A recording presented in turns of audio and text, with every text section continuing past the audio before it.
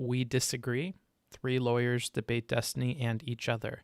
Now, Stephen recommended to me both in private and public that, this would be a very good example of good faith discussion, of working with the hypotheticals that he likes to pose, and of kind of presenting those same hypotheticals to test the validity of other people's arguments. So the conversations that Stephen expects to have on the platform in terms of debate, that's exemplified here in this discussion.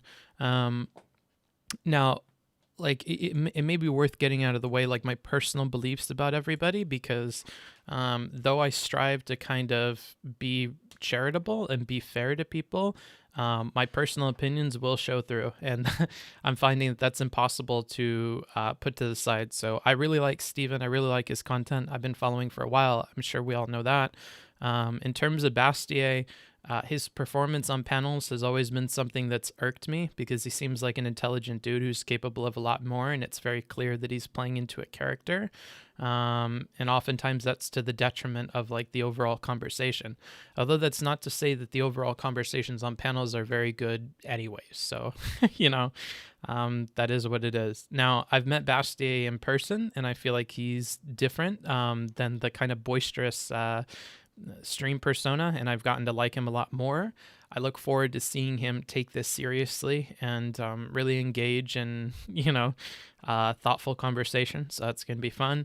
In terms of Pisco, this is another person who in the chat, especially during my conversations with Stephen, I've found him to be like a nuisance, but he seems like a sweetheart. So I guess we'll see how he engages, during a conversation. Stephen likes him. Stephen says that he's somebody that, he appreciates hearing from. So that's going to be interesting. And then the final person, this Appolez, who on Twitter is known by the title Tabor Snapping.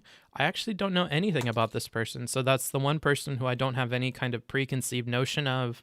I've never seen them on anything. I've never heard of them. Perhaps once I hear their voice, I'll start to like put 2 and 2 together, but this is somebody who I don't initially recognize. So I don't think there's any like disclosures to give there. But anyhow, we'll get into that in a little bit. In the meantime, I'm going to play some music by kind of our resident DJ of the channel.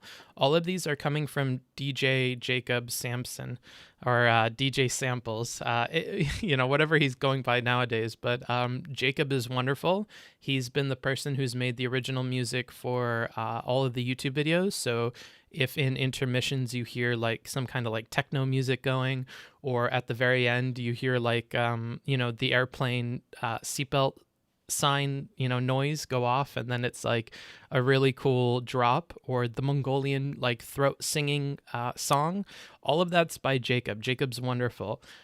So today, instead of having like super duper copyright music or some kind of lame cafe jazz, today I'm just going to highlight his stuff, and we're going to play a handful of tracks from him.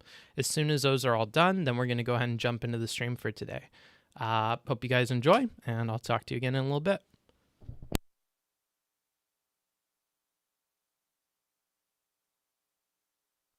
So this first track is going to be the most recent one that he's made specifically for the channel. This is a redo of, the first track that he made for us for intermission and stuff. This is adding in some sound bites and a bunch of variants so that I can chop it up and use it specifically for the YouTube videos. Hope you guys enjoy. It's titled Bookfucker.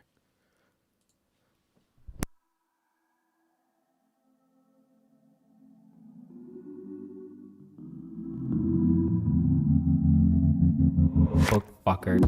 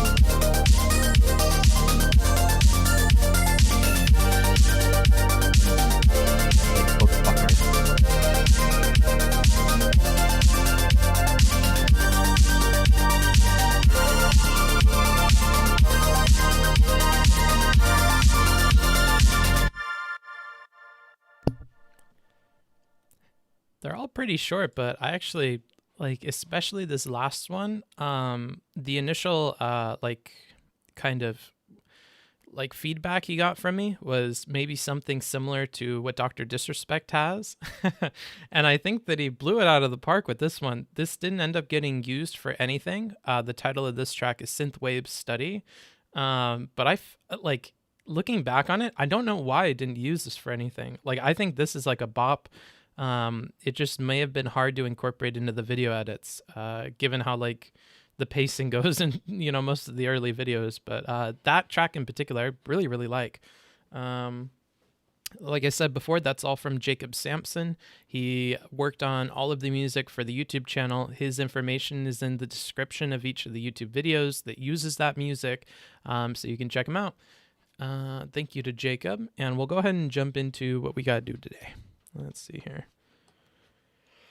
Alrighty. Hi. I know it's been a hot second. I got to I got to stream more.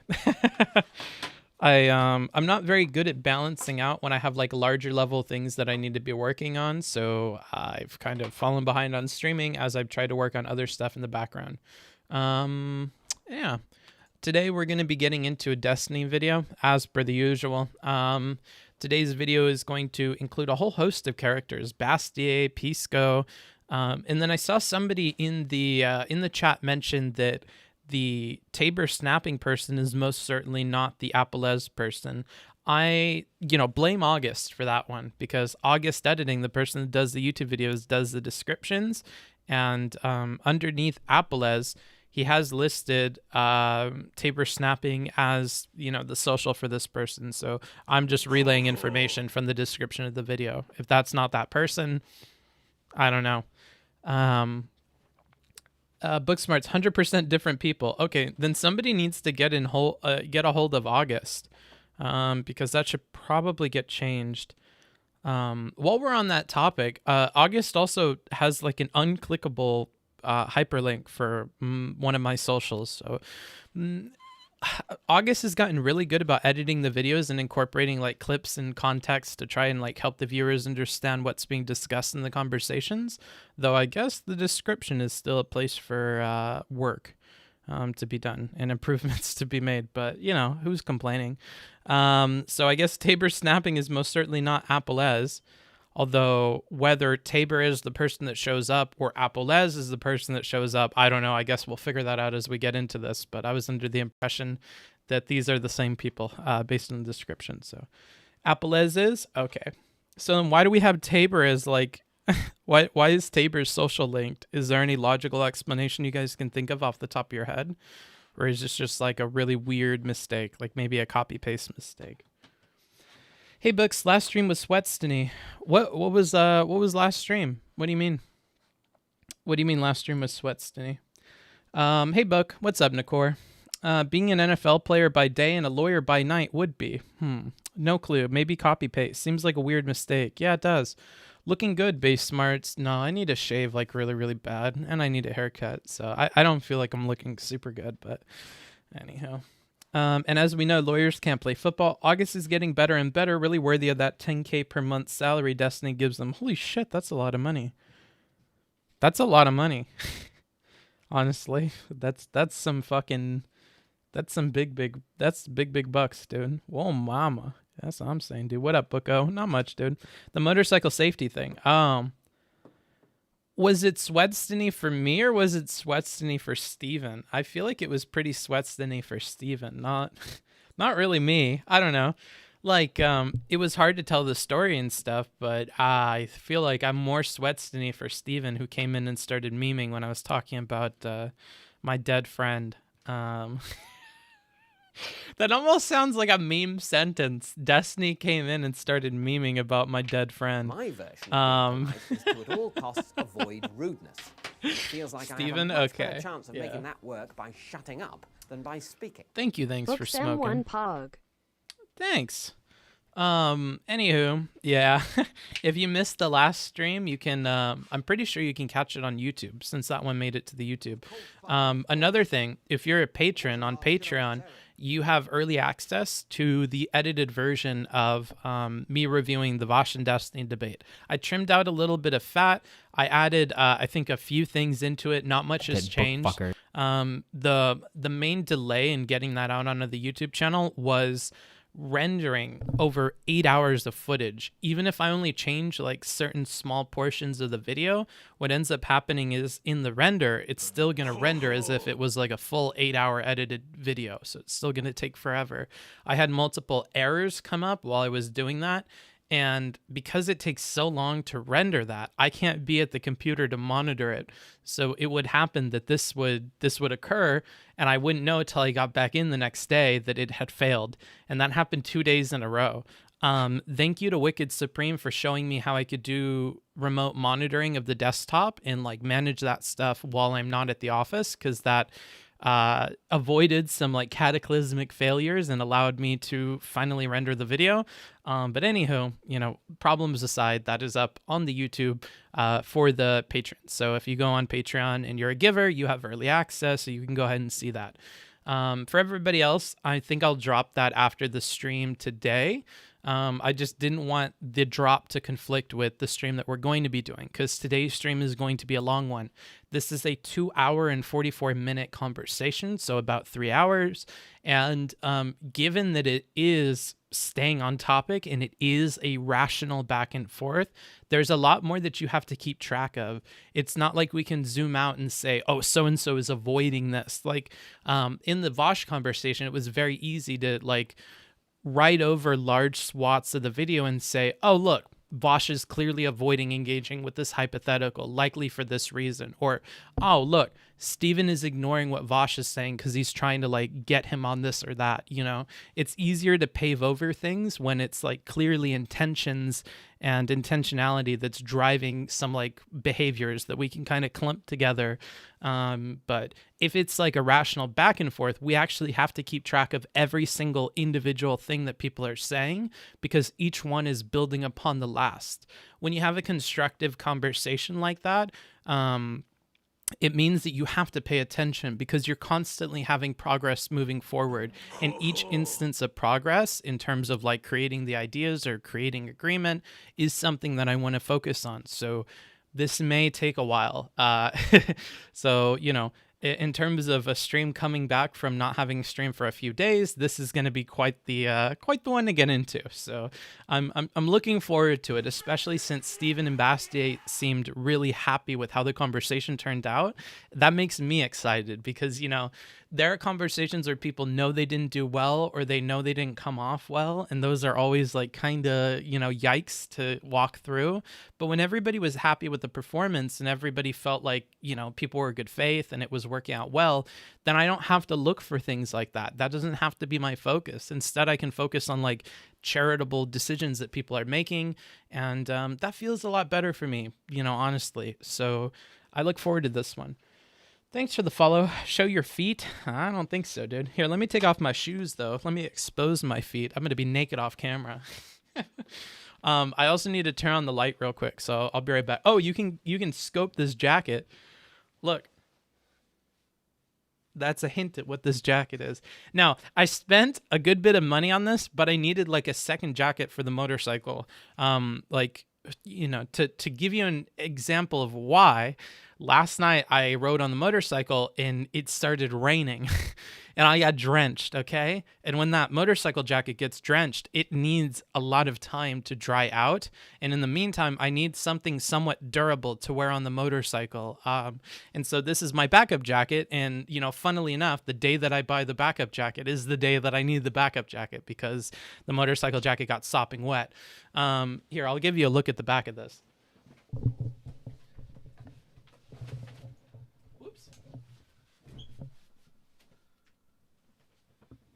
It's a collaboration between Levi's and Pokemon, so I got a I got a big Pokemon jacket, dude. All of the little tags are Pokemon. I don't know. I really like this jacket so far.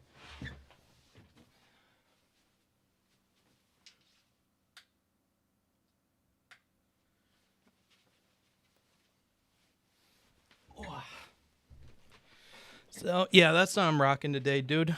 That's my drip. Oh, that's cute. Thanks. I think it's very wide people happy. So, anywho, let's try to get into it. Where are my hands? You guys can't see my hands. Okay, hands are here. Hands are here. Hands need to be above the titties. Got it. Got it. Got it. All right. Let's go ahead and switch views and jump into this. Now, do we want this view? So this is A. Or do we want this view, which is B? Do we want A or B? I can make the video bigger, so I can do this. Again, this is B, and this is A. This is B. This is A. Ooh, we're having a little bit of trouble. 2, but with camera at the top right. Wait, which one's A? I totally forgot. Wait, no, I don't want to confuse you guys, but I totally forgot which one's which. A gang, change mine to B. Never mind, that breaks your sub sounds. What does? Moving back and forth. A is the bad one. Thingy. A is with chat. Pull a birther. A is a small window. Yeah, okay, so A is the small window. A is this one. Do you want this or do you want this? Do you want big video or do you want small video? Big or small? Big or small? Give me a big or small in the chat. B for me. Let's do big or small because I feel like that's easier. Don't continue saying A or B. Small? Small? Okay. Because I feel like small is probably okay. And it's more like cool looking. Small? Dang, everybody's doing small. Okay. We had A's and B's, but now that I say big or small, everybody hit me with the small. I want to see my messages in chat. I don't want chat translucent over the video. Small. Okay. Book smalls. All right. Got it. I'm cool with this one. I think this one looks cooler, so that's good by me. All right. Let's go ahead and get into it then. Put the mic a bit farther away. All right. Let's see. What if I have the rarest painting in the world? Oh shit, hold on. So we don't we don't want to play this super fast. People have complained. I think 1.25 is the quickest I can go because the problem is that when people watch the video back in 2x, it starts to multiply in a way that small brains can't keep up. I don't know why small brain people are listening at 2x when they can't handle like 3, but you know, I'm not judging. I guess I just got to work with it. Let me get some notes because, again, this is going to be a bit of a doozy to keep track of. All right. And I haven't watched this video in advance very much, so I don't really have any preconceived notions coming into it. Bastiat is somebody who memes a lot when he's on panels, so sometimes he rubs me the wrong way. In person, I've met him, and he seems like a really cool dude. He just seems like a regular old adult man. He just seems cool. He's actually more quiet in person, I found. But who knows if that's just because he was tired from the drive or whatever when we were in Georgia. Pisco, he seems like a memer when he's in chat, but apparently he's a very good faith. So we'll see. You can train it, I think. Bastiat is never performative. Shut the fuck up. Don't hit me with that Steven shit, dude. Don't tell me Bastiat is never performative or I'll fucking beat you up in a video game. That's fucking stupid. Don't say that. I feel like you're throwing shade at Bastiat by saying something so stupid. Because if that's real life Bastiat, then that's kind of, you know, I don't know. You can train it, I think. Bastiat is never performative. Is his hair as good IRL? Yeah. It is. And actually, I asked him in private how he does it, and Booksmarts has a secret formula to getting Bastiat hair. Now, I don't use it because I don't have the tools that I need, but when I was in the hotel, you guys may have noticed one day that my hair was looking particularly voluptuous, and that's because I used some of Bastiat's techniques when I was getting ready. So, yeah, so I don't know. I like Bastiat as like a person, but yeah, sometimes his content is too cringe for me. That book fucker. The value that I derive from it is the fact that this is like the intellectual. This is like the intellectual precisely so. Example, well, it's not. there, it's not precisely it's there's no you haven't lost the ability to enjoy the property in any way. Somebody else can look at it while you are still able to enjoy it the same way, right? And if you don't want, but I can't enjoy it the same way anymore because I know someone else has seen it. If you don't want them to be able to look at it, then you can take your own property and go build a fence for yourself. I think the way that I would view this ethically is I would say that our systems are. How you guys going? How are we going? Don't you mean how are we doing? I'm talking to like an Australian person right now. Uh-huh. And they say, how you going? So right. it's acceptable, Okay. right? Oh, okay. Well, I wanted to test out the defensive property argument with Bastiat. Bastiat, nice to finally meet you again. So before, I was talking to Destiny about other forms of property that aren't real property or chattel, say intellectual property or copyright. Now, this is oftentimes just as valuable as real property. Yes. Although, should I give you my take on intellectual property first? I think intellectual property is not justified with moral considerations in the way that other property is. I think intellectual property, because of the fact that it can be copied without being, Oh, actually, dude, we're gonna 5-head this shit. We're gonna 5-head this. So normally I am morally against or whatever. I'm kind of against the idea of using a notepad on screen for people, because I think that unfortunately what I see, especially with Destiny's community, and what I saw echoed in some of his criticisms around the Vosh debate, is that it's priming people. And if he writes something down that is an argument that wasn't said verbatim, it gives people very easy fodder for like making fun of him or saying he wasn't being charitable, yada yada. And beyond that, even if it's something that was said, you're kind of priming people depending on how you write it, right?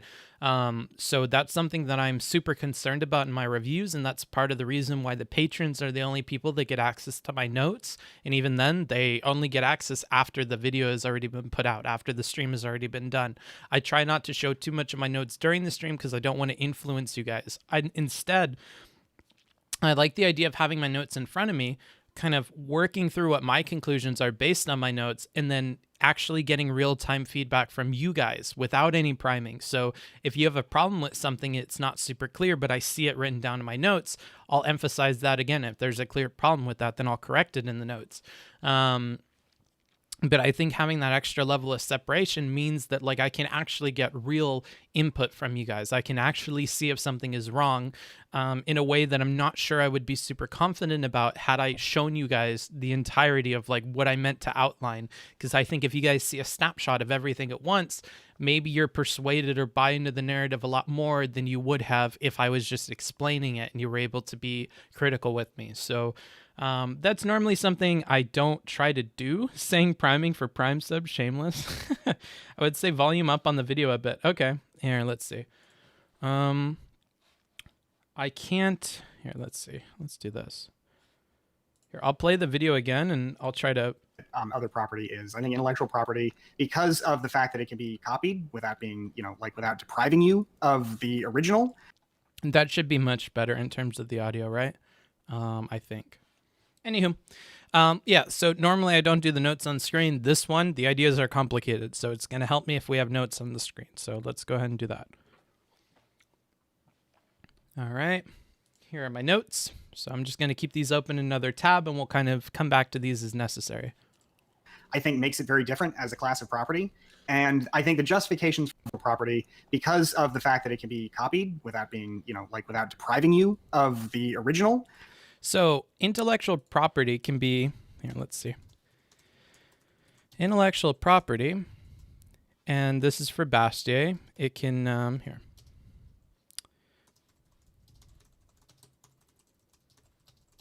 Copy without depriving you of what again? I love the fact that it can be copied without being, without depriving you of the original. Oh, of the original. Okay. Original. Interesting. Okay. So, and I'm going to put a B for Bastiat on here. So that's Bastiat's point. Why? Why are you doing this to me? Fuck it. We're going into Notion. We're going into Notion. Hold on. I'm going to switch to the cam view because I don't know what's on my Notion and it might be like something negative. I'm just getting this ready because I think Notion's going to be much easier for us. And I don't want, why is it in white mode? I need it in dark mode. Dark mode. Dark mode. Okay. Put this away. All right. Three-way debate. Okay. And we're going to do Bastiat. I'm going to switch you guys back to the other mode.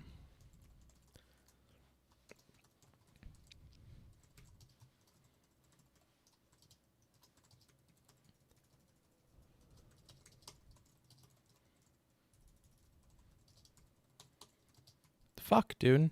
Depriving of the original. All right. That's pretty good. I like that. I like all of the ideas here. I'm not a super bright dude. Like, there's a reason why I have it called Book Smarts. Like, I'm able to, in my professional life, do essays and stuff, but that doesn't in any way mean that I'm an intelligent dude. Very much so. You have to form these opinions a lot of the yourself. things that these You can't guys come cut up to the with are chase. things that I Drawing would not your have own thought of. conclusions is the chase. And I actually really enjoy. I enjoyed the whole little beginning of this. It's what convinced me to cover it on stream. Open you guys back up. Choo choo, that's me. Choo choo, is there a pog train going on? Breathtaking. Wow. I shall hey, call thanks, guys. him. Do I need to learn to read to be book smart? Yeah. Thanks. Shaky camera. Oh, it is a shaky camera. You guys aren't on a tripod. Should I move you onto a tripod? Is it that big of a deal when I type? Let me know in the comments down below. Get ready for some impenetrable terminology. Oh, okay. Is to at all costs avoid Interesting. rudeness. And it feels like I have Looking a much really better emo chance of today. making that work by shutting up Yeah, I than by guess. speaking. When I put on the helmet and I ride with wet hair, it tends to mat down my hair like that because I have to swoop it to the side to be out of the view of my visor. It tends to just end up looking like this. He who desires but I think acts not breeds pestilence. Okay, let's go ahead and get into it. makes it very different as a class of property. And I think the justifications for intellectual property law are based on, I guess, cost benefit for like society as a whole rather than. Love this. Okay, so again, we have yet another note here.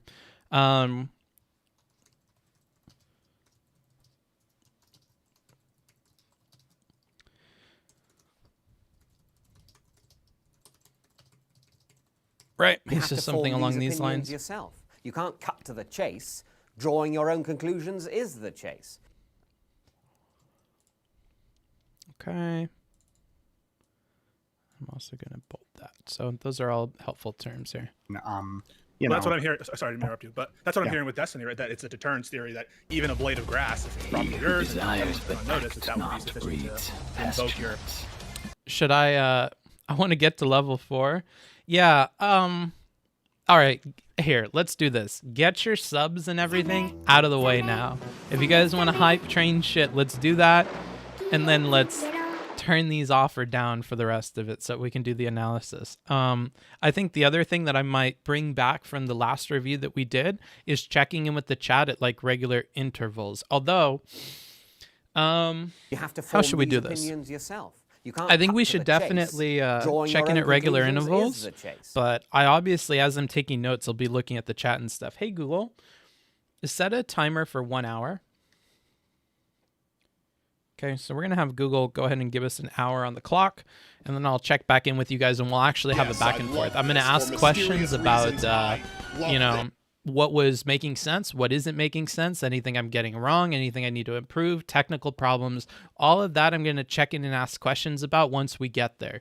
Also, if you have a piece of paper in front of you, try writing down anything that I say that you found particularly interesting or that opened your eyes. For mysterious reasons, I love this. Because some of the most valuable feedback to me are figuring out analogies and explanations that you found particularly useful to help you see from my perspective. So if there's anything like that during the course of the talk, go ahead and write a note for it because I'm going to ask and be reading the chat in about an hour. I'll still check in occasionally, but we're going to try to focus on the video here. All right, let's make this bigly and get into it. Deadly self-defense rights. So first of all, we can argue about whether deterrence as a theory, whether it actually works, whether we actually deter people. But if that's the version thing, of being polite sufficient is to- to at all But yeah, costs so avoid rudeness. what's the David Feels Mitchell like I have show? a much It's better a chance show of by making David that Mitchell. work by shutting up than by David Mitchell's speaking. Soapbox. Oh, there we are. It's like a bunch of short skits by this guy. And she's asked me to have a quick word with you on her behalf about her English. It's this. Don't worry, this isn't the standard tedious. So that's what that is. Let's see. Dyson Sphere program is so lit. Yeah. Are we the baddies? We might be, dude. And then on the other screen, I'm just going to try and turn off our notifications for a little bit. I mean, there's a button on my Stream Deck to like turn off the notifications, but for some reason, I don't think it works very well. Like, I don't think it does it when I mean for it to do it. So, okay, let's go to here. Let's go ahead and actually, can I just click this and it does it? It says alerts are paused. Okay, so alerts should be paused. Hopefully they are. All right, let's go ahead and get into it. Honestly, consuming Destiny content via the bookfucker lens is pretty Kino. What's Kino? To invoke your deadly self-trap. You That's know. what I'm hearing. Sorry to interrupt you, but that's what I'm hearing with Destiny, right? That it's a deterrence theory that even a blade of grass, if it's properly yours and everyone's put on notice, that would be sufficient to invoke your deadly self-defense rights. So first of all, we can argue about whether deterrence as a theory, whether it actually works, whether we actually deter people. But if that's the theory, societal-wide. That wouldn't be relevant to me. My consideration would all be individual rights. I don't care whether it would work or not, because at the end of the day, you have no right to... Interesting. Let's go ahead and jump into the notes then. This is kind of cool. So Pisco says this is all to deter. Bastiat focuses on individual rights irrespective of efficacy, I guess we could say. So Bastiat doesn't care how efficient this is at deterring people. Bastiat is mostly focused on the individual perspective and the rights that they should have to the property. Interesting. I feel like this may be a problem for him, but we'll see. It just may not be a dimension he's considering very much. I don't know. Take it from me. Well, then I guess I would disagree with him with your distinction based on you're not taking something away. If I take one of your ideas and I get my Batman movie before you, when you invented Batman, I'm depriving you of the value that's properly yours because you're the property holder of that idea. Yeah, and I think that you can make a practical case for the idea of owning an idea, but I don't think that kind of property can ever be as tangible, defensible, because at the end of the day, you... Interesting. Not tangible nor defensible, he's saying. Not tangible nor defensible property. Neat. You having the idea to have Batman does not take away my having that idea. You could argue that it gives you... Interesting. Okay, that's even further context here. So you having that doesn't take it away from me.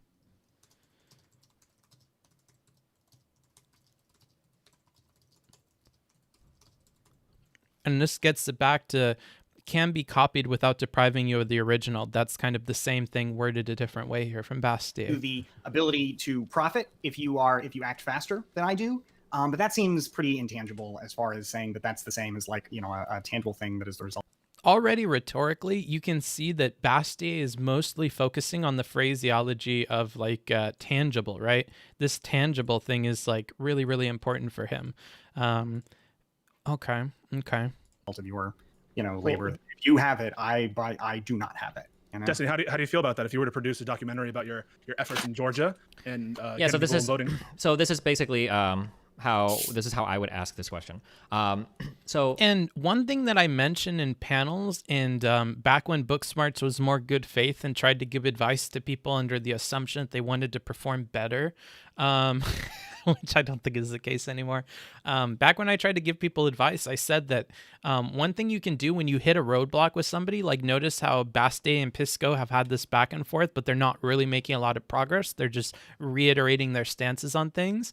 Bringing somebody else in, particularly if you think that they could be a stronger advocate for a position or they could give more pushback, is super duper helpful.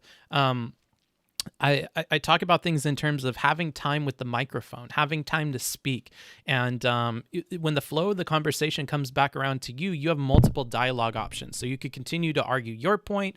You could push a different point. You can pivot. You have a lot of options. But one of those options that I don't think people consider enough is tossing it back to somebody else who you think could be a better advocate for a position or could move the conversation forward. And that's what Pisco is doing here. So he's trying to loop Destiny back into it and seeing if Destiny can make some progress here on these points.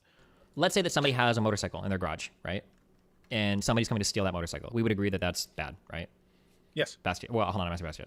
I'm supporting your argument right now. Okay. So let's say that bike is worth new Harley. Let's say it's worth $10,000 or $15,000. Okay. Although, and look, he's starting with a tangible item though, and Bastiat's thing seems to revolve around the fact that intellectual property is not tangible. So I wonder if we'll make a correction on this. Let's say the bike is worth $10,000, $15,000. Somebody comes to steal it. Like, this is bad because they are taking your property. They're depriving you of this particular object that like you work for, et cetera, et cetera, et cetera, right? Let's say that you create some piece of although the use of depriving is like good. That was exactly the way Bastiat worded property it. that you could sell for $15,000. You got some idea that you have the rights to, you sell for $15,000, right? And somebody like breaks into your house. They find this particular idea. Maybe it's a concept for a character in a video game, and then they copy that thing, and then they just send it to another company. Is there a meaningful distinction between that idea that they could profit from and buy the motorcycle, or the motorcycle itself? Is there like a meaningful distinction between those two things? I think so. I think the physical taking is different from. Can I listen to that one more time? Right? And somebody like breaks into your house. They find this particular idea. Maybe it's a concept for a character in a video game, and then they copy that thing, and then they just send it to another company. Is there a meaningful distinction between that idea that they could profit from and buy the motorcycle, or the motorcycle itself? Is there like a meaningful distinction between those two things? This almost feels like this is like how Destiny thinks about things regardless. No? Notice how he's put this, the framing of this back into like somebody breaks into your house and they steal your shit. That is a framing that Destiny really likes going to. And like, I think it's better than rape analogies and stuff like that, but it is a framing that is like, you know, very, very specific and related to the way that he looks at things. So setting up this hypothetical with somebody breaking in and stealing something makes it feel a lot more tangible. Like they broke in your house and stolen an idea. It wasn't just like they came up with the idea, or we're getting towards like where Bastiat is saying like two people can have the idea at the same time and it doesn't take away from the other person. This is kind of interesting. I wonder where this is going to go. I think so. I think the physical taking is different from the taking of the idea because you still have the idea. They may, because like the idea itself, like the fact that it can be, that an idea can be duplicated, that is to say you can have an idea and I can have an idea, even if I created the idea, you having it does not deprive me of it. What you have deprived me of at most, and this is apart from the break-in and all that, you know, stuff, what you have deprived me of is at most the ability to profit from my idea as much as I otherwise would have. And oh, that's good though. That's a little bit of progress. All right.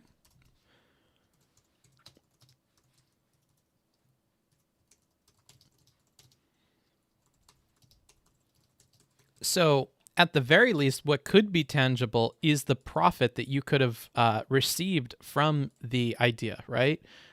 So while Bastiat may not look at the actual idea itself and say that this ought to be protected, he does at least recognize that the profit that you could have made from the idea is something worth defending or is something worth looking at, which is an interesting little distinction to make. I wonder how this plays out.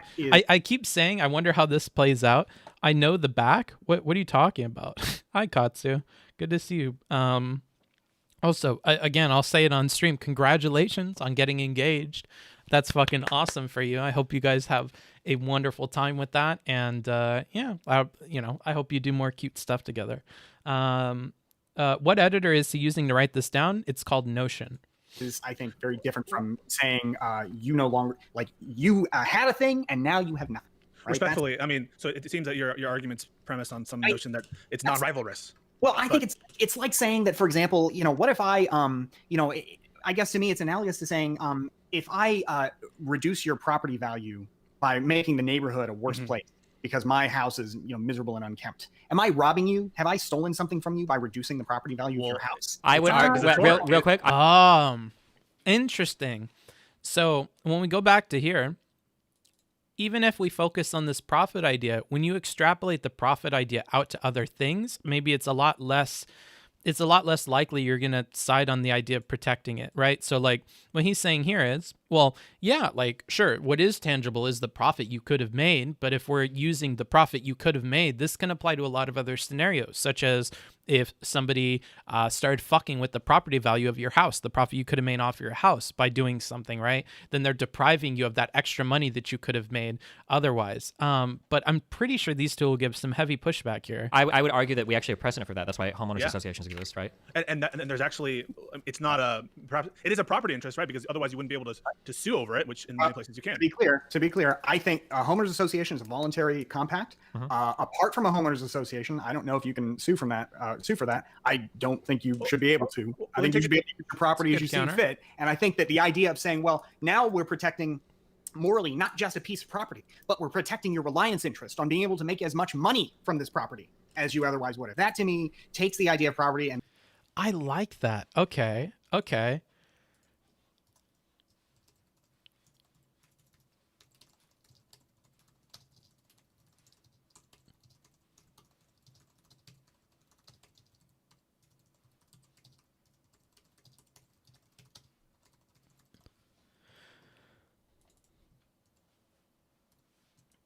Okay. This is already getting interesting. I love this conversation. Okay. So the actual like protecting of the property is different in Bastiat's mind than the protecting of your ability to maximize profit from that property, right? These are two distinctly different things. Interesting. I'm really liking this conversation, like, because we have forward progress. We're having a good back and forth here. It makes it so intangible that then I don't know that I can attach these pure moral. Let's take it to the most. And look, even rhetorically, like, remember how I said that Bastiat is focused a lot on this tangible thing, right? And if I'm giving rhetorical advice, I think you need to talk in terms of the tangible versus the intangible, right? And here he's already getting to that. He's saying that's so intangible that I don't feel like that's something that we could like go about protecting, right? For him, tangibility is like super duper key here. I wonder if these two will cue into that and start to work on that. Most basic property right, I think one of the most historic, which is the right not to have people trespass your land. You spoke, I think, earlier about the notion that because something is non-rivalrous, in other words, because I can have the idea at the same time as you have the idea, that somehow that detracts away from the property infringement. If I go and swim in your swimming pool, you can still swim in your swimming pool, but no one would deny that is a historically accepted property right to exclude others. And so, okay. So trespassing is also non-rivalrous. Here, let's we're gonna put this as Pisco down here.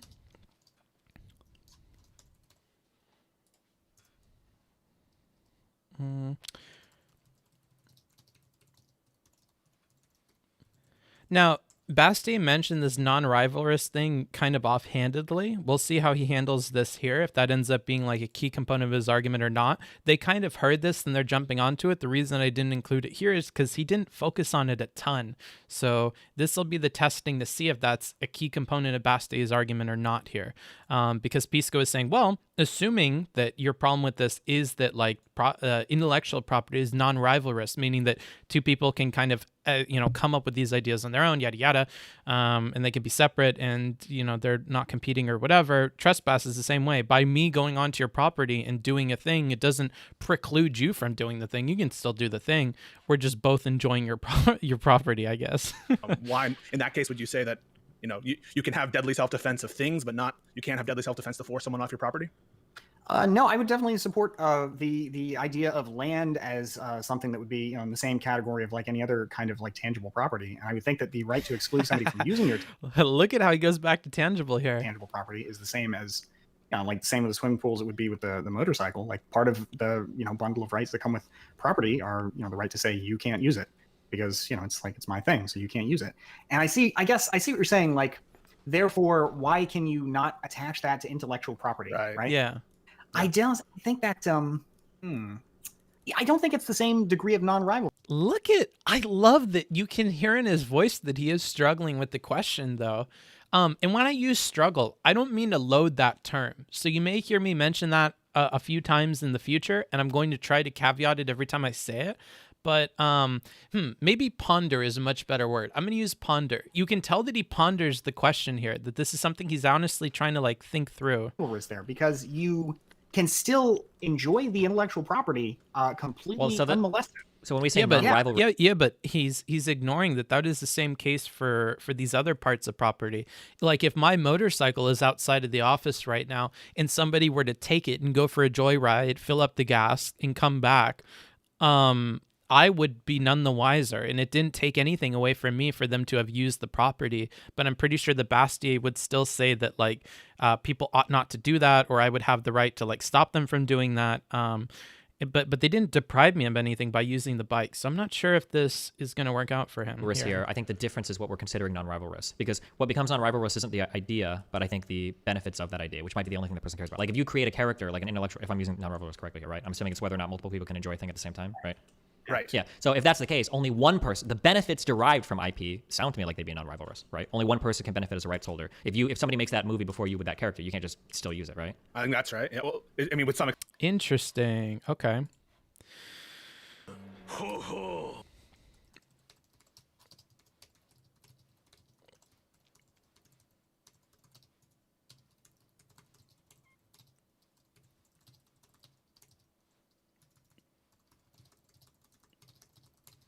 Okay. So here Stephen is saying that if I understand correctly, that it's not non-rivalrous because people can't both hold the rights to the IP. The rights to the IP, to the intellectual property, is the bit that we want to focus on, because both of the and that's another way of saying the profit thing. Instead of like abstractly just talking about the possible profits you could make, I think it's much more powerful to talk about the rights. And the rights are just a step removed from the profit you can make from the thing, and the idea or the direction you can take it in.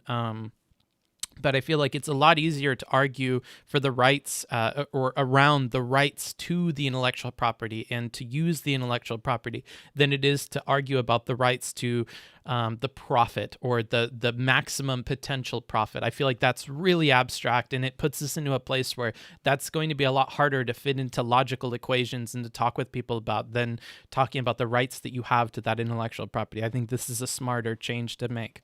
Exceptions, of course, if you make a derivative work, that's better than the original work. Sure, yeah. But off of that particular IP, it's unlikely that you're going to enjoy the same benefits you would otherwise.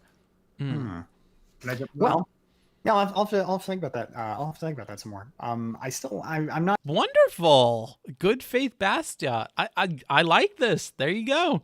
I hadn't considered that. Let me think about that more. Like, this is good. I like it. I like this a lot. We're already exemplifying the good faith that Stephen had mentioned about the conversation. I like this. not sure that.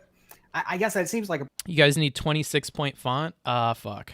I don't think there's any way for me to zoom this in more for you guys. So I think you're kind of screwed. I'm going to keep reading this back. I don't know if there's any way for me to make this bigger for you guys, unfortunately. But what I can do is make this available to all of the people that are patrons on Patreon. So if you're fascinated enough by the notes that I'm taking that you want to read them in the future, that's fine. Like I said before, these are mostly for me, just so that I can keep organized and not forget stuff. If you really want access to these notes, you can do that by becoming a patron. If you're a subareno on Patreon, which means that you pay only $5, you can have access to all this and all of the notes from the previous debates. So, that's a perk to look out for. A bridge too far, though, to be able to say, well, the expectation, like the expectation interest is, that seems like a lot to then, and it seems kind of squishy to be able to say, okay, well, I'm willing to use force to defend that, especially given that, I think that okay. So Bastiat is hinting us in at a new problem.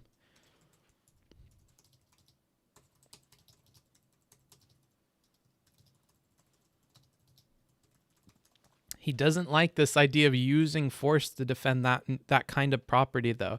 And this is a really honest way of putting things. Just tell me what makes you uncomfortable. I feel like in the age of feels over reals and phrases like that kind of dominating this space, it's difficult to feel comfortable just saying, hey, I'm not super comfortable with the idea of X and Y. Like when Steven's like, I'm not super comfortable with the idea of stronger people being able to trample on the rights of weaker people, and that those people should just have to submit, and they're not allowed to use equalizers that are available in society to them, that they're meant to just let these people roll over them and hope that institutions fill the gap that they're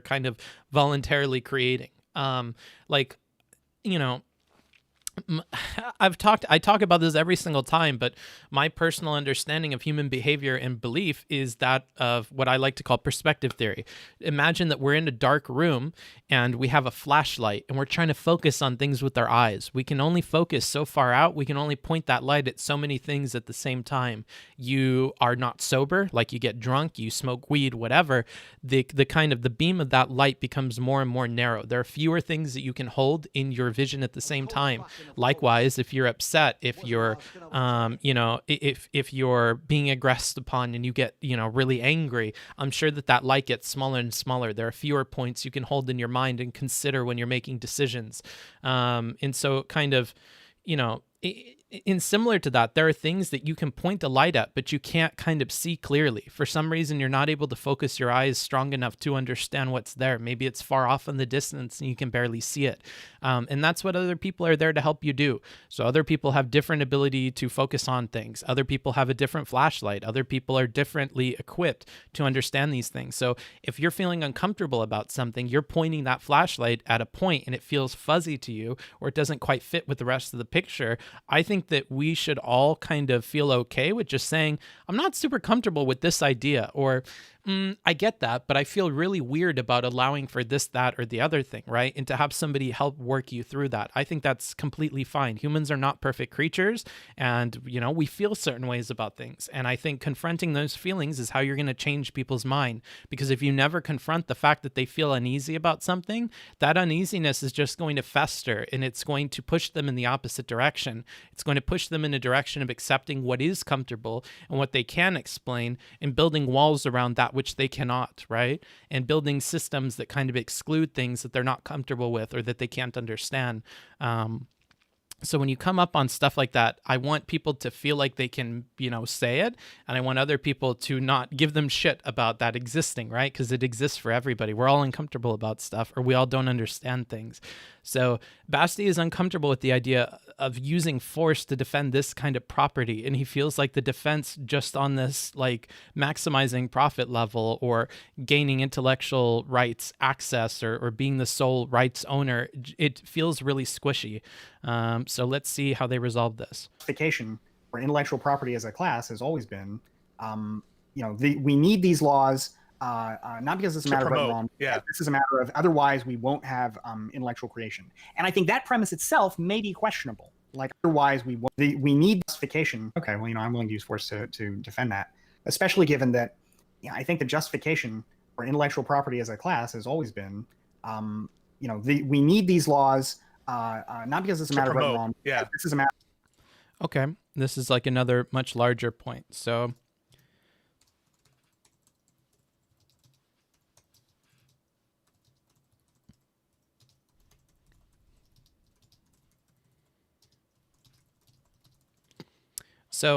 the justification of IP as a more general thing, and if you want other perspectives on this, some that I really, really put value in are the talks that CGP Grey, the YouTuber, has had on a podcast called Hello Internet with fellow YouTube creator Brady Heron, who's responsible for channels like Computer File, 60 Symbols, in tons and tons of other channels. Those chemistry videos with the professor who talks like this and he has shaky hands. That guy, he makes a lot of really cool stuff. They talk about intellectual property quite a bit. And one of the things that they mention is that the reason why we have intellectual property, as kind of like a concept, or one reason that's kind of touted as why we need it, is that people wouldn't create at the rate that they create now. That if creators knew that they could not protect the intellectual property that they created, maybe they never embark on that. Maybe they never pursue it. Maybe if we don't allow for protections of small creators or protections of their intellectual property, they can never get their project off of the ground, because they don't have protections that are meant to, like, give them, extra time to do something with it, right? So like, let's say, for instance, there is a world where there is no intellectual property protections, right? And George Lucas goes out and he makes his student film, Star Wars, whatever, and puts it out. And then immediately every single company that is a much bigger studio takes all of the ideas and the bits that work, create a much better production with much greater marketing, capacity, and they push those ideas. Well, they've effectively kind of squished them out. And you could apply this to other creators like J.K. Rowling, or which I know you guys don't like, but other people. The idea is that in order to promote the creation of these ideas and for people to pursue creative endeavors, we kind of need to protect their ability to profit off of those ideas, and that's going to encourage them to continue to create. And we're going to have less creation in the society if we don't protect the people who are creating things, if we don't protect their right to those ideas. Now, Bastiat is saying he's not entirely sold on this idea. And if he's not entirely sold on the justification for intellectual property as like a concept in and of itself, then, we're going to have a difficult time moving past this. So again, we're going back to this feels squishy. He's not comfortable with this. And this is part of where that discomfort is coming from. He has enough awareness of his own positions to be like, this may be coming down to the fact that I'm not even sure that intellectual property is justified for the reasons that are given publicly anyways. And that's opening the floor to these two to kind of maybe get pushback on that or explain it in a way that will kind of move him on it. Otherwise, we won't have intellectual creation. And I think that premise itself may be questionable. Like, I don't know that premise itself is even, I'm not an expert on IP, but I would be curious whether, for example, if we didn't have the rigorous copyright laws that we have in the United States, whether that, we wouldn't have novels and movies and games and things like that anymore. I don't know if that's, something true. When I consider this idea. So I think that none of this is actually relevant. I think that the relevant question is what is legal in today's society would determine like your authority to defend it with lethal force. So like, for instance, if you lived in like a... Ooh. Okay. I'm going to add a new thing here for Destiny. Even though Destiny's kind of acting as an in-between thus far between these two, more so than like holding his own positions and whatever. Because he's kind of just jumping into, solve things like this. So let's listen one more time from Steven so we have an accurate belief. I consider this idea. So I think that none of this is actually relevant. I think that the relevant question is what is legal in today's society would determine like your authority to defend it with lethal force. So like, for instance, if you lived in like a commune with a bunch of people and somebody like slept in your shared property, like you couldn't morally kill them for that because it's not the expectation, right? So in a society where the expectation of copyright law exists, where copyright is enforceable, where copyright is meaningful, right? Should you be allowed to defend your copyright with lethal force? Because it seems to be the case that in the United States, if anything, you guys are the lawyers, but one of you is a lawyer. Wait, basically you're not a lawyer, right? I'm a 3L. 3L, okay, yeah. So it seems to be the case that in some ways copyright is even more also of to be clear, the 3L is not really a lawyer. I know that the title says 3 lawyers debate Destiny and each other, which I thought had to have been ironic. Because one of the people who he being Destiny has criticized in the past about using 3L to say that you're a lawyer was Mike from CCP or Mike from PA. I mean, right? Like, wasn't there like a whole arc about how that was like a kind of a shady title to put on yourself? So I don't know if it was ironic that they put 3 lawyers debate Destiny here, but I just thought that was funny. So maybe worth noting. Like a property like endemic to a person than your property, right? That like for somebody to steal your copyright. Companies, yes. Yeah, because like property. Like Disney. Yeah, exactly. Yeah, that your copyright actually can stay with you through like I don't know if somebody could take your copyright from you in bankruptcy, right? If you ever like that seems to be like a really important form of property. So if somebody steals that from you, like okay. And he's building further on this argument of your right to use force should be based on the legality of the society you're living in by saying, well, it seems like, in my mind, if legality is what gives you the right to use force, and this is something that has a ton of legal precedent to the point where we're protecting that shit to like the grave or even through bankruptcy, it would seem like this is almost like a sacred sort of property. So of all the kinds of property that you should have the right to defend, this seems to be like the uber property, the like hugest property, right? I'm not going to put that in here because it's more of like a rhetorical point or explaining where he's coming from on it, but that's interesting. Okay. I wonder if that could be used for or against him in other debates, because this seems really similar to what Vosh said about his expectations for people's behavior in society being based on kind of the institutions of the society itself. They're kind of like similar flavors of like why you're okay with certain things or what behavior you're expecting out of people. Kind of neat. Let's say that somebody's bringing up this example in chat that's really good. Let's say that your piece of intellectual property here is a PDF of the first copy of the Harry Potter book. If somebody is going to steal that from you, so let's say, okay, here's the scenario, Bastiat. For the record, Bastiat, I'm still slightly on your side, okay, but Pisco gave me a lot of good arguments, so I'm giving you his arguments that I just want to. Let's say that a thief has broken into J.K. Rowling's home, okay, and now the world line splits, and now we have two realities. In one, that thief is running to steal like a vault that has like $10 million in it of J.K. Rowling's money, right? What is going on? Book, sorry for interrupting you, but you probably want to hop in Destiny right now. The Coomer debate he is having is a huge meme. Coomer debate. Here, let's check it out. We are interrupting this scheduled programming for a Coomer debate. For people to call her a pedophile based off of that's a video I made that's still out there. So for the earlier conversation, when do you think is an appropriate age where kids have to stop masturbating? Well, I tried to pull up the article. Wow! I'm not listening to this. What the fuck? No, we're gonna stick to this. If Steven DMs me and he needs help, we'll fucking jump in. But I'm not fucking parsing through that. No, thank you, sir. No, thank you. I'm gonna keep on this. Okay, sorry. No, it's cool. There's always a chance that ends up being the thing that I switch off and go talk about. But that doesn't seem to be the one, Chief.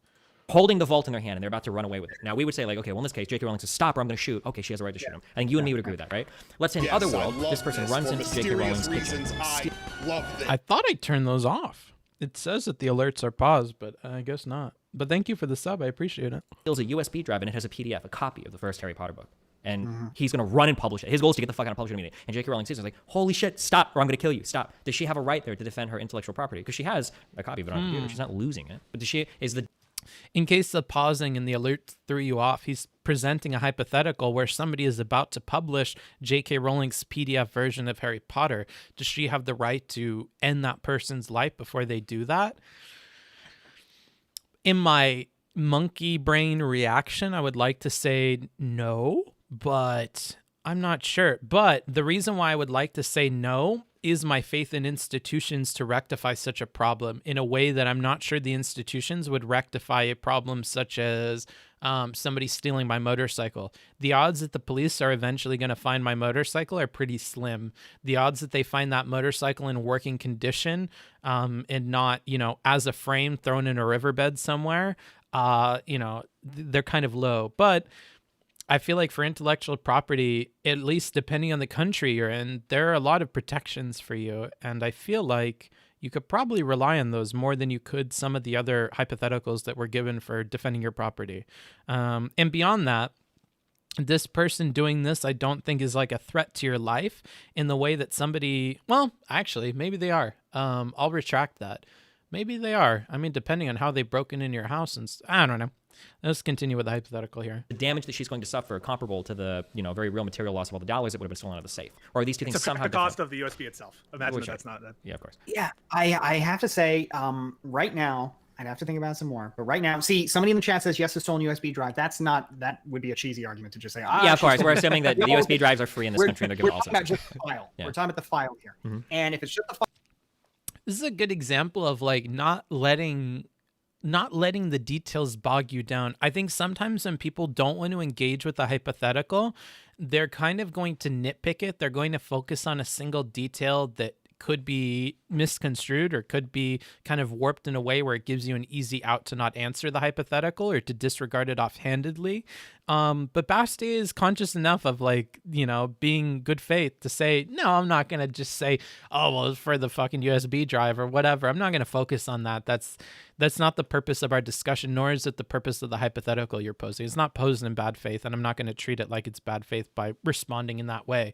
That's good. I appreciate that. I mean, it seems like a super minor thing, but oftentimes, especially when I watch the lefty people debate, they will pick out very, very obscure parts of a hypothetical to disregard it entirely.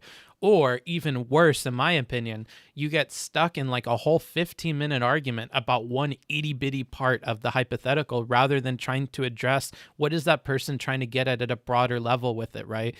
Instead of doing something better faith, like, I like that. I see where you're getting at with the hypothetical. Could we change it this way and then I answer it? Does that make like a significant difference? That's a way better faith way of approaching a detail that you don't think is good about the hypothetical. When you're kind of just shitting on it needlessly and you're not, then giving a solution or giving a hypothetical that is edited per your liking and is still getting at what that person is looking to question about your belief system, then I don't know. I think more people should do that. File, like if you find her file on a torrent site, I guess, for example, then if she could somehow reach through the computer and shoot you, I can't morally see the case for that. Barring some physical reality that somebody's mentioning here, where it becomes tangible, just the idea of just copying a file, a piece of intellectual property as opposed to tangible property. I don't know. He keeps going back to that. Intellectual versus tangible property. He keeps going back to that. At what point does the PDF become a tangible thing, though?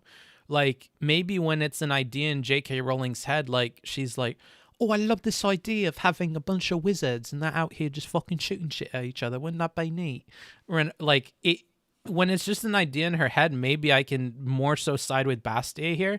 But the moment that she takes the time to sit down and write out an entire book, and we have a PDF version of that book, I don't know if that is what I would call intangible. I think that idea just became tangible when she brought it into reality, into the world in this way.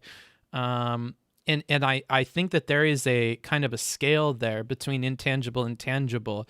And maybe we get at that some point in the debate, but I feel like once she has the entire thing written up and it is a book, it is a manuscript, it is that close, having been someone who's worked with people on books and manuscripts in the past, in my mind, that's a very tangible thing. It's not intangible in the way that we're kind of labeling it. I'm not sure.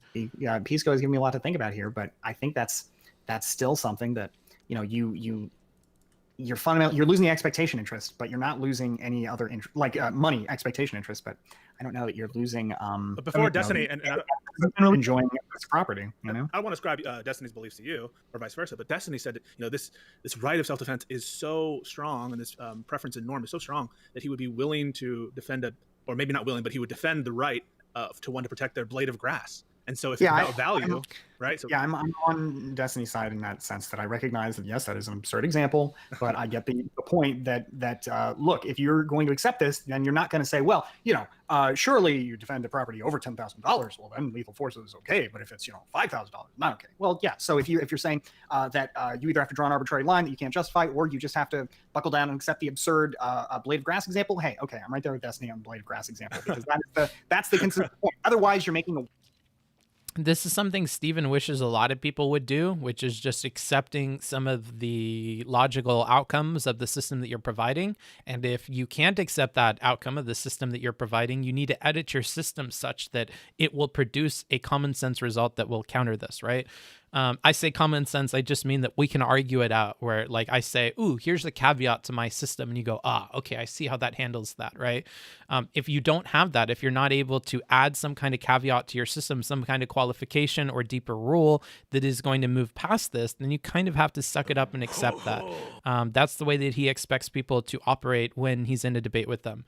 Like when we're discussing ideas and we're discussing systems and we're comparing those systems and testing them, if you start just randomly opting out of the conclusions of your system is not consistent anymore. Why are we arguing about the rules and systems you're using to guide your life if every time it runs up against something you have an intuitive feeling is not correct, you kind of just throw your system out the window and say, that's not a fair example. Like, okay, but it seems like your rule system doesn't give us like an answer to this, and that's kind of a huge part of the reason that we're testing each other's systems and we're kind of having these kinds of debates, is to see what is a system that consistently gives us results so we can agree with. And if there's something uncomfortable there, like we talked about before in the notes, if there's something uncomfortable here, we have to kind of address that and find logical solutions to it. And though there is a human intuition in us that tells us whether something is right or wrong, we have to kind of move past that and accept that that may be incorrect, or that may be just telling us that we need to edit this system, right? But until your system is able to contend with those things, you kind of have to accept the conclusions of it, or accept that your system may be flawed in some way that you have to look into on your own time and fix. Weird. You're making an argument that may sound better on Twitter, but it is nevertheless an absurd, morally inconsistent argument. You can square because I would argue in one sense that like it would be just as absurd to imagine somebody like stealing somebody's blade of grass knowing they're going to kill them as it would be for somebody to like infinitely steal from, because people say like, okay, well, people aren't going to infinitely steal from people they think they can get away with stealing from. Well, I would argue that in some ways that happens all the time.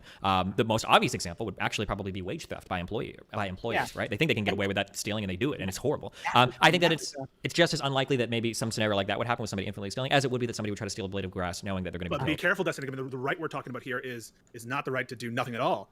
Or to do anything at all. It's the right to resort to deadly self-help. Well, the problem is that so I'm skipping a little bit here. You're smart. Do you guys get what Pisco is getting at there? That it's not just the right to defend the thing, because if we just say the right to defend the thing, it kind of leaves open the scale of response, right? Well, when you say defend the thing, do you mean to a reasonable extent? And if that's the case, then is the reasonable extent of defending a blade of grass really to kill the person? Like maybe it's a swat on the hand and, telling them to get off the property. Maybe it's not worth it to kill that person over the blade of grass, so you actually do call the cops and wait. Whereas if somebody was inside of your house and stealing like your car, maybe that's different. Or they were in your house and they stole like a box of irreplaceable heirlooms, maybe that's different, right? Instead, we're focusing very specifically on a kind of response, on a lethal response. Are you allowed to kill this person over that bit of property? And there's a slight distinction there, but I would agree with Pisco that it is super duper important that you make that distinction right now. That we're not just talking about defending in the abstract or defending in a measured way. We're talking about defending in a very specific way, in a lethal way. Are you allowed to defend with lethal force this thing, right? And it's worth keeping that in mind while we're talking through it. Right, I'm glad you can understand this. I'm skipping a little bit, but the legwork that I'm doing, the reason why I go instantly to lethal force is because if we have the right to defend anything, it seems like it's always going to end up to where it needs to be permissible to defend it with lethal force. Otherwise, we are necessarily only extending those privileges to like the very physically abled. So for okay, interesting. And this maybe gets back to when he's talking about weak versus strong people, right? That then the strong can perpetually steal from the weak. If there is an equalizer to make it to where somebody weak can defend their property from somebody strong, the odds that something is like lethal force at some point, like a weapon, like a gun or like a bat or like a sword, then you kind of have to immediately contend with the idea of using something you would deem lethal force. So to skip past all that hubbubaloo, he wants to jump right to lethal force because that's going to give us an answer that is going to be more applicable in every single situation. But it's worth keeping in mind, Stephen has a tendency of liking really hyperbolic, not hyperbolic isn't a fair word here. He likes really, really extreme ends of logical systems and of hypotheticals and things like that. So he wants to bring it there because if it works at the extremes, it's likely to work in the in-betweens. I don't think that is a philosophy of, evaluating arguments that is always positive, though. One thing that I talked about in the Vosh debate was how I think that while at the 2% of either extreme, this may work really well, you'll find that systems designed specifically for two extremes may not work very well in the 96% of all the middle cases, right? I think that you have to have a more holistic approach to things and consider a system that not only works at the logical extremes, but works in a way that everybody can agree with and feel an intuitive sense of comfort in the in-between, right? We don't want people to feel uneasy about these ideas simply because they don't work very well in the in-betweens, but they work really well at the kind of extremes. That book fucker. I don't know if it's always positive to start from or focus solely on the extremes. There needs to be consideration for the in-between cases. And when your attention is brought to those and your system has kind of only come from a place of thinking about the extremes, you can start to see some of the problems there. That's not to say that he only looks at extremes. It's more to kind of dissuade you guys as viewers from getting into that habit too much, because sometimes what I see with the debate people who have idolized Destiny and kind of followed him to the ends of the earth is they're using this extreme thinking for all situations that they're considering. And as a result, some of the systems and ideas that they're coming up with are just unpalatable, because it's like you've only designed this to work on these extreme edge cases and hypotheticals.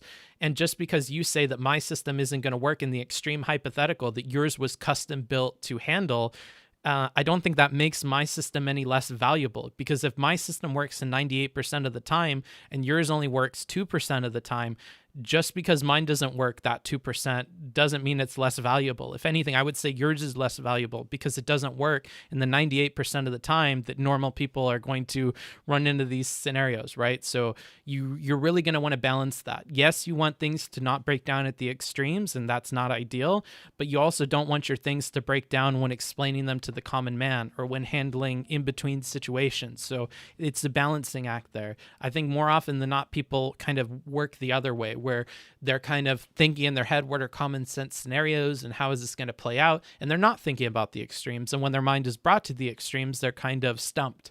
But I don't think that the solution to that is to always look in the extremes, which I see some people do, and I'd really discourage it. For instance, let's say I say you have a right to defend your property, but only insofar as you don't actually inflict lethal damage on the other person. Well, the only people that are going to be able to enact those forms of defense are very physically very capable people, men probably, right? Yeah. And you're also right, just because, otherwise you set up weird standards, like, if somebody dies in the process, suddenly you've done something morally wrong, as opposed to if you're lucky you have a more durable thief. Yeah, exactly. Yeah. So basically any weak person, anybody that's not incredibly gifted, just has to sit and watch all their shit getting stolen. So that's why I instantly go to lethal defense, because it seems like. Before you go on, Pisco, there were two things I wanted to say in response to what Destiny said earlier in one of his examples. First of all, I don't, maybe there are examples of this that that I'm just not thinking of, but generally speaking, I don't believe in the idea that the legislature can wave its wand and because it does something, because it makes a decision, it makes a decree, it changes what morality is. And this is why we take notes. So what Bastiat is getting at here is what Destiny said earlier, that legality in today's society gives you the right to use force, and that it's the expectations and the laws of the society that determine what extent you can use force for, right? He's giving pushback on this idea, and I don't blame him. For many of the same reasons that Stephen needed to give pushback to Vosh's explanation that the behavior of individuals should be measured, in his opinion, based on what is expected from the society. I think this is good. Let's see how Bastiat does this. The law can be what it is, but the legislature cannot affect morality. It's, I guess, a precept I generally go on. So, like in the situation you described of some kind of commune or whatever, like the morality of the people's behavior there, I think is separate from what the law is. While I would agree that morality and law are separate, it can be a moral value to respect the law, and then that law can change, meaning our morality is the same. But for instance, I might say that it is polite to greet somebody in the expected manner, but the expected manner in which you greet somebody might be different. So for some people, maybe you kiss each other affectionately on the cheek. For other people, maybe you shake a hand. Now, the way that I... Right. And so he might abstract this to you should always be able to defend your shit, right? But to what extent you can defend your shit and what shit you can defend is going to be determined by the society, irrespective of the morality of the thing. So yeah, it might be immoral, regardless of the societal expectations, to kill somebody over a blade of grass, right? But your legal ability to do that is separate from the moral one. Legally, you may not be able to do this thing because it's not allowed or because it is allowed, but that may exist separately from the morality, which, to be fair to Bastiat, is exactly what he's looking at there. He wants to make clear, and this is something Destiny has made clear in other arguments, right, that your morality doesn't solely come from the legality of the system in which you live, because we'd have a gazillion problems if that was the case. Do you guys remember a conversation that he had where he had to start playing a piano? He was talking to maybe it was GSU Gambit. I don't remember. I don't quite remember who the individual was, but he got so frustrated he was playing the piano and stuff. That was a conversation where this came up, where that person was kind of trying to imply That, you know, morality is in large part determined by legality, which is just, it's a problem for a lot of different reasons. I personally think, you know, somebody should be greeted isn't going to change, but like the way that which I think it's right to greet somebody will change. Fanatic. There we go. Yes, it was fanatic. Mr. Fanatic. Changes. Much the same that, like, I might argue that, like, in a society where you're cooperating with each other, laws that are enforced between individuals, it is generally righteous morally to follow those laws, but I don't necessarily have to embrace the moral values of those laws. And my morals aren't changing just because the laws are changing. If that makes sense. Good. He got all the caveats out of there. All of the little asterisks on that statement, I think he's gotten out. Those are all really good. Unless they give pushback, I'm not going to write them down because they make intuitive sense, I think. Yeah, I get that. Well, I guess I just don't get it, because I don't see how I can see the case for, you know, the cost benefit case, you know, the utility maximization case for following the law, but I just, you know, it's just too easy for me to reach for like some kind of a moral law and therefore conclude that, look, following the rule of law, following the law generally is generally good, but I can't make I can't, like, it's generally going to maximize your outcomes and generally maximize the outcome of society. And I guess if your morality is that which maximizes society's outcomes generally is good and just, then maybe that's an argument for it. Well, I mean, like, I could think of, I don't, hold on, I'm curious to test this because I feel like you don't believe this, but I'm going to try this, okay? If I wanted to come to your house and steal, like, 15% of your money because I think that I can spend that in a way that's going to make society better than you can, do you think that I might have a right to do that if there's a law that lets me do that? I think I'm not trying to trap you, but because my next thing I'm going to say is, like, well, what about taxes? Because that's essentially theft. That's where I was going to go. Yeah. No, I absolutely believe that taxation is theft. It's just that it's necessary for society to work, and therefore it's basically not, I wouldn't say morally justifiable, but practically justifiable, because without it, government is not. Honestly, I lean more on that. I think it's more practically justifiable than it is morally justifiable. I think it's still morally justifiable, but to a lesser extent than it is practically justifiable. But maybe I'll change my opinion based on how these two respond. Not possible. What is theft in your mind, if I may ask? Taking by force. You don't pay, and just without consent, right? No matter how good our electoral system is, right? If I lose the vote and I have to pay the taxes anyway, I've had them taken from me without my consent, and if I don't pay, then I get beaten, and if I resist, I am, you know, at some point going to be killed. Now, we may, I agree that we need taxes, that taxes are good, and that theft is is very much justifiable compared to the alternative. What would you say if I said the consent is in? Sorry. What would you say if I said, well, the consent is inherent in the democracy and society we live? I don't buy that at all. I struggle with all that because it's like you don't really have. Like we get into like socialists should do everything they can to like promote social. I don't know. You get into a point where it's like, well, technically you could leave the society and go live in the woods and whatever. And I've never seen that go very well. I don't. It's not possible for society as a whole to consent to anything. It is only possible for individuals to consent. Now, I will. That's a good little retort. That collectively as a society, I don't think it's reasonable to say that we can all, as a collective group, consent to anything. I think that's a fool's errand. That's something that cannot be done.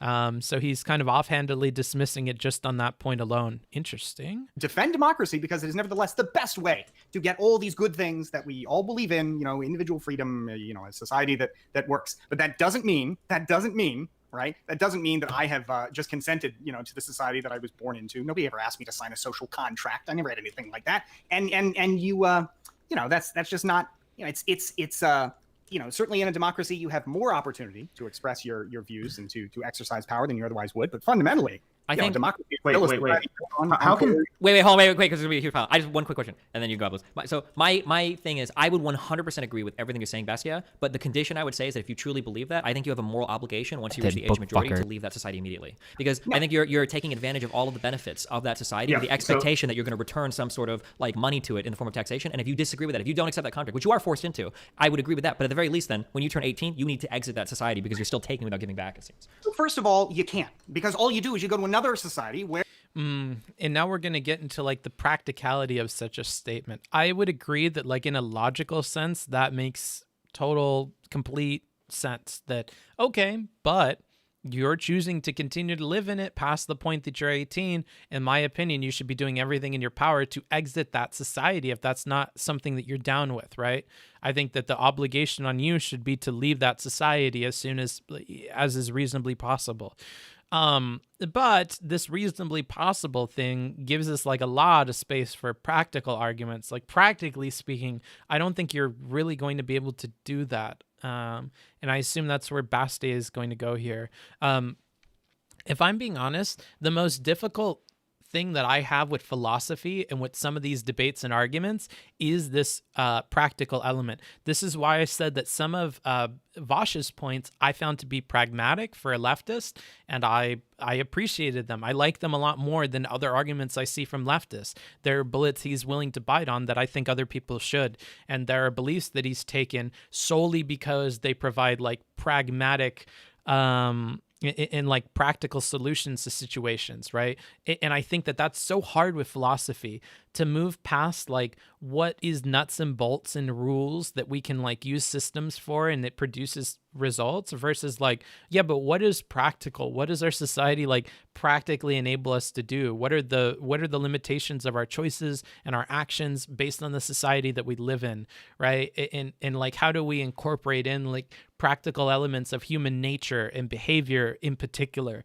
Because one thing that I really struggled with, particularly listening to libertarian people, but plenty of other people and the arguments that they make, is the practical element at the level of like human behavior, that I see things and I'm like, yeah, but humans don't operate that way. Humans are not going to make this choice.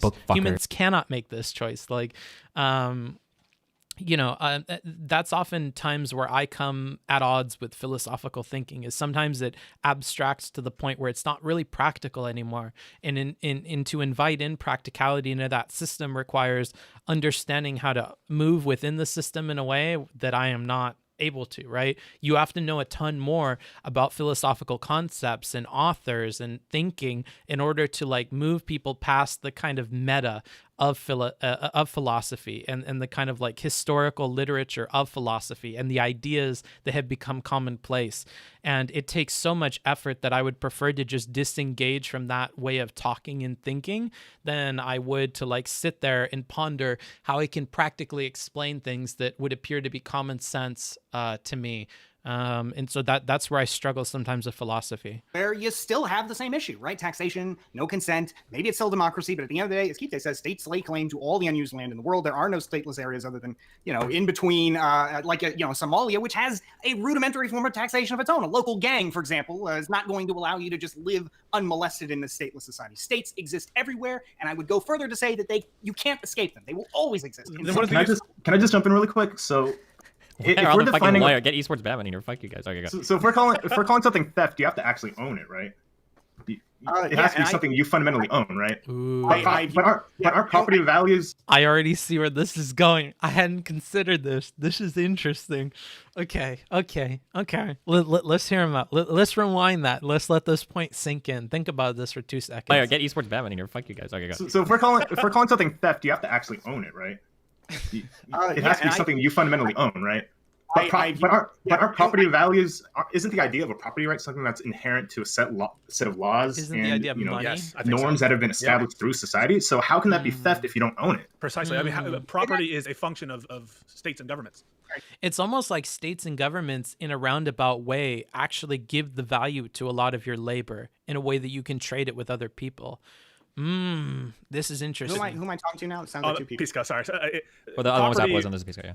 Oh shit, my bad. I've been mistaking who's who. Pisco and Appolez, in my opinion, sound kind of similar, so they're going to be difficult to sort through here. Property right and your right to enforce it differs between states in this country. I don't agree with that. I agree that of course property rights are different in terms of law, but I think didn't get the alert you were live. Well, if you were on the Discord and you went to the README section and you reacted to the post that says it'll give you alerts, Discord is much more consistent about giving you alerts. It doesn't play around with you in a way that YouTube or Twitch would. So if you really want to catch alerts for the channel, that would be my recommendation, honestly, is to go there and react to the post in the README, and then you'll have a role that will alert you every single time that I'm live, and that might be better for you. I think the concept of property, the idea of property exists before the state, right? Wait, for Appolez and Pisco, can I take that one step further? Can I ask, wouldn't we argue, if you agree with that? I understand why you're saying property basically comes at basically the extension of a state and within those laws. Couldn't we argue for all property that's true, though? Not just property? That would literally mean you don't own anything. Yeah. Well, that's true. I mean, think about this. So there's a doctrine known as adverse possession in the law, which means essentially if you stay in a certain place for a certain amount of time, if you possess it for a long enough time with other conditions, you eventually own it. You take ownership and title of it after a certain amount of time. It's like squatters' rights, right? Sure. That right changes between states in this country. So what property means doesn't mean a single uniform thing in this society or around the world. And so if property is this thing that can change based on the whims of state legislatures, and you're right, and the property only matters in so much as you can enforce that right, how can we say that there's a notion of property outside of those enforcement mechanisms? Because I can say, as an individual, That book I fucker. believe in a notion of property that I would enforce individually, irrespective of the existence of this society. And you Okay, so Basti, so what the person before? Oh, there we go. We're at our timer. So I'm just gonna finish this thought, and then I'll get back to the chat for some back and forth. So what is being presented here is the idea that property as an idea and the actual value in the property and the extent to which you actually own things is all determined by the state. Different states will have their different kind of rules behind how that is done. And if that's the case, then Basti is retorting with, well, then he is essentially his own state. And he's establishing his own definitions for property that apply to him personally and the things that he engages with, right? So I'd be interested to see how this back and forth continues after this point, but I think that's just about where we're leaving it off on. Now I'm going to throw it to the chat. We're going to ask some questions and kind of catch back up. So first thing I'm going to ask, is there anything technical that needs to be changed? Anybody too quiet? Anything illegible? Let me know that. Beyond that, anything that you would disagree with me on, we'll start there. Anything you want to give pushback on or anything you're not understanding, go ahead and post that. And I'm going to put that in front of me and we're going to take a look through the comments. I think so far, I feel like I'm doing okay at keeping up. FYI, Control Plus, Control Minus, Control 0 to zoom in, zoom out, default for Notion. Oh, does Notion actually allow you to do that? Oh, shit. Okay, cool. All right, then now everybody will be able to read the notes because now we're able to zoom out. Thank you so much for that. Elbad. Elbad. Thank you, Senor Mall. I appreciate it. Didn't get, okay. Let's see. The kind of philosophy that goes on in Destiny's scene is pretty heavy and analytical, which is very precise, but also kind of stiff. Yeah, stiff, inflexible, inhuman sometimes, which is like a common problem I see. Bastiat owns a factory in China, and he's going to personally show up to stop the Chinese government taking his property. In the name of Bastiat, the country, yes. Just wanted to say, first time here enjoying the show. Awesome, thanks. I'm not understanding my purpose in life books. Please help. Okay, my honest advice, if this is not a meme, is to think about why you want to wake up tomorrow. And if you can't think of a single reason why you want to wake up tomorrow, think about why you wouldn't want to end it right now. Because for me personally, and I talked with Steven about this in private, for me, when I'm looking at what determines happiness, it's what I'm excited about waking up tomorrow for. Why wouldn't I want somebody to sneak into the van and kill me? Why would I feel bad about that? Well, I'd feel bad because of this and because of that, and because I wouldn't be able to do this, or I'm looking forward to doing this tomorrow. And I think all of those things, my idea of happiness is whatever makes me want to continue living life. So whatever I'm looking forward to. And I think that that's much better and much more consistent than looking at happiness as an emotional state. So what makes me happy? Well, I'm happy when I do this. I'm happy when I do that. I don't think that that's as good a way of looking at things. I like to look at what makes me excited to continue this endeavor, to continue on life. Why would I be upset if tomorrow I woke up in somebody else's body, right? What would I be frustrated about? Those are the things that are keeping me tied to this plane of existence and what makes me want to continue down, this reality. So that's what I tend to like to think about. I wish Notion lets you indent properly. I think it does. I mean, in my opinion, it's properly indented. I'm confused why there hasn't been any discussion of what a society without IP protection would look like. Seems cringe. Well, cringe is a mean way of putting it. I think these people aren't going for that because they don't care about that little piece. I don't think it's that bad. I don't think that's that big of a deal. Everything is good, enjoying the ride. I just hopped in. Could you give a 30-second recap? Nope, you can ask somebody else. I don't do that shit. In regards to using extreme examples, I really like when he follows them up with practical qualifiers. Yeah, me too. I really, really like that. And furthermore, I think I like when he tells people that he's not trying to trap them, though I understand that could go one of, two ways. There is no purpose, just maximize your enjoyment. Maybe, dude. Jesus, books. Yeah, whatever. My purpose in life would be money and video games. Bookfucker is not Dr. K. No, I most certainly am not. I want to wake up tomorrow to do nothing and be on my phone all day. Well, then there you go. You know, did Destiny finally add you to the harem? No comment. Is this idea of deciding at what point an idea becomes an defend? Holy shit! Hold on. Let me try to be super charitable to you and read this, because you clearly didn't read this out loud when you wrote it. Isn't this idea of deciding at what point an idea becomes a defendable piece of property similar to Sorites? Okay, I'm sorry, I have to skip your fucking comment. What are your favorite text editors for taking notes while reading books? Notion, that's it. And I write inside of the book more often than not.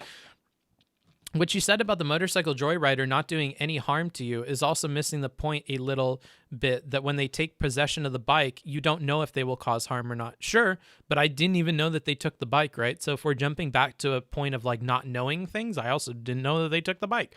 So I don't know that they'll cause harm or not, sure. But I honestly, do I even care if they cause harm on the bike? I mean, if it doesn't come back to bite me in the ass, I don't particularly care at all. So I don't really get this point. Rather than focus on gears, I'd emphasize born into of, you get me? What? Rather than focus on gears, I'd emphasize born into. What? I'm sorry, Dylan, I don't know what the fuck you're saying.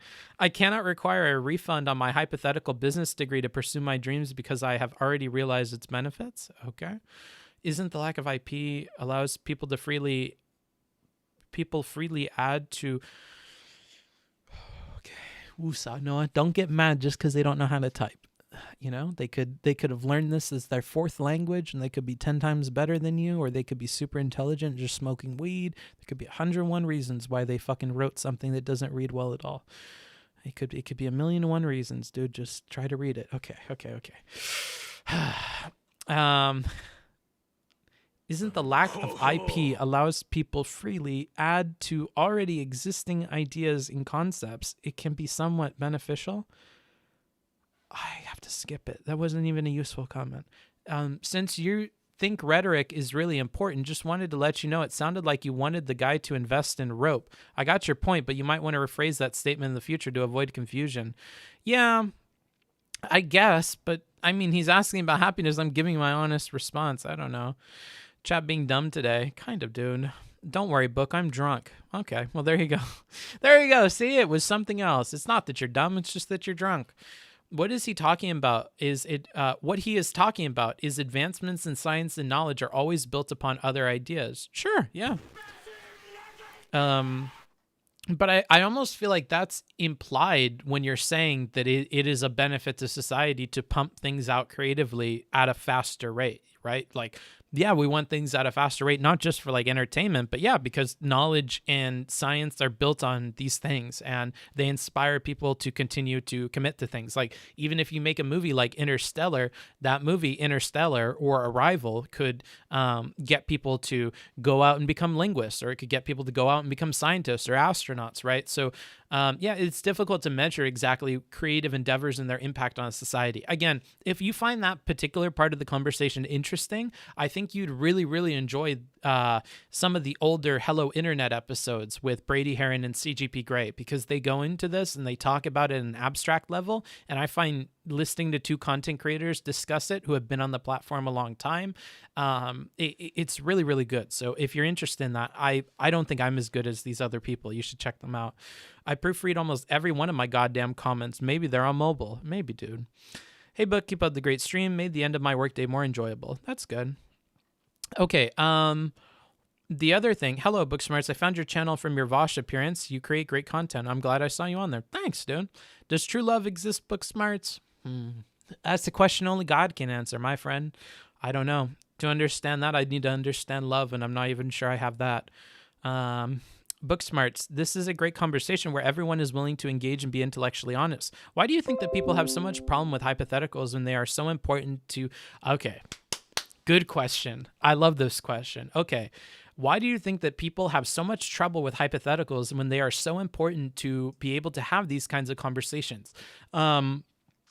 So something that I've told people, particularly behind the scenes, is I'm convinced being in front of an audience makes it very difficult to engage in hypotheticals, because what happens is, I think a lot of people that are in these conversations are holding the hand of an imaginary audience member through the entire thing. Or you can think like, let's say you're having a talk with like 3 other people in a group and you're arguing with one of those 3 people. And instead of actually arguing what they believe or what they think or contending with your beliefs, what they're doing is they're thinking about what do these other 2 people like to hear in this conversation? What would be cringe to them? What would they laugh at? And instead of actually making arguments that are meant to criticize your arguments or meant to test their own and engaging in those, they're thinking about how they can play to those 2 people as an audience. And I think that that happens a lot on Twitch in particular and on YouTube, is when you're having a debate, you're not just having some like connecting 2 brains together and arguing shit out. You have an audience there. And I think a lot of people cannot put out of their mind the fact that this audience is listening.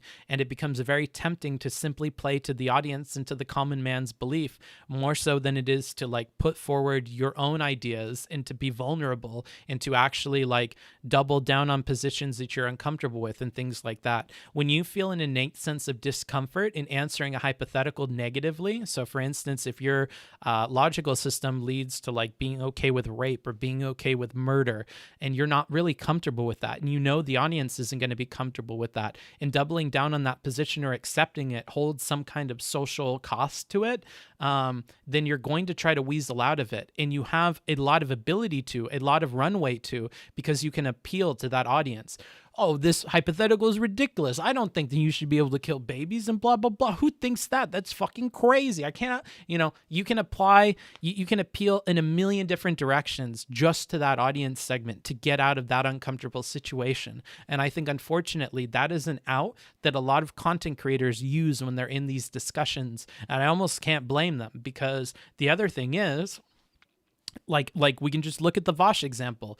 If you have an entire community and audience who is funding your lifestyle based on the responses you give to these questions, based on the way that you hold yourself in debates, that's a very scary thing. To try and actually, have an argument, have a debate, engage in like crazy hypotheticals and double down on positions that are scary. It might cost you money. It might cost you work. It might cost you that audience segment. So for a lot of people that become successful at content creation, they became successful at content creation by considering that audience segment that they walk with the entire conversation, that they walk with on stream. And so when you notice that there's going to be friction between your own beliefs or the way that you're responding and how that audience segment is going to interpret it, that can push you to make other decisions that appear as like weaseling out of stuff rather than confronting the arguments. So that's personally what my take is about the content creators. IRL, when this happens, the answers are very, very different. I don't think people personally like to confront like logical inconsistencies, or they don't like the idea that they are the kind of person that would be okay with murder or with rape or with these other things that you're forcing them into agreeing with by presenting those analogies and those hypotheticals. The reason why initially when I spoke with Steven and why I still kind of now encourage him not to use those is because when you have certain components, certain pieces to your puzzle, such as rape, such as murder, such as theft, it becomes very difficult on the surface for people to agree with or buy into those hypotheticals. So instead of using an extreme hypothetical that for sure has something they can't agree with for societal reasons, if you have it baked in with other things we consider bad, but which people are okay with stomaching the idea of themselves doing, then you're going to push them to places where you're showing a clear problem with their beliefs while not kind of, disqualifying the entire thing because they're not going to accept a certain part of it. They're not going to accept the rape part. They're not going to accept the murder part, yada, yada. So that's what I would say. That's a really interesting answer. Have you spent any time thinking about rhetorical strategies that people like Dustin could use to help guide conversations in a way that helps the other person engage? Yes, it takes a lot of time. I think when your job is to argue with people and your job is to do debate and your job is to be a communicator, I think that, and this is something I've recently been thinking about a lot more. What does it mean to be a good streamer? I think it depends on the kind of streamer you are. And if you're a debate streamer, I think you should be honing your craft of debate. One bit of advice that I give people about this is to really think about in prep analogies that are actually useful for the conversation you're having and that are not going to scare people away. That's a super intentional thing and it requires prep. So the time that I did this, and I was really proud of myself, was when I talked to Riley Grace Rochon. I believe this conversation is on her channel. I prepped a very specific analogy about rules, being able to determine what the purpose of those rules are, and your moral culpability for breaking the rules. So the idea was, and the difficult thing we were having with talking to Riley was, most of the time a law or a rule very clearly explains why it exists, right? There are gun safety laws because to not follow the gun safety laws makes things unsafe. To not follow them means that you could have a discharge that kills somebody or hurts somebody, right? The consequences of a gun and not following rules with a gun are fairly clear to most people. So I had to pick an example where there is a rule that doesn't have a clear consequence and that would almost encourage people to break it, right? And so what I came up with is, what if there is a sign on a sauna that says, do not take water outside of the sauna into the sauna? Why? You don't know. That doesn't make a lot of sense. And it doesn't explain what the consequences of doing so would be. It's not very clear. If I walk in there with a water bottle, what happens? What, the water gets hot? It starts to boil? Is that what we're worried about? I'm not really sure. There's already water in the sauna. You have to dump it on the hot coals to get the moisture in the room. So it doesn't make a ton of sense. However, let's say that there isn't water in the sauna, and you go outside of the sauna and you take a ladle of pool water and you bring it into the sauna and it's crowded in there and you throw it on the coals, and in minutes, everybody in the sauna is dead.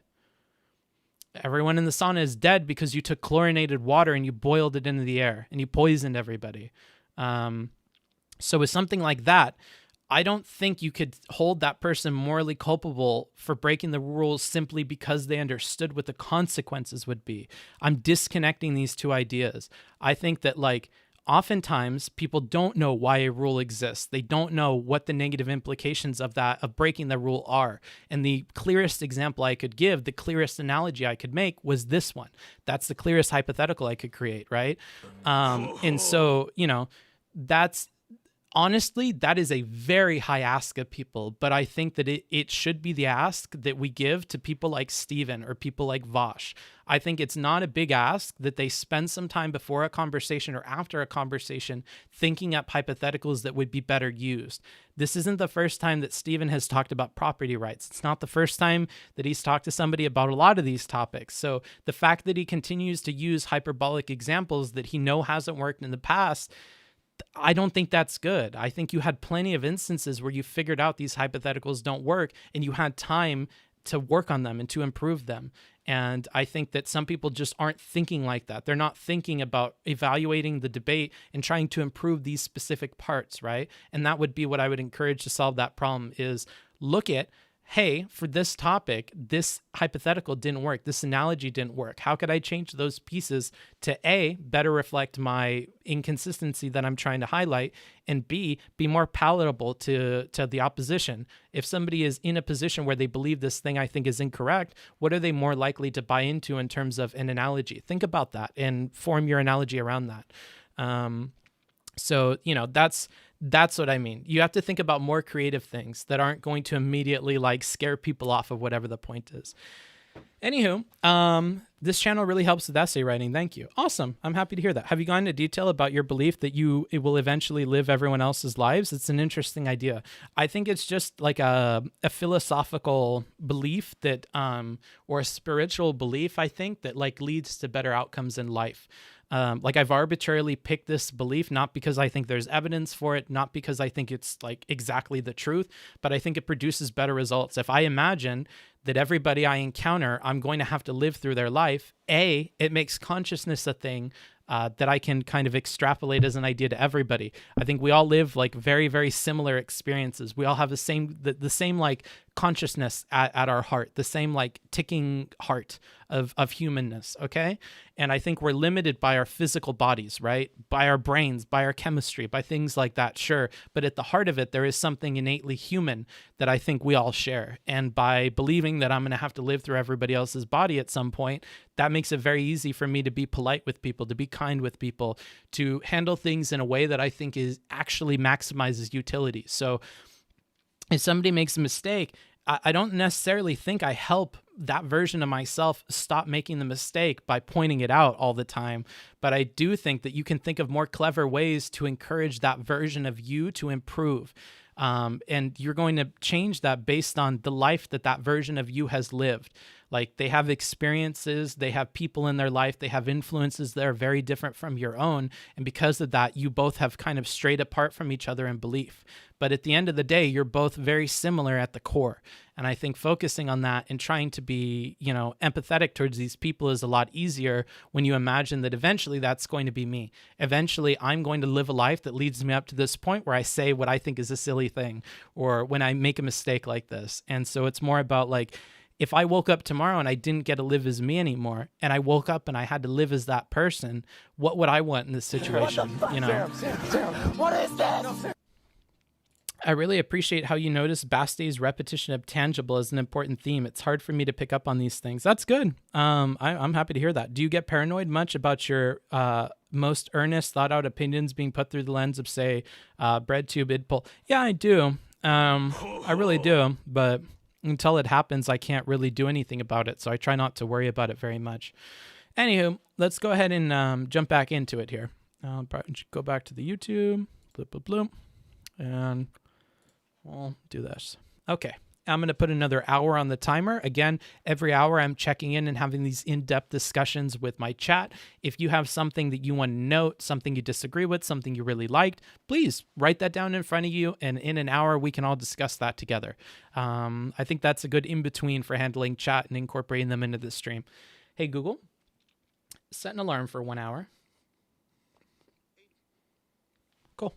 All right. Talk to you guys then. You might challenge that morality, but at the end of the day, I follow the law, not because it is the moral thing to do, but because I have concluded that it is the practical thing to do to get the outcomes I want. So, hey, the law may differ from state to state. That, to me, is absolutely irrelevant with respect to the idea that property is something that exists apart from the state, as indeed it must. I mean, after all, Pisco, do you own your own body? I mean, is your right to bodily autonomy something that's dependent on the state? Think about prison. If that's your view, then Pisco, basically, I fundamentally reject everything you believe. Uh-oh. Basti is starting to get rhetorical on me. Basti, you need to calm down a little bit, buddy. You're starting to get all preachy. I definitely don't like it when you get all preachy. Okay, let's rewind a bit. Kind of take this in. Do you own your own body? I mean, is your right to bodily autonomy something that's dependent on the state? Think about prison. If that's your view, then Pisco, basically, I fundamentally reject everything you believe in, because you are advocating for Leviathan here. You are advocating for this idea that government precedes the individual, that the individual is nothing but clay to be melded by a legislature. And okay, slow down, Badger. Calm down. I'm happy we pointed it out. Okay, because I cannot take this from Basti. I hate it when he does this. It gets so annoying. You're just right now. Okay, calm down. I love this. That's where you're going with that. I mean, if property means nothing, you mean nothing. You're nothing but this thing to be molded by the state. I mean, now I'm quoting like the original, like the actual Bastiat, the French guy, the economist guy, who says this kind of stuff. Yeah, that's. What are you talking about? You're the only Bastiat. Yeah, you know. Yeah, but yeah. So that's. Think your liberty as your personal liberty, your personal autonomy is totally, to the extent that it should be or was ever boundless, is totally infringed every day by society in a way that, you know. I can't. But act not breeds pestilence. Hey, that's pretty good. Thanks for sell my kidney if I wanted to, right? That's illegal. Also, right? Yeah, that's. I don't view the fact that it's infringed as a moral good. It's just a thing that I, as another person in society, have agreed to, because the alternative, I have concluded, of anarchy would be worse, if indeed it could even exist, which of course it cannot. If we did away with the United States, we would only get another society anyway. So but the idea that the law exists, that has no bearing on to me as to whether it's right or wrong or just. Do you believe in some natural law? There's a natural set of rights that humans have by virtue of Well, he's kind of implying that by saying that I can't believe that you think an individual can't exist without the state. Yeah, I think he would. Or he has to say that every individual gets to make that decision for themselves and get to make up their own rules. Their existence. Not even really. I believe in the thing, I want individual freedom for myself as an individual. And from that flows the idea of extending individual freedom to other people, because of course that is the best way to guarantee A bit solipsistic, but okay. freedom for myself. And from that, Right. we get a democratic capitalist society and all that. But Isn't no, I'm that not, question begging? I mean, the question is, what is freedom, and what is it that you have that you're endowed with naturally? And I would say, go ahead. I don't believe I'm endowed with anything. I don't believe. Oh, yeah. So the state is what gives you your individuality. Okay.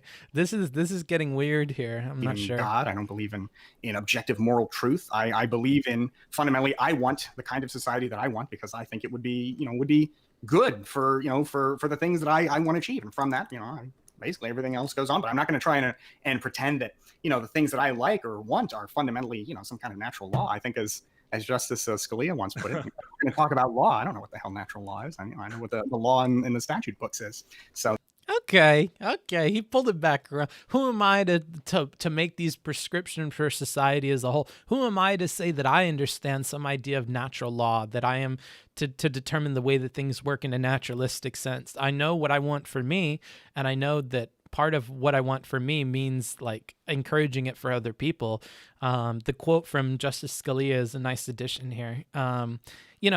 I don't mind Bastiat getting super preachy when it's like at this level, but when he gets to how he was just like a minute or two ago, it gets to be too much for me. The natural law is about as valid as I would say the law in the statute books is, except it's perhaps worse because it's not written anywhere. Nobody can agree what the hell it is. Okay, so bring us back to the conversation then. Then what is the point of using terms like theft to apply to things like taxes? If we agree that societies are, in your words, inevitable, and that we wouldn't want to live in a world without societies, and that societies to exist and for governments to exist, you seem to be not a fan of anarchy, so they need to have governments, and for governments to exist, they need to have funding, and for funding, they need to have taxes. What is the point of using the term taxation as theft, which usually implies some moral opprobrium? And what you seem to be suggesting is that it seems formalistic, your definition of theft, in a way that isn't. Or even if I just as an add-on to that question, or something that is getting to like, you must recognize that there is a distinction between like somebody running to steal something from you for their own personal gain versus a country stealing something from you for the necessity of the existence of the country. And if you recognize a difference between those two things, why use the same word to describe them? Why call them both theft? I'll tell you why. First of all, for you to presume that the country doing the theft. Now, the person that was talking before was kind of asking that, but I feel like the nuance there is enough to make it an entirely different point.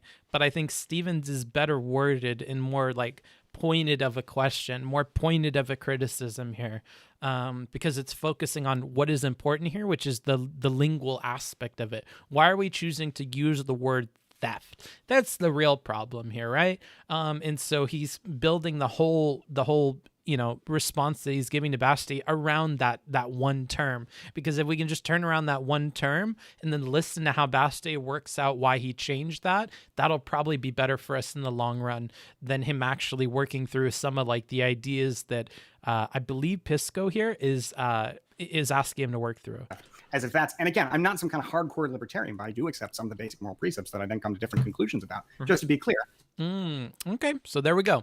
This is our extra context. This kind of phraseology is coming from his understanding of libertarianism. So cool. That's really cool for Stephen at a human level, because Stephen used to similarly be into libertarian ideas. So, maybe understanding those terms, however they were used in that context, is going to give him a foot in the door for making other arguments that are going to pull Bastiat off of that terminology and off of that usage. We'll see. Just to be clear, when I say taxation is theft, in case anybody is missing this, I'm not saying no taxation. Indeed, perhaps we need higher rates of it. But the country oftentimes will do far worse than the money with the money than what some thief will. The country, the United States of America, the country I will ordinarily hate for by default, use the tax money that it took from the citizens to fund a genocidal conflict in Yemen. Sure, wait. This is all unrelated. He's kind of going off on something else here. Quick, just to stay on topic. We're not talking about that. I'm just saying that there must be a difference between like. We get where you're coming from, Basti. It's just that we're kind of getting off topic by allowing you to say all this stuff. It might be better that we just kind of stay focused on the way that the conversation was going prior to this. A government stealing money in the form of theft of taxes versus like an individual just stealing money, right? Like, yeah, I agree. Yeah. There is a difference, but the difference is, I think it sounds to me like perhaps the implication of there being a difference is that difference is good for the government, in some way.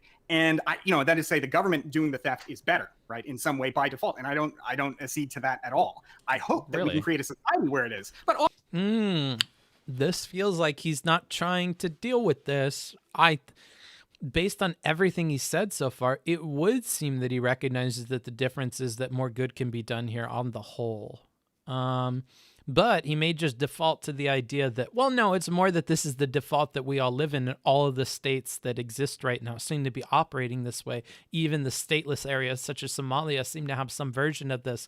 So it's more so a practical reality I'm accepting than it is to say that, like, I personally like the government doesn't, and I think it's better.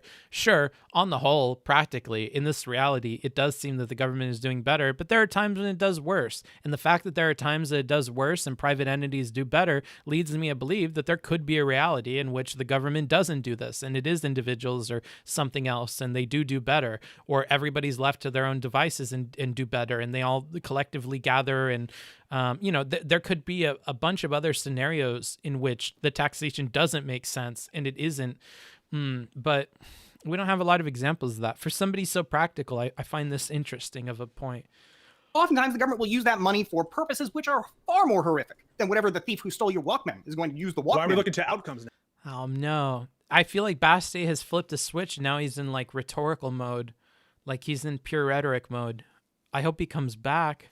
Am I crazy here? Or I'm going to check in with chat just real quick. Am I crazy here? Or does it feel like Bastiat has completely changed, like, the tone from the entire conversation right now? He is very aggressive. Yeah, but beyond aggressive, the way that he's talking is not super logical anymore. Like, he's using like these individual little examples of like thieves and wallets and wars, and he's not really focusing on like the larger ideas that we were like talking about so willingly before. I feel like now we're kind of in rhetoric mode where he's using these examples and things he's used to using in his charged speech, and not really going back to like thinking in the abstract. Bastiat is kind of stuck in short-term increments, if that makes sense. He has admitted before he probably would be a socialist if we were in post-scarcity. Well, yeah, but who wouldn't be a socialist in post-scarcity? You'd have to be a fucking moron to choose to still be a capitalist when we fucking have everything that we need. I don't know. At least in a governmental sense, like the standard you should hold the government to is to continue to like give everybody everything that they need if we're past scarcity. Because that should be like a baseline that we build everything else off of. Then if you want to do more, then go do more. But everybody should be guaranteed basic shit if we have the ability to do it, in my opinion. He's engaging on an emotional level instead of intellectual. Maybe. It feels like he thinks he's hit a point on a dialogue tree and he's started to run down it with no regard for what the conversation is actually about. Interesting. I feel like these arguments are so extremist towards either left or right. Maybe he is just used to talking like that because it sounds good when preaching. I'm really enjoying watching you follow a higher level conversation than what usually goes on here on Twitch. Yeah. All right, we'll just continue. Yeah, I feel like we're kind of entering a mode that Bastiat likes to go in here, and I don't like it very much personally. So I don't know, it just kind of irks me. We were doing so good, in my opinion, before this. Now, for what are the outcome of how the money's used? Because the implication of why would you use the word thief is that the government's theft is somehow more noble, and that is not a given either. It may in fact be far less noble than the actions of the individual thief, who at the end of the day perhaps is just trying to improve their lot in life somewhat. Is theft ever good? Yeah, theft I can make. I'm gonna actually put this down on the notion because this is interesting. So, ship team. So taxation is theft.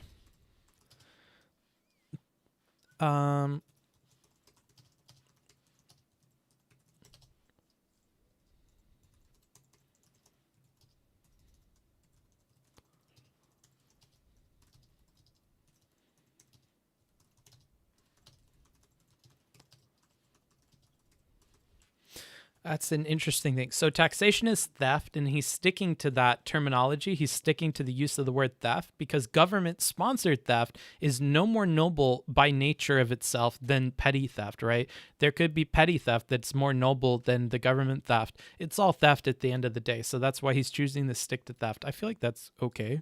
Make a case for that it leads to good consequences, but I cannot make a case for it just being. But I think part of what half of the argument that they're making is he seems to recognize that the institutions that make up like modern day life are kind of like unavoidable, and those institutions seem to all be built on the idea of taxation. And if he's willing to accept like institutions as something he just has to work around as like a practical reality of life in this world, then it's interesting that he continues to like label it theft when the reality is probably there's just like an inbuilt rule of the game of life. So to call it theft seems like you're kind of just upset about it. But I don't know. Oh, Pisco hosting. Thanks. And Pisco, I've really enjoyed the conversation so far. I know that before I've memed on you because in chat you can be a bit off color, but this has been really fun. I've really enjoyed this so far, so thanks, dude. One viewers, yeah, I think it's more of like he's letting us know that he's watching sort of thing than anything else. Moral just because it leads to good consequences. So our society's good. They have good consequences, but fundamentally they're all based on force and. Ooh, smart motherfucker. See how we were talking about how like the other half of their argument that Bastiat is not really responding to is his like willingness to accept society as just like a construct and like a thing to work around. He's going back to the society thing here and trying to see if, we can start to make some ground with Bastiat here. Coercion and are they are good things built with immoral means, and I think it is important to remember that not because. Interesting. I'm gonna write that down.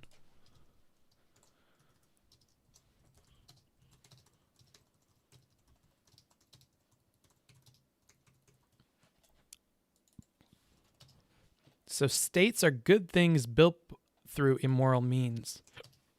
Interesting. Because, therefore, that makes society illegitimate in some way, but because it is worth remembering. And rhetorically, let's listen for one other thing I think I heard here. They are good things built with immoral means, and I think it is important to remember that. Important to remember that. When people say something like that, normally you might say, "Oh, book smarts, that's a throwaway term." No, it's really not. When somebody is telling you that, when their brain puts out that line, it's letting you know that I'm personally putting like an above and beyond thing onto this point because I think it's important to make a distinction here. That desire to make a distinction means that he's going to continue fighting on this point. He's very, very intentional about using the word theft. He's not just throwing it out there. He's sticking to the idea of theft because he doesn't want to make it seem like the government-sponsored theft is more noble by nature than petty theft, or that simply because states exist and that seems to be the normal thing, that it's automatically good because it provides some good to people. I think that is worth like considering here, and that is like underscoring why he is fighting so hard on this point. He wants to keep that distinction there because he feels like it's really important. Not because, therefore, that makes society illegitimate in some way, but because it is worth remembering, for me, as somebody who believes in individual freedom, that when Pisco comes along and say, hey, you know what, taxation is a moral good, we need more of it. No. It is a thing that I. And he ties it back to this individual thing again.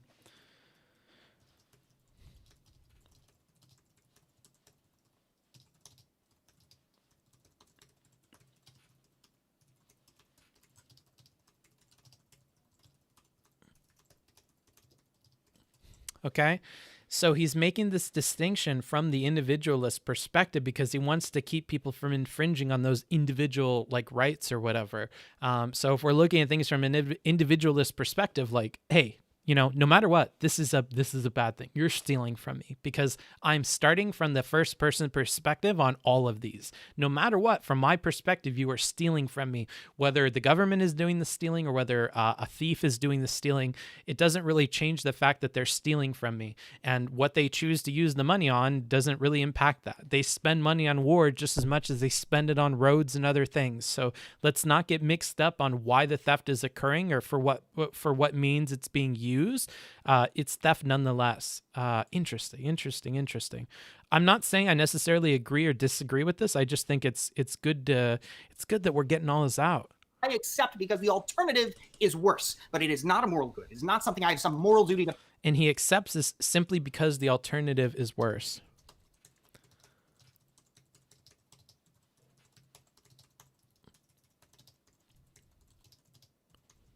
And I'm going to bold himself here because that's really what's important. He accepts this because the alternative for himself would be worse, right? In this place that we live in, if he were to choose not to engage in this, they would beat him, they would throw him in prison, or he would have to live in Somalia and dodge warlords, right?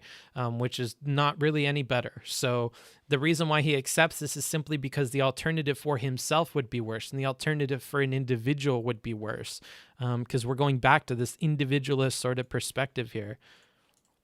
Pay, you are robbing me every time you ask me to pay taxes, and I do it because it's a good thing in terms of maximizing outcomes, but I do not do it because I'm morally obligated. Bastiat, I would define as good the least bad. And he does not do it because he's morally obligated to. Not.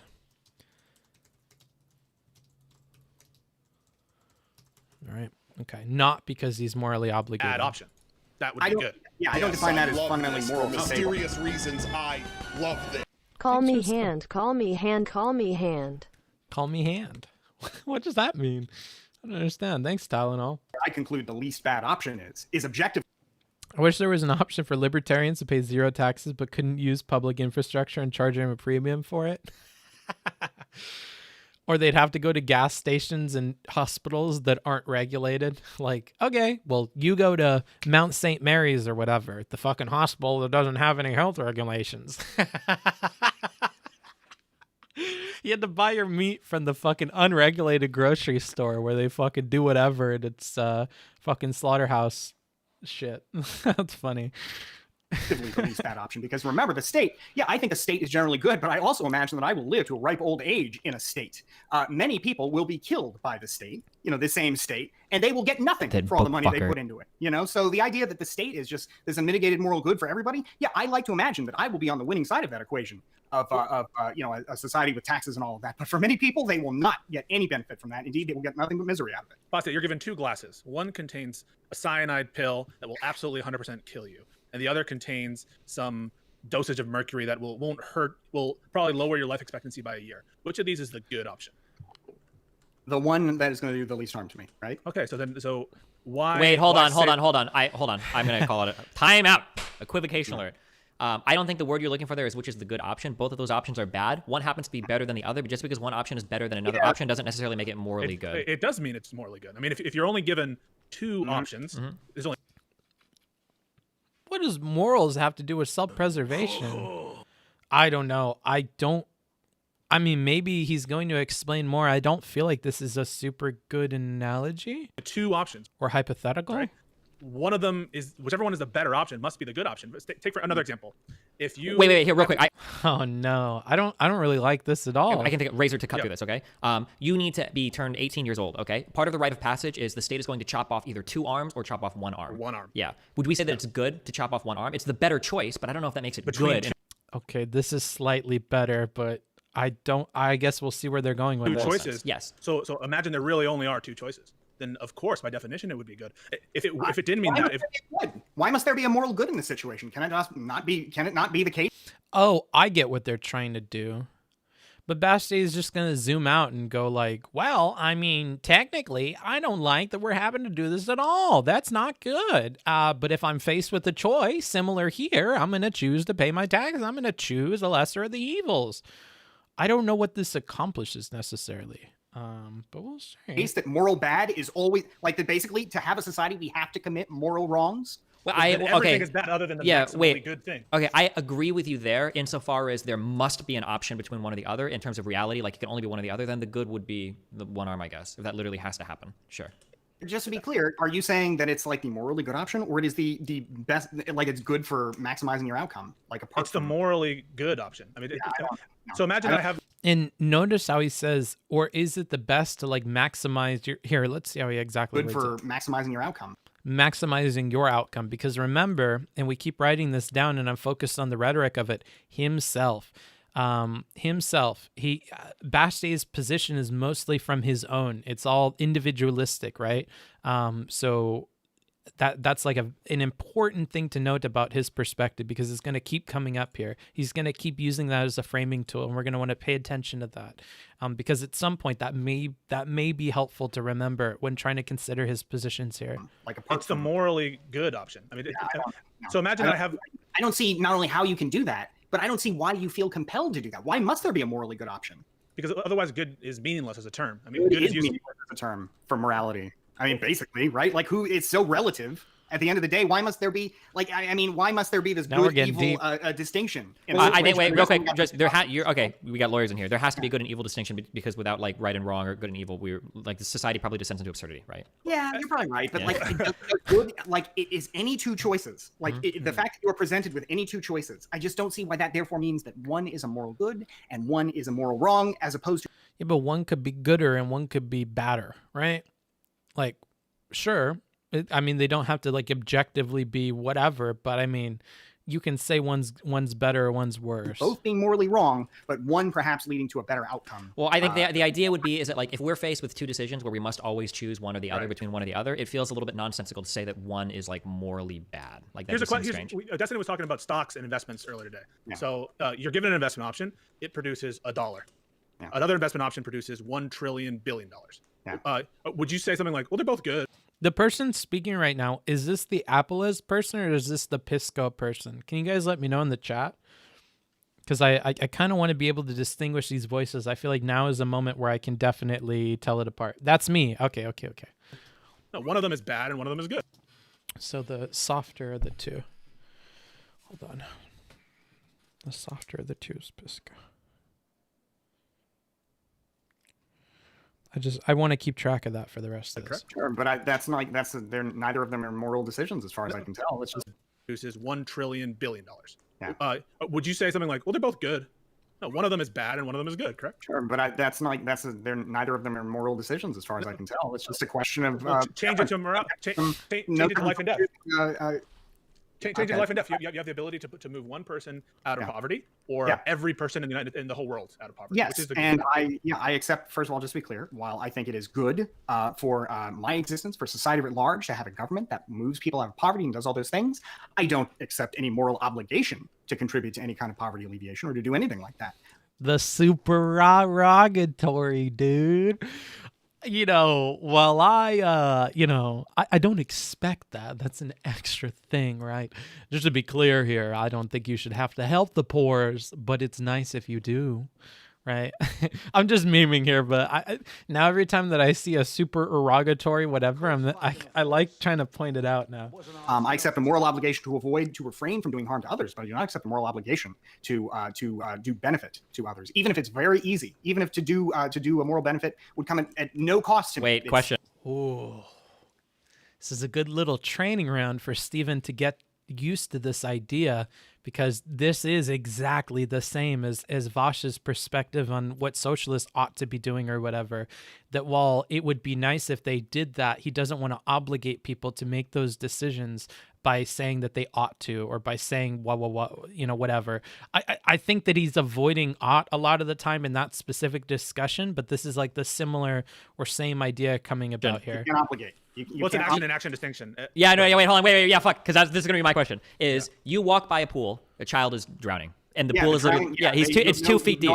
You have no obligation there. But be careful. We're not talking about obligation. So I understand the point is in America, and the usual rule is you have no affirmative duty of care, and you can't be given like murder liability for failing to save. And that's okay. This guy's hitting us with the no moral obligations memes. No moral obligations. Goodness gracious, Bastiat. This is rough. I don't like this. I'm feeling uncomfortable. The general rule. However, ethically, we're not talking here about a moral obligation. About a legal obligation. We're talking about ethically what's the right decision. And so there, you're that's a good little distinction. The retort was, we're talking about which is the more ethical of. Okay. This is where ethical, moral, practical, this is where, you can start dividing up the terms and giving different mouthfeel to the words. And you're going to encourage people to kind of, now, oh man, philosophy people are going to hate me, but like, I view things from a language level. And so to me, I think when we close our eyes and imagine the abstractness of words, all of these things are so similar to each other that I feel like in common parlance, they're used interchangeably. Though when we get into discussions like these, their differences are important. I think that if I'm giving rhetorical advice to somebody, like, I think that using these different phrases is like a tool to kind of like lubricate people into talking more about certain positions. Like, well, maybe it's not a moral obligation, but wouldn't you say it's an ethical obligation? Wouldn't you say that ethically, of course, you should make this decision? I mean, well, in a practical sense, Bastiat, wouldn't you say that practically we kind of go to any other state? I mean, unless you live in Somalia, and even then you're paying the pirates, you know, like, I love these little distinctions because they're able to get people to just start talking when they don't want to talk about something or when you're hitting walls with them. So moving from moral to ethical to whatever, I feel like even if you don't know what these words mean, if you just like go down a dialogue tree and try different versions of this, you can get people to move regardless if you guys agree on what this distinction is. Like, I don't know if they both have an idea of moral versus ethical and what the difference is. But, you know, you can try to use these different words regardless of that fact, and you can get people to start moving on positions more. I'm going to rewind it so we can properly like listen through that. Reliability for failing to save. And that's the general rule. Sure. However, Thanks for the subs, by the way. We're not talking here about a moral obligation. Oh, sorry, about a legal obligation. We're talking about ethically what's the right decision. And so there, you're you know, in that hypothetical, the decision would be do something or don't do something. And I'm not talking about forcing you to do anything. I'm asking between those two choices, which is the good one. I'll tell you right now, and I'm not trying to be glib here. I don't really know like what ethics means separate from morality. He caught you on it, bro. He caught you on it. Oh no. Oh no. We're going to have to talk about what the difference is here. I hope not. I thought maybe you could just get by like the explanation that you gave and then we could move past it. But Basti is a sharp one. Okay, let's see. Other than that, ethics is a term that I use when I'm trying to get my lawyer. They're the same thing. For the purposes. See, this is exactly what I'm talking about. And this is why I feel like philosophy oftentimes is an inadequate language for communicating ideas and thought between people. Because if everybody is not on the same page with the definitions and understanding of the literature, it becomes very difficult to know that in the brain of the other person, they have the right idea or the right definition. So Bastiat is immediately appealing to anecdotal experience of ethics. And he's saying, well, I don't know what you mean by ethics here. You know, ethics to me means when you're a lawyer and you do blah, blah, blah, blah, blah, blah, blah, right? Because for everybody, these terms are going to mean very different things. And that's why I was saying here in the notes that, like, I like that we can just change the word. And often if you're going to be working at like a purely rhetorical level, like I often am, it doesn't really matter that that they had a wrong-headed interpretation of the word. If it gets them to continue the discussion and it gets them to give more credence to your side, I think that like this is a helpful lubricant for conversation, because once you can get them to see your perspective, then you can go back and hash out what is the difference between ethics and morality, right? And you can do that after you get them to move a little bit and to see your perspective, because that's really the hardest part. I think you can go back and make these distinctions after you get them to see your different perspective, because once they see a different perspective, the differences between these two terms becomes more evident, right? But you know, I'm sure people would take issue with that. That's just like my personal take. They're the same thing. Ethics and morality. You know, ethics is like part of morality. Like, I agree that, like, you know, I would want to, of course, I would want to save the drowning child. I would want to do all that. But to me, and maybe I'm just, you know, maybe I'm missing a big part of the human experience. You know, when I reduce it to obligations versus, you know, non-obligations, I can, you know, as much as I would want to do it personally, I would do it every time, probably. You know, I still don't think that creates a moral obligation, and I don't see. Oh, this is so similar to the Vosh thing with the supererogatory. Man, I'm almost tempted to take notes on how Steven handles this to then come back later and touch back on the Vosh thing and see if, like, okay, after you've dealt with somebody else who you actually like that believed in this thing, can you not like have a bit more sympathy for why people hold that position and why people make this distinction beyond just trying to like weasel out of stuff? Like, but I don't know. That's poking a bear that I probably don't want to poke. So we'll see. Why it's necessary to imagine moral obligation there. I'm not trying to imagine moral obligation, but it sounds like what you're saying is that you're potentially ethically indifferent between the two options. Which is fine. This is I'm willing to say that one is a good option. I think this is a totally fine choice, by the way. But that it seems very strange and sad to me, and it seems like it would open you up to a whole lot of problems if we said we had no obligations in society. Like, say, for instance, a country is going to invade our country and destroy everything. Like, is there an obligation for citizens to rise up and defend their country and defend their borders? If there was like a draft, do we have like an obligation to answer our call? How could there be a moral obligation to engage in the draft? The draft is short of chattel slavery. It is the most oppressive thing you can imagine. Be forced, conscripted to join a military and kill people? I mean, how could there possibly be a moral obligation? Well, because the alternative might be a country invades you and kills all of your people. Sure, yeah, and you know what? You may have the decision rather than to join in what, maybe the cause is hopeless. Who knows what the particular cause is? And by the way, it may be the fact that your government it may be the case that your government, as many governments that engage in large-scale drafts do, is just lying to you. We have no idea what sure, we're getting rid of all that. Let's assume that we know there's like an enemy, right, that is coming. A lot of things here, right? Even if you imagine the worst, I don't think.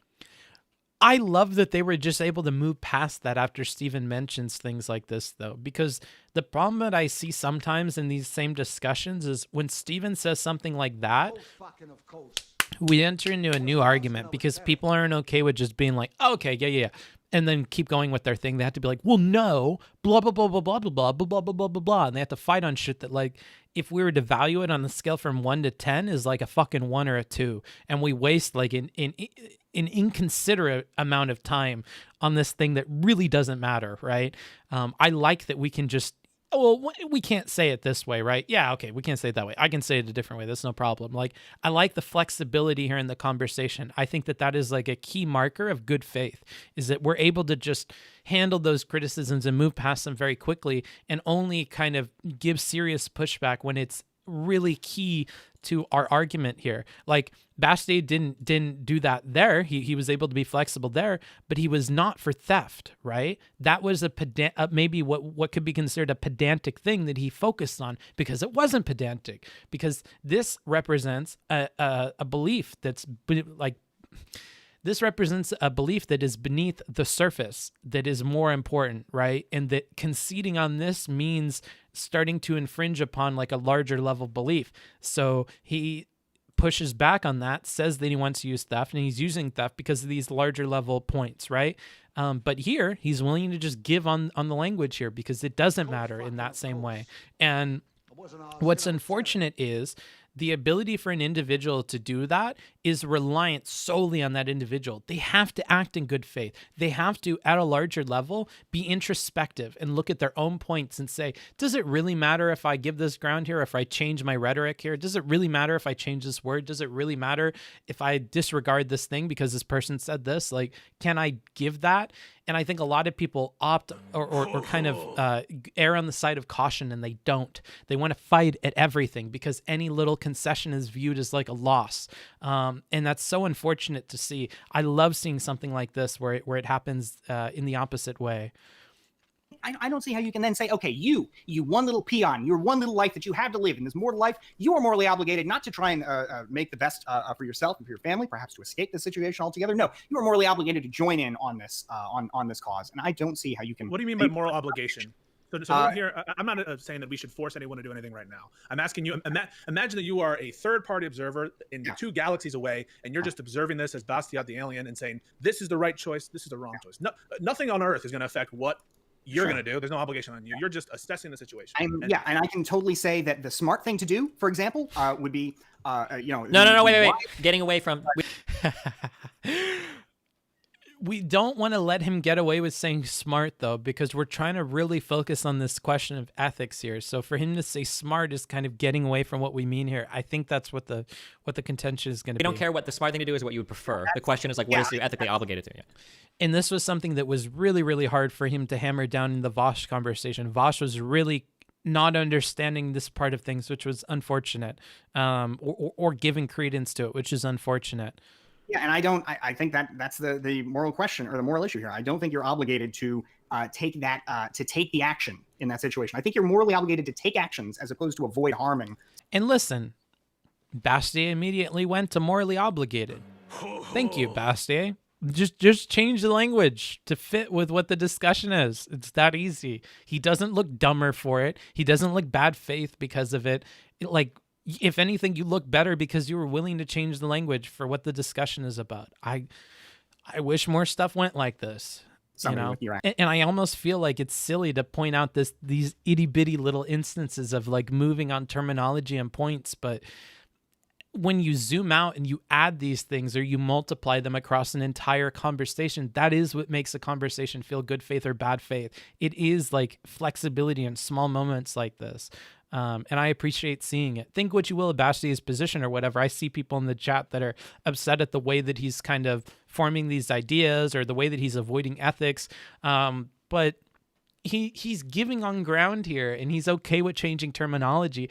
And as the rhetoric guy, like, this is something I like to focus on because this alone is huge. We look at so many conversations on this channel that don't happen this way, where people cannot simply concede on things that are simple, or they cannot concede on a change in language. And it's frustrating because it holds back the entire conversation, you know, because oftentimes there's a reason that your opposition is asking for you to change that little bit of terminology. And unless you can explain properly why you're not willing to do that, and it plays into some larger part of your argument, it just looks really bad, and it's just not helpful. Actions when you've assumed a responsibility of some kind, you know, like if you've already assumed a responsibility of some kind to maybe join the, you know, to do the military or whatever, you know, if you somehow assume that in advance, then you would be obligated to follow through, you know, if you've created some kind of reliance, you know, interest there. Special relationship. But Bastiat, I guess, is it possible to make any ethical statement before? I've heard you passionately argue about, for instance, the danger of Chinese encroachment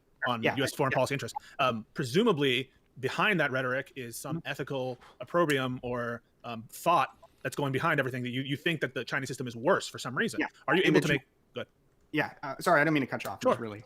My question is, can you make it seems like you're not even willing to take a stance to make any ethical statement whatsoever, disabusing of that notion. Is there anything that you would be willing to say is bad or good? Well, I think I maybe have, you know, have sold myself wrong here. I'm not, I'm not really prepared to say. He's not saying he doesn't want to make any ethical statement. He's saying he doesn't want to morally obligate people to do things. Unless you explain ethic statement, whatever, and you explain ethics, and you guys like connect on that definition, on that word, you're gonna hit resistance here. This is why, again, I pointed out the moral versus ethical versus practical versus pragmatical versus fucking whatever you want to make up. You know, all those words. You have to, if the key point of your argument is the difference in those words, you have to hash out those definitions. And beyond just the definitions, you have to hash out practical examples of why it matters to change the definitions. And like, I'm not sure that we've quite done that with Bastiat yet. So you're still going to hit resistance here. That like, you know, good and evil don't exist. And to the extent I said that earlier, I shouldn't have said that, because you're right. That doesn't make any sense. I said that because I was a little frustrated by the way that the idea that like I love this. What a good faith fella. Said that because you're right. That doesn't make any to say that like, you know, good and evil don't exist. And to the extent I said that earlier, I shouldn't have said that, because you're right. That doesn't make any sense. You don't look dumb for that. Like, if anything, you look very good faith for just giving on that, you know? Thank you, Bastiat. Like, shit like this, nobody gets appreciation for this. And yet, to so many debate people, this is one of the hardest things to do in the moment, is to say something like what Bastiat just said here in passing, right? Like, this is so hard for me to get debate people to even be willing to say, and here he is doing it. And it's not hurting his like, I don't think it's hurting him a ton. If anything, I think it's helping him, and it's helping the conversation. So like, you know, it's better to admit perspective change. Yeah, I agree. The other side is so much more likely to work with you if you show this give as well. Yeah. Chat will question mark him, but intellectual honesty is so much better. Yeah. You know?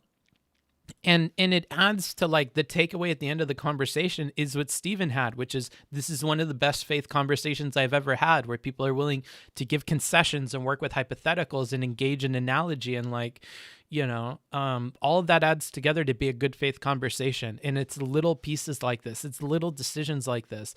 And what's funny is when I push lefty people, I don't want to say lefty people, when I push debate people on making little concessions like this, they treat it like it's an all or nothing game and that the entire thing is decided on whether or not they concede on this one point. And it's just like, you guys are missing the forest for the trees here. You know, like, it's about constantly making decisions like this when you make mistakes or when you change your mind.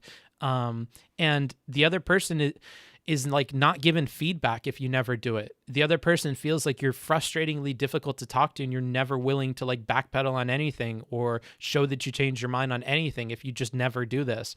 It can't all be internal. You really want to externalize that so that other people have the feedback they need to like drive this car. I think of it like, if you made me deaf or you made me blind and I was on the motorcycle, how good am I going to be at any one like operation of the motorcycle? Am I going to be good at shifting the gears at the right place if I can't hear or feel the engine? Am I going to be able to steer the motorcycle if I can't see the road? No, it's all based on feedback and how good that feedback is and how quickly it's getting to me.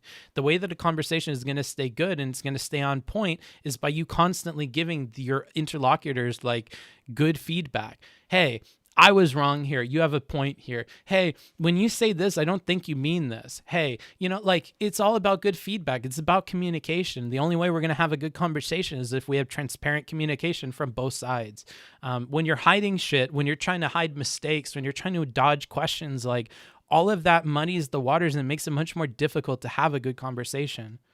I said that because I was a little frustrated by the way that the idea that like in any two choices, there's a moral good and a moral evil. When I feel like it and beyond that, and I don't want to harp on this too much, admitting frustration is another huge thing. Admit that you were mad. Admit that you were sad. Admit that you overextended. Like, add context to that. Let somebody else know why that happened, why this thing happened, why you said what you said, you know, because it could help them later. There could be a callback later where they're like, I know it's frustrating to you to think that blah, blah, blah is blah, blah, blah, but I think that frustration is coming from X, Y, and Z. Because you said you were frustrated, it gives other people more footholds in the conversation to do more, to be more accurate, to handle you properly, right?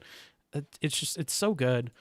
Where you are choosing between two different evils. But I think that the issue is just that, like, if you are forced to make a choice between A or B, if you have to make a choice between two things, it just seems like a strange use of the word evil. So, for instance, would we consider it like if you wanted to go in and do something for a friend, and in one sense you get like hurt like really badly, and in another sense you just get hurt a little bit, like would we call like that like in childbirth? Is childbirth like morally evil that like you have to suffer like that pain if there's like no other alternative or something like? Right. It just seems like a strange use of the word evil, because evil implies, usually when we say good or evil, that usually implies some level of like agency or choice, right? So if we're saying everything is evil, like, well, what? It seems absurd. But I guess to get to what you were saying, Pisco, like, for example, I think that, China, the People's Republic of China, the government, that is to say, not the Chinese people, the Chinese Communist Party is a major threat to everything I hold dear. Now, does that therefore mean that I can say you are morally obligated to resist? You're morally obligated to join me in my, not that I'm doing anything in particular, but, to join me, at least in spirit. And I don't think you can create that obligation. I think that if you have a different conclusion, I don't, hey, I think that you are. We're gonna put this in here. This is useful.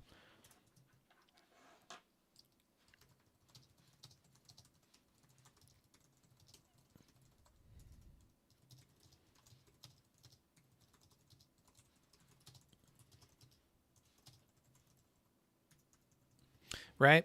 People may have different moral conclusions, and I do not want to obligate them to my position or my conclusion, right?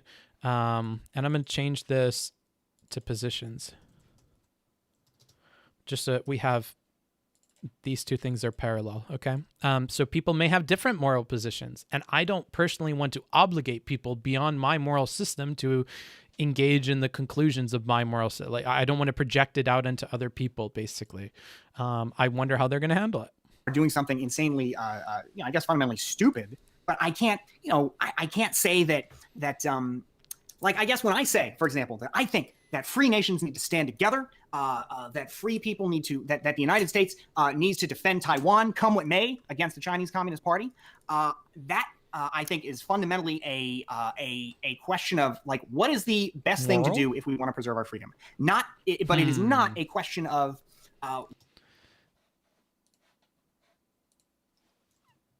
Oh, whoops! Here, over here.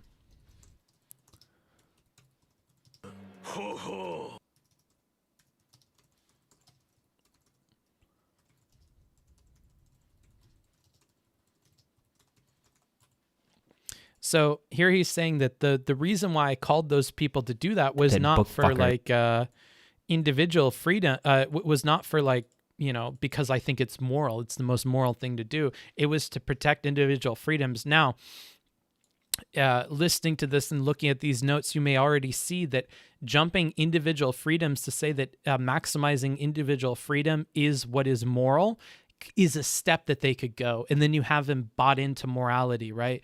Oh, okay. But your morality is based on individual freedom and maximizing individual freedom, right? So couldn't we just take the extra half step and remove the in-between and just say that the most moral decisions are those which maximize individual freedom, and therefore this is the most moral choice? Like, what, you know, if your morality hinges on individual freedom, then these two things can be used interchangeably. No, like maximizing individual freedom is a moral thing to do, and so the more moral choice is the one that it maximizes individual freedom. These things can be used interchangeably. So maybe bringing his attention to that is a good way to move past this point. What are we morally obligated to do? Now, there might be some, you know, when you made I'm sorry, Bastiat, and I largely agree with a lot of, you know, your political opinions and or international politics. He sort of who stuff, desires but act not breeds pestilence. Thanks for the subs. Wait, tier 3? Holy shit. Thank you, Kira. Whoa. Wowie. Wowie. Thank you for that. I really appreciate that. That's crazy, dude. Thanks. I appreciate that a lot. Cool. Cool beans. I want us to pause on this word moral obligation. New emote slot. Yeah, I gotta fucking... Oh, man, I gotta make a new emote. Maybe I should put something elite in there. Oh. I have an idea for a meme, but it's gonna upset an entire community of people, dude. Maybe... because I'm the marriage counselor between Destiny and Vosh, maybe we should have the golden Vosh. The golden socialist should be the emote that you get when you're tier 3. You'll have a golden Vosh. We'll stylize his face in like a communist-y style, and we'll fucking make it golden. That'd be fucking funny. I don't know, just a brain fart. Yeah, I'll make a tier 3 emote so you guys have it. It'll be something to do with like status or prestige, because I think that's part of the reason that you do that. What I'm talking beyond truth about here is totally descriptive. Imagine that you're making an assessment in your head that That you're not going to say book fucker. to anybody. You're just going to keep it in your head. So really, I'm trying to stress that there will be no collateral consequences from you making this ethical assessment and just deciding and telling us and letting us know about your morality, about whether it's better to save one person or save 100%. Wait. That you're not going to say to any. But I want us to pause on this word moral obligation. What I'm talking about here is totally descriptive. Imagine that you're making an assessment in your head that you're not going to say to anybody. You're just going to keep it in your head. So okay, so moral obligation is purely descriptive and it's not leaving your head. All right.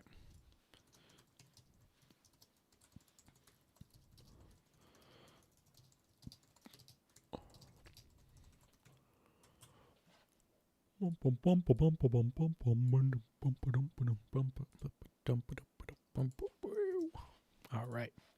Sounds good.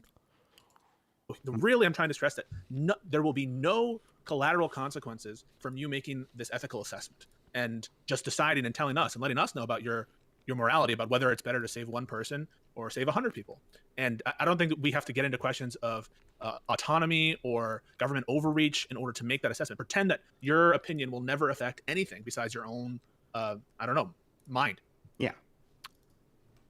So given that, now that we're just talking about a descriptive ethical assessment, Right. why would it be bad of me to say something like, no, it really is, the better of two outcomes is the good outcome. It is really better for me to cut off one hand instead of two. I guess if you're saying basically like there's no implication to this, it's just I'm not sure I understand the point of like saying that it's only ever going to be on paper kind of. Because he's trying to distill out what is making you so unwilling to make the jump between like what you think personally is best versus like saying it is a moral obligation, and he thinks that it's all based on like projecting it onto other people. So if he's able to isolate that part out and get rid of it, that this will never impact another person, it takes away your ability to use that as a defense to not engage with it, right? So if he says, okay, no, we're only talking about you in your head, no other, you know, because he's trying to get down to the heart of what you believe, and then he's going to work out from there. So he thinks that the resistance is coming from this obligation being something you're projecting onto other people, and you seem to be uncomfortable with that because you say that those individual people should look out for themselves and make individual decisions based on what's good for their individual self, because you're very individualistic, right? And so maybe by focusing on only what's in your head and removing the consequences to outside people, that will change the way you're engaging with the conversation here. Kind of consideration, right? Like, what I'm rejecting is the idea. Pisco bingo. I love having somebody in here just be like, yep, that's what I meant. Like, it is a nice little change, because normally I'm terrified of the people that are listening to me criticize them. But I mean, this is a conversation that's going nothing but good for all of you. Even Bastiat, who is, you know, currently the one that is on like the receiving end of criticism, but he's performing so brilliantly here that it's like, you know, I don't feel like I'm pooping on anybody so far. Is two things. One, that the fact that you have two bad outcomes makes one of those outcomes therefore morally righteous, because the other one's just worse. Like, I don't accept. I guess I just fundamentally reject that premise, because is there any morally righteous action that So just because something is worse doesn't make it morally bad or morally worse. Man, maybe we do need to. Like, my biggest advice here would have been to hash out ethics, because if we can just get him on the ethics train, maybe we could have gotten different responses to this much earlier.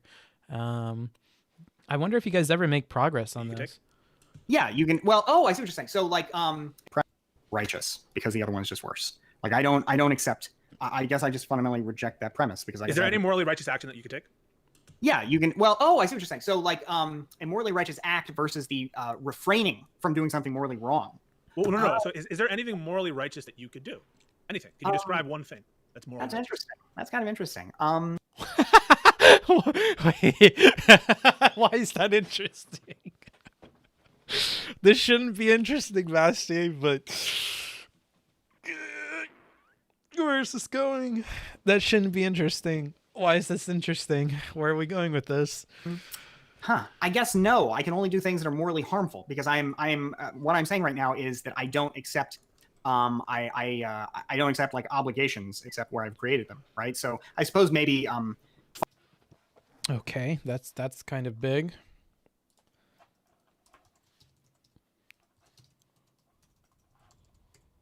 Oops.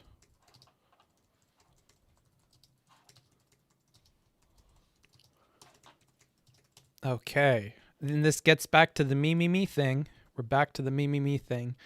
So I don't accept obligations save where I've created them. Right, which is why he would think that from somebody else's perspective, who cares if somebody else is like saying I'm morally obligated to do something? The only thing that matters is what I personally obligate myself to do. So there almost seems to be no purpose in projecting those obligations out, when under Bastiat's same system, he would expect that individual to disregard it and choose what is best for them. But I feel like, Bastiat, you could probably give ground here and just say like, yeah, I would. Oh, wait, no, that's the supererogatory, huh? Which is not satisfying to this group of people. Fuck. That's okay. Okay. It's all coming together. I'm getting it now. Okay. Because you can't jump to the supererogatory thing and say that like, well, it would be nice if they did that, but they should ultimately do whatever is the best for them. They need to make that decision. Well, I can say if I were Freaky Friday'd into their body, I would make that decision. It doesn't mean that they're obligated to make that decision, nor does it mean I should have the ability to shit on them for making the opposite decision, because ultimately they're going to pick whatever is best for them, and whatever is best for them is ultimately what I would put my money behind them doing. Cool. I like this. Okay.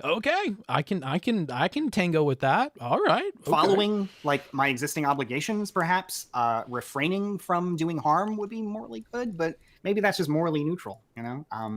So yeah, oh man. And now he's in the Vosh territory. Okay. Wow. if his mind gets changed, he should really talk to Vosh here, because maybe if he's able to see their perspective on this, he could bridge a gap there between these two. I don't know if he'd want to do that like per his brand or whatever, or if that would even be fun for him. But if they're able to make ground with him, that's going to mean big for maybe changing Vosh's opinion on his thing, since it's so similar here. Yeah, I mean, if you cut it off one hand instead of two would be refraining from doing harm, wouldn't it? Yeah, I mean, I guess if you have like a choice between two options, and you are forced to make a choice, and then you... And also, Pisco, good catch on him talking about harm and then immediately using that terminology and starting to like, oh, okay, I have a foot in the door with harm. Okay, so maybe morally best is a thing that like reduces harm. I mean, if this reduces harm, then you would say that like this thing is the better of the things to do, right? The gooder thing to do, right?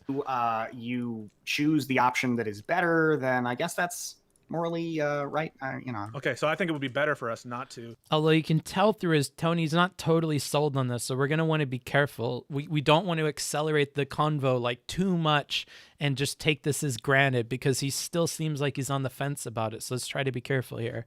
Promote deadly self-defense of property, whether it's intellectual property or whether it's... And I hear you smiling. You have to be super duper careful because you don't quite have him here yet. Real property or chattel. I'm sure though. I mean, like I don't... Like, if you actually no, because if you force me to make that choice anyway. Oh no! Now, if you force me to make a choice, then fundamentally, I've already been robbed of my agency. So how can I make a moral act anyway? Or how can okay. I make a moral decision? What does it mean to have agency over anything? I mean, the ability to make a decision rather than to be coerced into a decision. So like, oh no, we're gonna get into a big conversation. Well, your freedom is always limited by external stuff, and we're gonna figure out that nobody is ever free ever. Like, you're not free to make the decision not to like pay your taxes and stuff, dude. Like, we've kind of already been through this. Oh boy, oh boy, oh boy. Now we're going to get into a super deep conversation. So close. Yeah, I know. So close. Like, if you put a gun to my head and you say, all right, choose X or Y, I've got a gun to my head. I can't really make an honest choice anyway. Everything is like a gun to your head. Your genetics, your how you were taught as a child. Stop. Oh no. That's okay though. I mean, this conversation is going so much better than most other conversations. I'm not fucking sweating you guys on this shit, but yeah, we were really, really close there. Hold on, time out. Time out. Hold on. I love this Steven jumps in though at all the right times. So if we take a compatibilistic approach to ethics here, we would say that there, even if we are fully determinists, we would say that there's a meaningful distinction between somebody holding a gun to your head and making you do something versus like, well, this is just what I learned when I was a kid, right? What is that distinction exactly? Ooh, that's a heavy question. Well, oh man, Pisco, you're making it harder for yourself here, bud, because I don't know if Destiny even intervened in the way I would have, or corrected like the bits of this that I would have. I wouldn't have worded it that way. I wouldn't have focused on Pisco, because Pisco is going to keep arguing this shit. I would have made this in a way that's just more palatable to Bastiat here, and not focused on Pisco too much, because he's gonna continue to argue this. Well, the distinction is that we would say that there's a different, we can pretend that we have some level of autonomy that exists over us, because if we ignore that, then we lose the ability to make any meaningful statement about it. Like, I would say your choices are always constrained by external variables, right? And maybe if he wanted to continue making the point he just made with Pisco, he could then go on to say, like, and of course we can understand that if everything is limited, then we can kind of realize that they're limited to different degrees, right? And you in this situation and the limitations that are on you are less than in this situation, right? A gun to your head is different than being raised in a society that's okay with something, right? Being coerced into something is different than being threatened, than having your life threatened, right? But ultimately, that first part that I mentioned is the more important distinction for Bastiat's side of things. So I really would have focused on Bastiat here and not Pisco. Any human action ever, because everything just becomes some predetermined set of antecedent cause after antecedent cause after, which like is almost for the purpose of being human is absurd. There we go. That's the good part. Oh, you can still make statements of great value. In fact, so one of the principles of criminal justice in our society is the notion of retributive justice. That people deserve punishment because they really deserve it, because they're the authors of what they did, and because they could have done otherwise.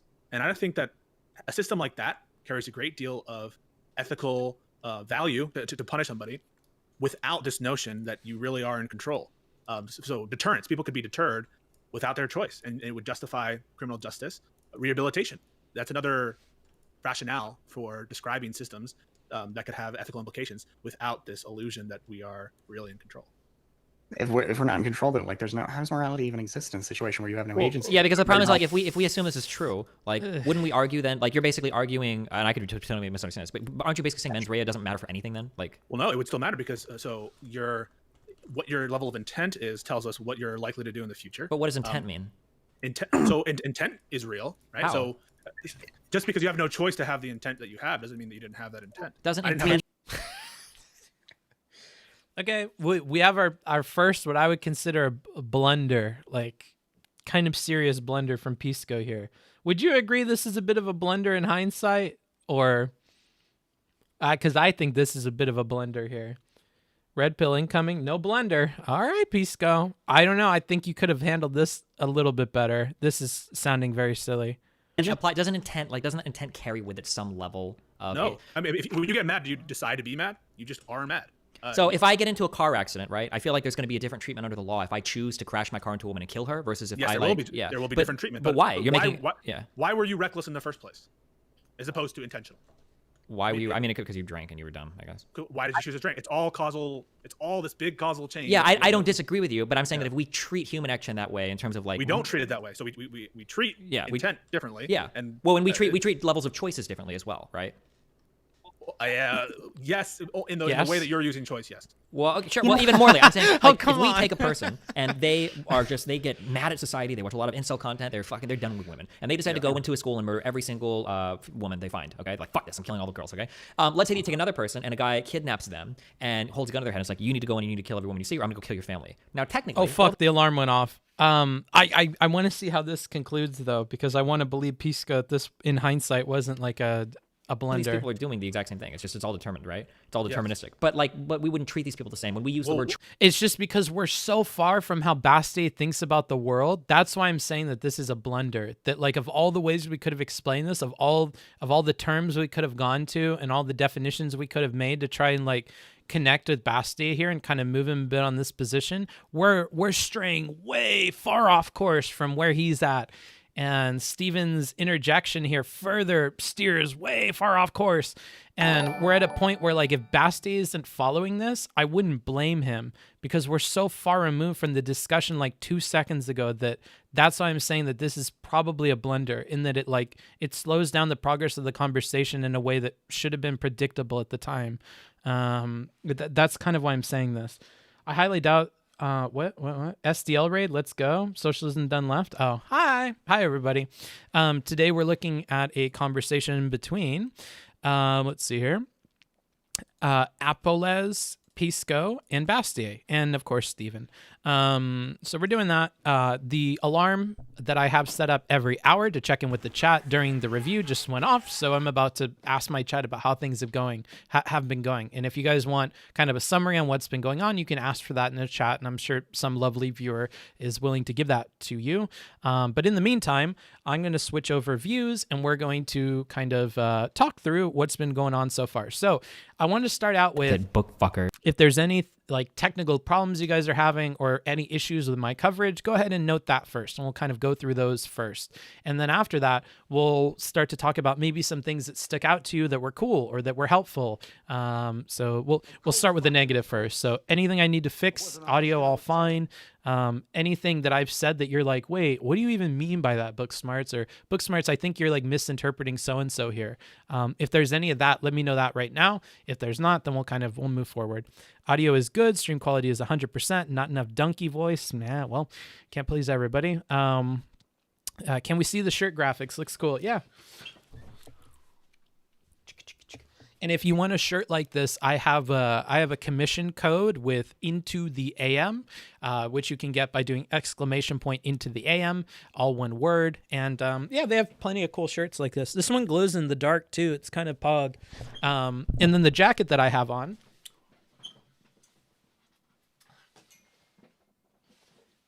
is my little Pikachu jacket. And I got embroidered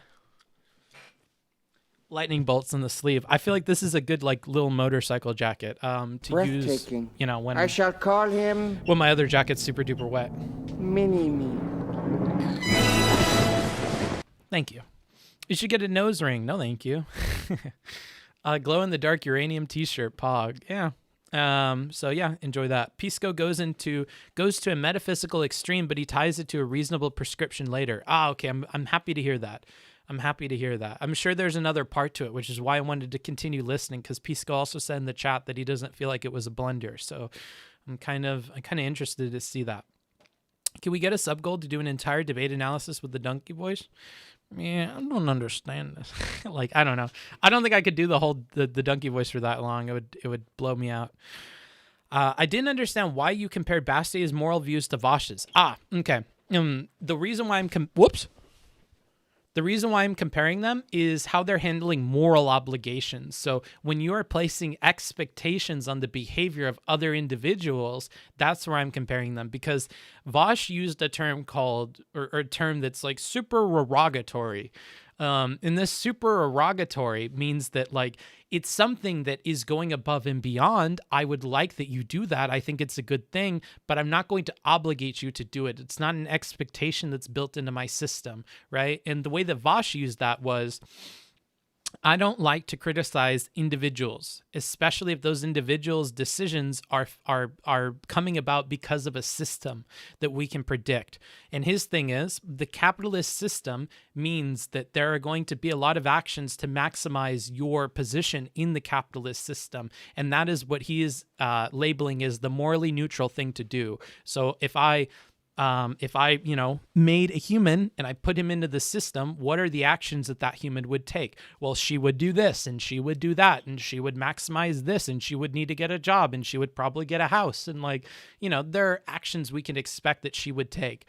And so when this person takes those actions, he's saying that those are morally neutral. And if they choose to take actions that in his opinion are good and are above and beyond the call of duty, then he thinks that, yeah, they're good, but I wouldn't expect them to do it. And Bastiat has a similar thing here where he's saying, yeah, I can think that things are good for people to do, but I'm not taking that extra step of obligating that person to do it, or feeling like I'm creating a system where I'm morally obligating people to follow in lines of what I'm thinking. Instead, I would encourage everybody under my system to evaluate things individually and to determine that for themselves. And I think more credence should be given to their individual choice than, whatever I projected onto them and I thought that they ought to do. And so that's why I'm saying that the positions are similar. The mechanic that they're using, that supererogatory thing, is the similar bit. And Stephen had a really, really hard time because he wants people to have a position where they are obligating other people, where they are creating prescriptions for the behavior of other individuals, and then using that system and using those prescriptions to then test into different hypotheticals and different scenarios and make moral, prescriptions about other people, to make moral conclusions about other people and their decisions and their actions, right? And if you can't get somebody to kind of double down and give those answers and expect these things of people, it can kind of be unsatisfying in a conversation about philosophy. And so that's why I'm saying these two things are similar, and that's why I'm saying, like, it would be interesting to see if they're able to get Bastiat to change his position on that and to be more open to, like, condemning actions or supporting actions in a more solid sense. Because if they can get Bastiat to move on that, those similar persuasion tactics or whatever, those similar arguments could then be used for Vosh. So that's why I'm comparing the two. I'm going to go back up. That lightning bolt is lame. A little bit. I like that it's kind of just, I like that it's kind of like casual. And I almost would like to say, I like that when I'm on the motorcycle, I'm the only one that can see them as well. I kind of like the lightning bolts personally. Let's see here. Bastiat refused to make a moral decision between two choices by virtue of the fact that he was forced into that choice and thus he had no choice. I was simply relaying, and Destiny agrees that there is no such thing as choice at the bottom. Refused to make a moral decision between... He didn't refuse to make a moral decision between the... I don't know about this wording that you have, but I think that's my general problem. So I think we're going to agree to disagree on this first part of what you've said here. Because I don't look at it that way. I interpret it differently. When Bastiat said he would save the child in 2 feet of water every time, probably, I feel like I was immediately more antagonistic of him in my thought process. How do you, Mr. Charitable, avoid that? I just assume better things of people. Like, I don't know. Like, when he says probably, I don't focus on the probably. I focus on like what exactly he told me, which is that he would save the child. Like, because what we're looking for in Bastiat is not like to hammer him down and get him to say a certain thing and whatever. We're trying to get an idea of what he believes. And if he's already saying he would save the child like 9 times out of 10 and whatever, I'm getting like 90% of what I need out of him. So I don't know. I don't look a gift horse in the mouth. When he's giving like, credence to a position that I'm putting forward, I don't get mad that it's not 100%. I focus on the 90% of the way that we got there. So in terms of how do you Mr. Charitable that, like, that's how I do it. Like, I try to look that, like, it's so easy. The glass is like 75% full or 90% full. So I just personally think that it should be really easy to say that the glass is 90% full rather than the glass is 10% empty. Because we're not even at a stage of 50-50. We're at a stage where it's like, no, he's really, really close. So it's, pick a different avenue of asking questions and a different avenue of analogies and a different avenue of thought and try that. You were very close on this one. Maybe I'm projecting my own thoughts into this instead of just listening. Maybe, I don't know. I mean, zoom out and look what your goals are. Like you're achieving very close to what they are with what he's given you already. Pisco, I think you did a really good job in the convo. Yeah, you did. Stop saying Bastiat. It's Bastiat. Whatever, I don't care. All right, fine, I'll do Bastiat. Can we please have a review done in the Burger King foot lettuce voice? No. I thought Vosh disliked consistency in entities that he disagreed with, though. I don't know what you're talking about. Yes, I don't agree with Pisco, but I think Pisco did really, really well. Yeah, that's good. And that's a sign of doing really, really good, that somebody didn't agree with you, but they still think you did super well. That donkey clip really blew up, didn't it? Must be annoying for you. A little bit. I think it would be less annoying if I got to talk to Donkey at some point. So I'm low-key crossing my fingers and saying, well, that's one step closer to maybe talking to Donkey at some point. Donkey seems like a cool dude, so I mean, it'd be cool to play video games with him or like pick his brain. Also, what did you think about the baby drowning in 2-foot water hypothetical? Do you think there was much better hypothetical Destiny could have employed for this? No. I mean, like I said, it got 90% of the way there. Like, you gave him a situation where the choice is obvious. The choice that he would obligate other people to is obvious. So, no, I don't think it's that bad. Like, he's trying to get him he's trying to show him that, no, you do obligate people to do stuff. Like, I think that you would be upset and you would think the person made a morally incoherent or maybe even wrong decision to not help the baby in those 2 feet of water because there was no risk to you. And the fact that somebody chose not to help the baby is a moral wrong to a lot of people at a common sense level. So no, I don't think it's that bad. I feel like Destiny had a hard time because he thinks people should be consistent with their own beliefs, not that people should force their own morals onto others. Maybe. I think other people just don't care about what other people do too, and whether or not those actions that other people are taking are in line with their personal beliefs. Why did you comment with, oh no, when the discussion is veering towards determinism and ethics? Because, I don't view it as moving towards determinism and ethics. I look at it as moving away from Bastiat, moving away from Bastiat's position, moving into a place where we're going to be discussing abstract things that I'm not sure Bastiat is going to like keep up with because he's not thinking in these terms. I have a big personal problem with philosophy in that I don't think that it's a good language for explaining the thought of the everyday man. And I don't think it's a good language for communicating thought with the everyday man. Because what philosophy is it's a language that relies really heavily on you understanding what the terms are, okay? If you don't understand the terms, and beyond that, you don't understand the literature and the discussion around those terms, you can come off really, really ignorant. And it almost makes the conversation more difficult because you think that you're right. You think that you know the terms. I think that one of my fellow creators, Perspective Philosophy, faces this all the time. Motherfucker knows everything about philosophy. He knows all the literature and whatever. So it's frustrating to see people use terms that they may understand but don't understand the literature and discussion. And that's like a whole 75% of understanding the terms. Some philosophers may even say even more. Because just because you looked up a Wikipedia article on a term doesn't mean that you can then use it, because a huge part of philosophy is not just understanding the terms or theories or concepts, but it's understanding how those interplay with other thinkers in the field and how those ideas have been hashed out by other philosophers, because that's the whole point of philosophy, is to hash out those ideas and to start discussions about them. So, when I'm saying, oh no, I'm not thinking about determinism versus ethics or whatever. I'm looking at like, we're moving farther farther and farther away from a place where we can connect with Bastiat. And that's my problem, because we're mostly focused on changing Bastiat's mind here. Because I wish they discuss it further than they have done here. Yeah, you can want them to. But I just don't know if it's helpful for Bastiat in changing his mind. But what if the last 10% is the most important?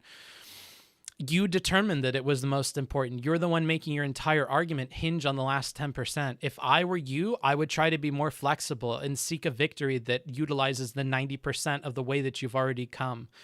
Because remember, you can move goalposts just as much as the other person can fight you on those goalposts. So, you know, I think if you're focused on that last 10%, you convince yourself that that is what you need to succeed, then are you really 90% of the way there? Are you kind of holding firm on a goalpost that's arbitrary that you could move, right? Like, I think you need to be more creative in the solutions to the conversation. And so if you are stuck in the last 10%, maybe try to think outside the box on that. Books wasn't poo-pooing free will discussion, just that back and forth that stopped being directly connected to what Bastiat. Yes! Thank you, Shemshiri. Even if it's an uncommon view, it so far seems like Bastiat's view is mostly consistent. I'm not sure. I'm not sure about that one. Let's see. Thank you. Okay. Rem. Okay. Now time for a second question. So, the other question that I need to ask in this interim, in this intermission before we get back into the video is, what did I say that kind of stuck out to you? Was there anything I pointed out that you hadn't seen before, or anything that I pointed out that you feel like is useful and should happen again in further debates? Let me know that and I'll go through those comments. I really like doing, you know, an hour of analysis and then coming in and talking to you guys and having the back and forth, because like it's really helping me with like keeping the content and keeping the analysis on track. And like I said earlier about the analogy of feedback, and like if you're blind on a motorcycle, it's going to be very difficult, or if you're deaf on a motorcycle, it's going to be very difficult. If I can't feel the engine, if I'm not getting feedback, it's very difficult to make like the right choices. So this is my opportunity to get feedback and kind of figure out how I should change the analysis in the moment. I live in the last 10%. See, that's going to be rough for you, because you know, you're focused on 10% of the outcomes, but you're not focused on the 90% of the work. So you're going to constantly be tired. And I think you're going to have like a worse view of people if you focus on that last 10%, Dylan. Let's see. Once again, the bourgeoisie YouTube chat has been ignored in favor of the proletariat Twitch chat. I mean, joke's on you. I spent a bunch of time talking about Dylan's opinion, and he's a YouTube only person. So you're dumb as fuck, Wyatt. You're just a socialist dipshit, Wyatt. No, I'm just kidding. But no, I watch both the chats. You guys are literally like presented to me in the same instance. I see both of you guys at the same time. There is no like favoritism really there. I mean, I may make memes like other communities do, but I mean, the reality is I see both of you at the same time.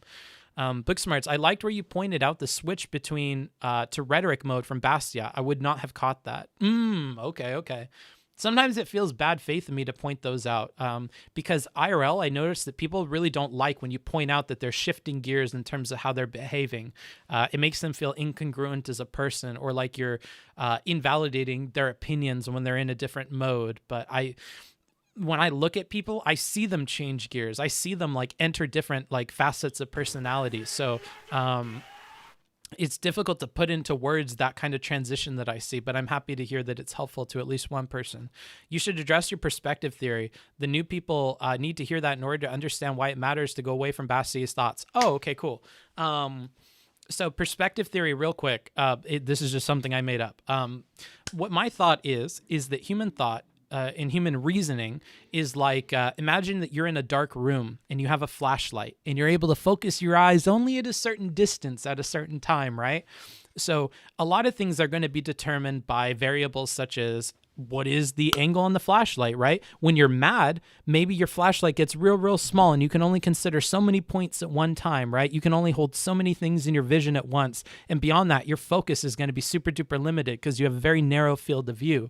Whereas if you're Dr. K and you meditate like the Avatar and you fucking let everything leave your mind and you start with a blank slate and you look out over everything and you have notes in front of you and you're looking at sources, your fucking flashlight is huge and you can consider so many things, right? if somebody cuts me off in traffic, immediately because of anger, my thing, gets smaller. The reason why I look at like human attention and human decision making this way is because I feel like it's a more human way of understanding the way that people behave. I don't shit on somebody for making poor decisions when they're angry or when they're drunk or when they're this or when they're that, because I understand the practical reality of how much information they can hold in their mind at once, right? Or if somebody is making decisions that seem out of line with their principles, well, if their principles weren't at the forefront of their mind when they were making the decision, of course it's not going to be factored in the decision, right? And that's something I brought up in the Destiny conversation post Vosh, to talk about, how I think he should, incorporate that into his understanding of people. And so that's important. And when we're trying to convince somebody or change their mind, we're trying to point that flashlight in the right spot so that they could see the points you're trying to make. And B, we're trying to get them to focus at the exact right distance so that they can see it, right? And then beyond that, once those two things are accomplished, they know the exact kind of coordinates of where that idea lies.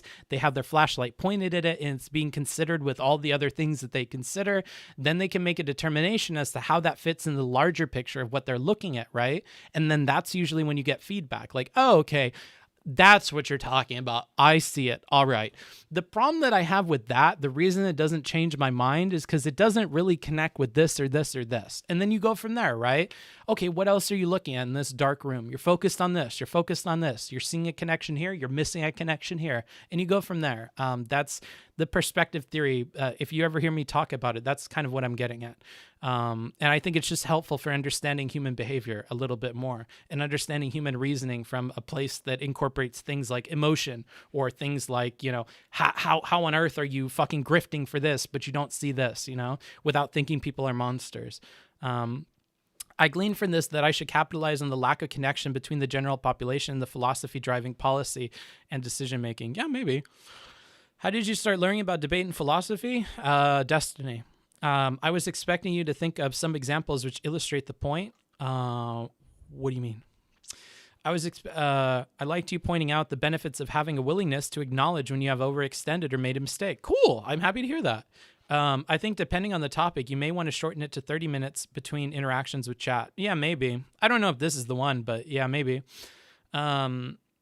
Equality between the chats. Yeah, there is. There definitely is. Thank you for that. I think it's good. Incorrect book. The remaining 10% is a consommé of the other 90. Whatever, Dylan. I wish I could control my gears. Yeah, don't we all? I'm opposite of socialist. I'm smart. Okay, Wyatt.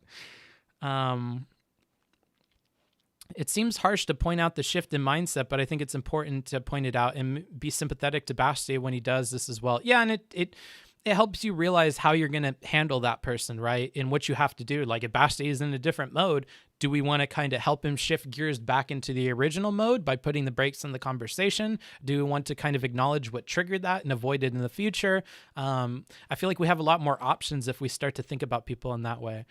Your perspectives theory sounds like the phenomenological concepts of attention and intention. Okay, I don't know, bro. I hate philosophy. If we can focus on how to prevent people from getting defensive, that can be super productive. But if we end up blaming people for getting defensive, it's unhelpful. True.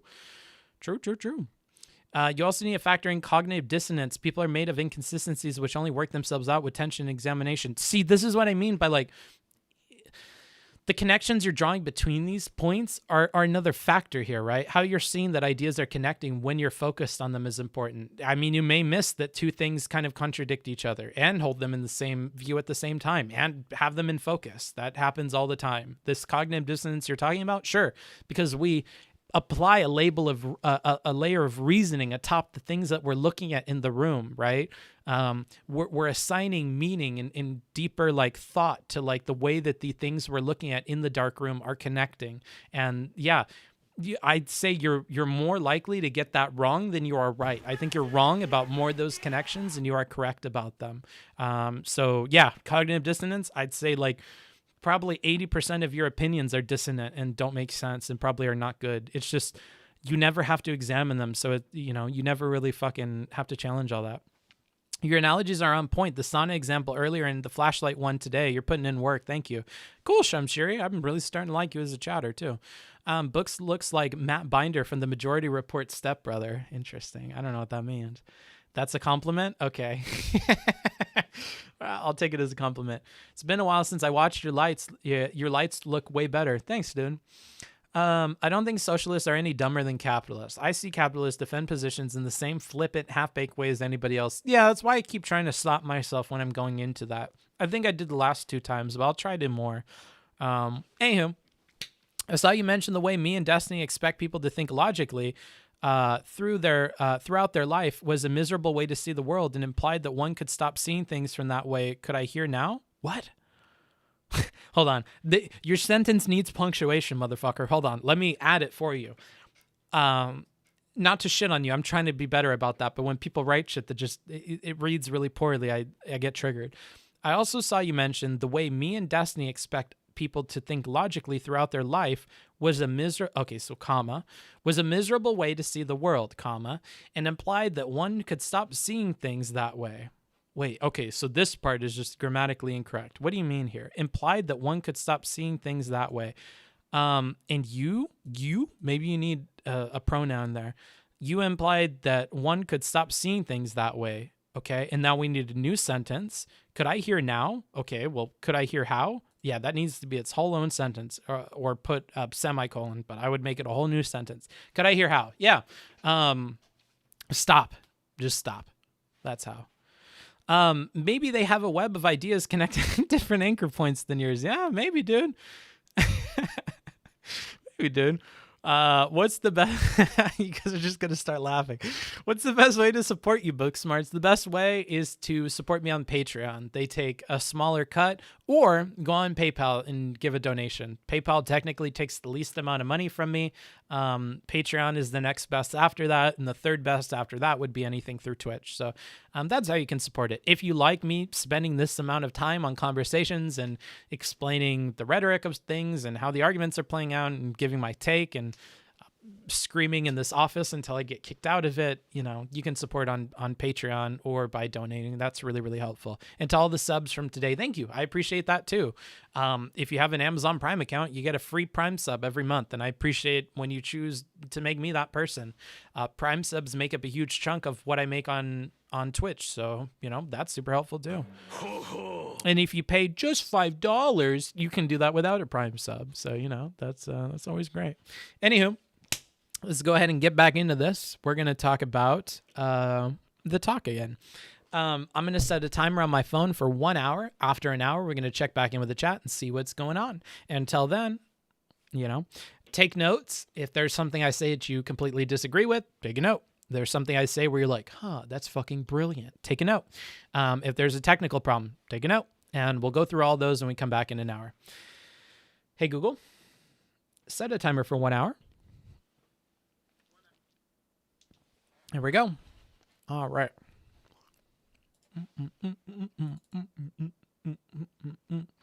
Choice in a moral context, we wouldn't say they made the same choice. Why do you think I would treat these people differently? Why would I think you would treat these? Well, because when we talk about choices here, we're making a distinction between different types of choices. Even if we are determinists, we're still making a distinction between choices, right? What I would say is you don't need to worry about the person who's been forced to kill these people. They're not a threat to you, so there's no protection rationale to lock them away, because they're just as much a victim, if not, they're a big victim of this act. Mm-hmm. In fact, a lot of governments, I think Saddam Hussein might have made people get dirty and force people to. I think I am starting to turn around in your point, but it's only because of this one little sentence here, Pisco. Because they're just as much a victim, if not, they're not a threat to you, so there's no protection rationale to lock them away, because they're just as much a victim, if not, they're a big victim of this act. Mm-hmm. In fact, a lot of governments, I think Saddam Hussein might have made people. Still making a distinction between choices, right? What I would say is you don't need to worry about the person who's been forced to kill these people. They're not a threat to you. You don't need to worry. You have no control over it, nor do they, right? I think that's more so the point here, is that when somebody is being forced in a decision at gunpoint, they don't really have the decision. I mean, they choose that or die, and I don't really expect them to choose to die. So is there any value in even considering what they're doing, or is there even any value in considering the decision that they make when the alternative is death? I don't know. I don't know. I don't know how I feel about this. Anywho, let's continue. I can't wait till we get Bastiat back in this and we get this on track. So there's no protection rationale to lock them away, because they're just as much a victim, if not, they're a big victim of this act. Mm-hmm. In fact, a lot of governments, I think Saddam Hussein might have made people get dirty and force people to to kill the people who weren't part of the government. And I know mafia does that a lot, like making your bones or whatever, right? Sure. So it's we don't have to worry about that rationale of the protection rationale. We probably don't have to deter them from doing any crime because they weren't going to do crime anyway. We don't need to rehabilitate them, except maybe giving them some therapy after what they saw. Sure, I agree. It's not the same with the other person where they really need to be put away because they're a threat. Yeah. So Pisco, just to be clear, do you think humans have any free will or even the possibility of free will? No. See, this is why I told you. This is why I didn't want to go here, because we're gonna keep hitting these, dude. And if he doesn't line up on these like deeper philosophical things, we're gonna create divides where they didn't really need to be pronounced in the first place. This is why I avoid this stuff. But who knows? Maybe we work this all out. I'm not sure. Well, or we're just I don't think the concept makes sense. Yeah, I don't see how there could be like any like morality at that point. How can there be like, again, I generally accept. Listen to how uncomfortable he is. This is why I'm saying what I'm saying about this line of dialogue that we've kind of been stuck down. It gets so far away from Bastiat, and he's the main person we're focused on, like, convincing here. So we really shouldn't do things to like muddy the waters with him. We should really try to focus on like the easiest way of getting where we're going. This may still get us where we're going, but boy, is it taking a long time. Determinism as likelier than not. Although I feel like until we have empirical proof rather than sort of logical certainty. Can we stop there? That's really fascinating. So you think that determinism is true? I don't know. I'm leaning toward it, but I'm not willing to say yes. I would bet. But if determinism is true, then really there is no such thing as choice whatsoever. You couldn't have done otherwise. If determinism is true, it really I don't think makes much difference in the sense of how we act in an everyday fashion. We can't exactly act. How would you even act as a human being if you imagine determinism is true? Every day you are nevertheless full of this illusion that you're making choices and you're coming to decisions all the time. So even if you concluded that determinism was a fact, I don't know I'm not sure whether it changes anything in terms of how you live your life. But at the same time, I don't know how you could be committed to any moral system at all if really at the end of the day we have no more moral agency than a rock. Well, there you go. I mean, do you think when a tiger eats? I don't know how many of you saw Tiger King, but there's a scene in it where an unfortunate worker in the tiger pens gets hurt by a tiger. Do we place any moral fault on the part of the tiger, or would you? I guess no. I mean, are humans animals? The thing is that in a situation where I guess there's no real agency, we're all just. I don't like this stuff, but I don't like this stuff. Pisco, are you in the chat? You really don't think it was a blunder, bro? Do you think it's a blunder now? I really think it was a blunder because it's just we're wasting so much time on this. Yup. All right, the double down. Whatever, dude. Like, I think it's fair to say that you could have done this a lot cleaner. Even if we end up bringing this back around and we complete this loop, this was poorly executed. You could have done this much better. I didn't bring up choices. I'm not going to argue with you, but I think the rest of the chat understands where I'm coming from when I've kind of broken down how this could have gone a very different way and how making some choices that you made here is like derailing the conversation on like random shit. We probably didn't need to do this.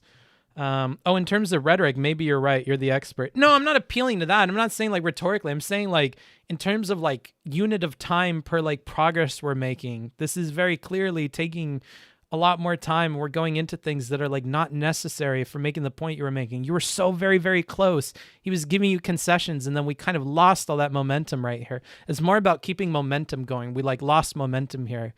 We lost a lot of momentum. Just, we're all just, just chemical, predetermined on a track. Like there's no difference between us and the tiger and the rock.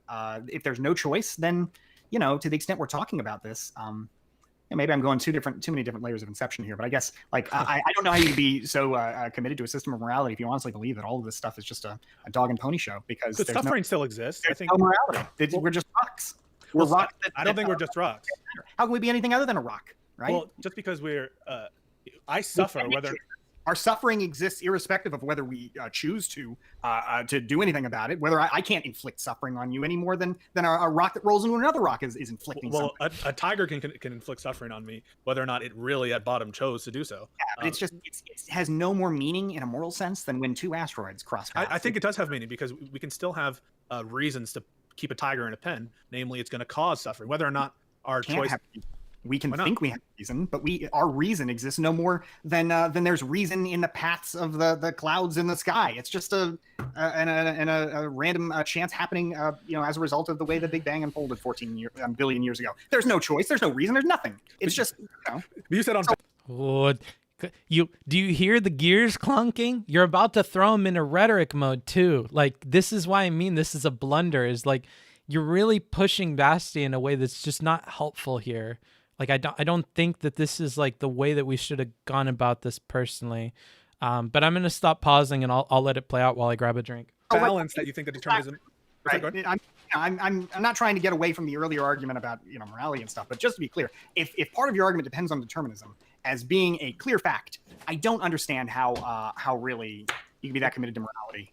If if we're not really moral agents, it doesn't depend on. It doesn't depend on determinism. I know we make fun of Sam Harris a lot on this and other channels, but I actually think he's dead to rights on the issue of free will, and he's said convincingly, I think, that whether or not there's a random number generator in the background doing work, that would no more endow you with free will than if it were truly determined from the. Like, look, even my chat is going off in random directions about this. The legal system can deter people. There's no deterring rocks, lol. Like, when we get to these points, Pisco, and maybe this is like just a purely rhetorical thing from me, you confuse audience members and stuff because unfortunately not everybody is working with like the same terms and understanding and yada yada. This is almost like if we were like debating, I don't know, any kind of like policy thing, and you randomly bring up your religion and religious beliefs, and then you try to get other people to like argue with you about religion. It's like, well, we maybe don't want to argue about religion here because it's going to take a bunch of time. And even if you convince them about your religion thing, it's just not the most efficient way to have the conversation. That's my argument. Sam Harris watched my stream and stole it. So, because a lot of kids will try to argue that quantum randomness somehow implies that there's no determination, but that doesn't really get you to free will. It just gets you to randomness. Correct. Yeah, of course. Yeah.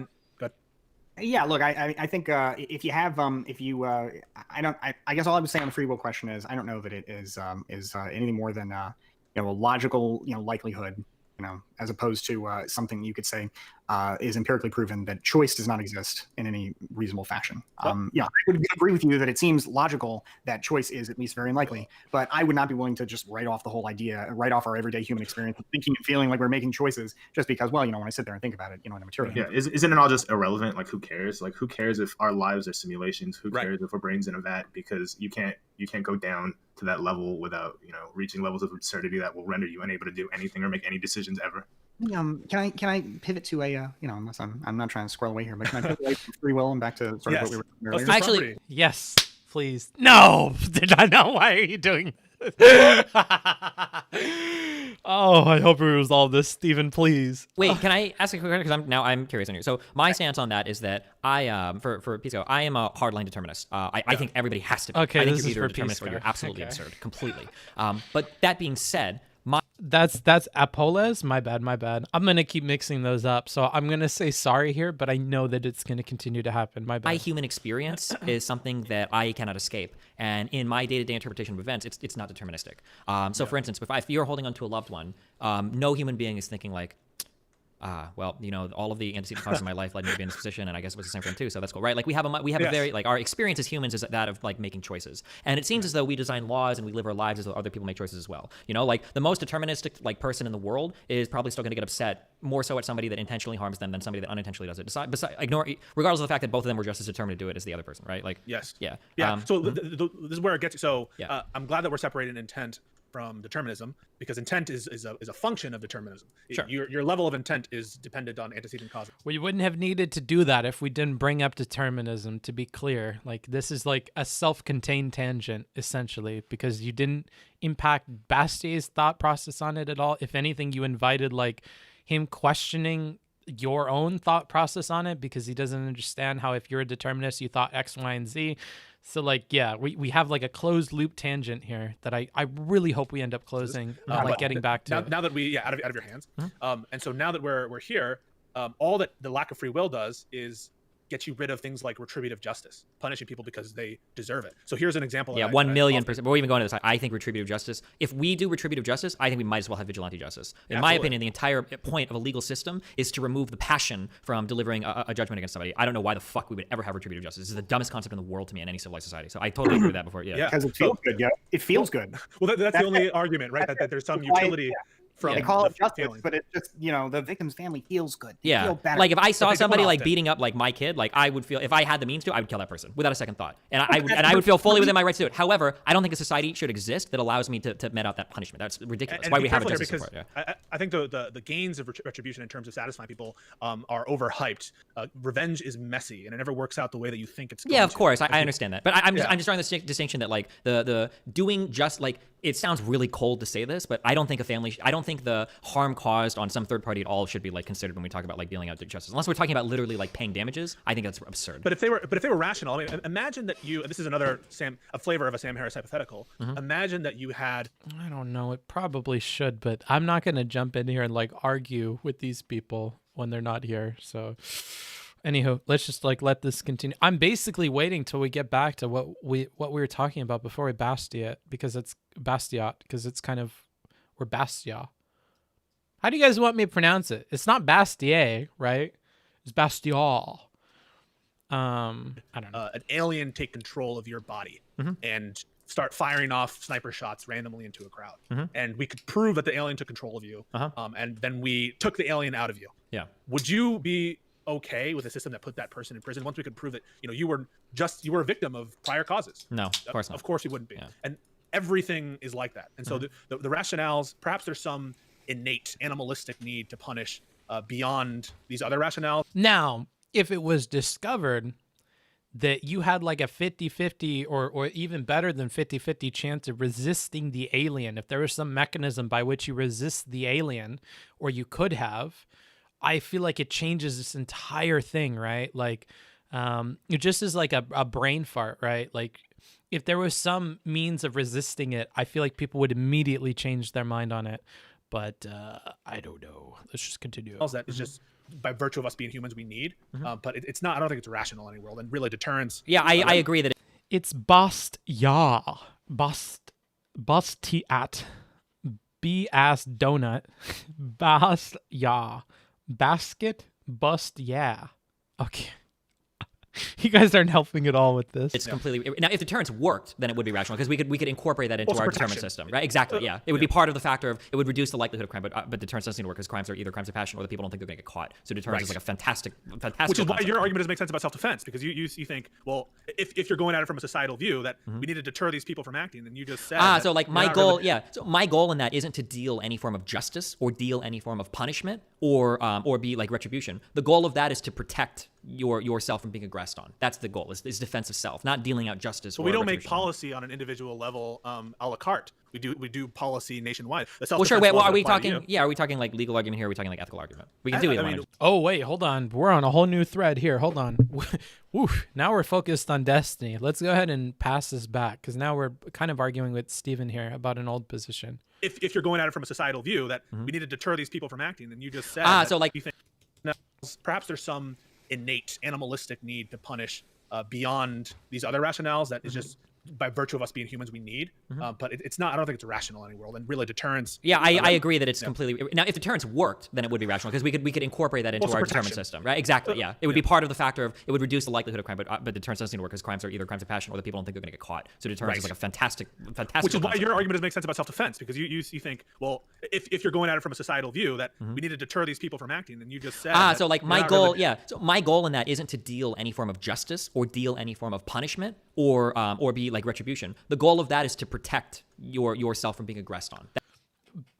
Okay, but he was talking about it is at least in large part like a deterrent, right? So whether it was like deterrence in forms of like using the justice system or whatever, or deterrence in the form of like I will kill you, aren't they both deterring though? Like, does this distinction matter? I'm not sure. That's the goal, is defense of self, not dealing out justice. But we don't make policy on an individual level a la carte. We do policy nationwide. Well, sure. Wait, well, are we talking? Yeah, are we talking like legal argument here? Or are we talking like ethical argument? We can do either one. Our standard for our ethical standard for what should be righteous self-defense should be consistent, correct? Our ethical standard should be, well, I think all ethics and morality should be consistent, of course. Okay, so we You have can't to form have these individuals opinions yourself. with their You own can't cut conception to the chase. Drawing your own conclusions is the chase. of self-defense and what accounts for self-defense and what justifies self-defense, walking around making their desires so. We can't have individuals that have their own sense of justification of self-defense. So yeah, I think I would agree self- with that, of course, yeah. Right. So We can't have that as a matter of Interpretation. optimizing outcomes. public policy. No, Yeah. just to be clear. Well, what would you say if I said So then we should probably legislate against Destiny being able to kill everybody that walks into his living room, shouldn't we? Right? Like, while we're at this point and he agrees with it, then we should probably legislate against the action Steven wants to take against the person in his living room, right? I like, we should probably, isn't that like kind of anyway? said, I think self-defense, deadly self-defense, is justified for anyone who looks at your property with or without notice.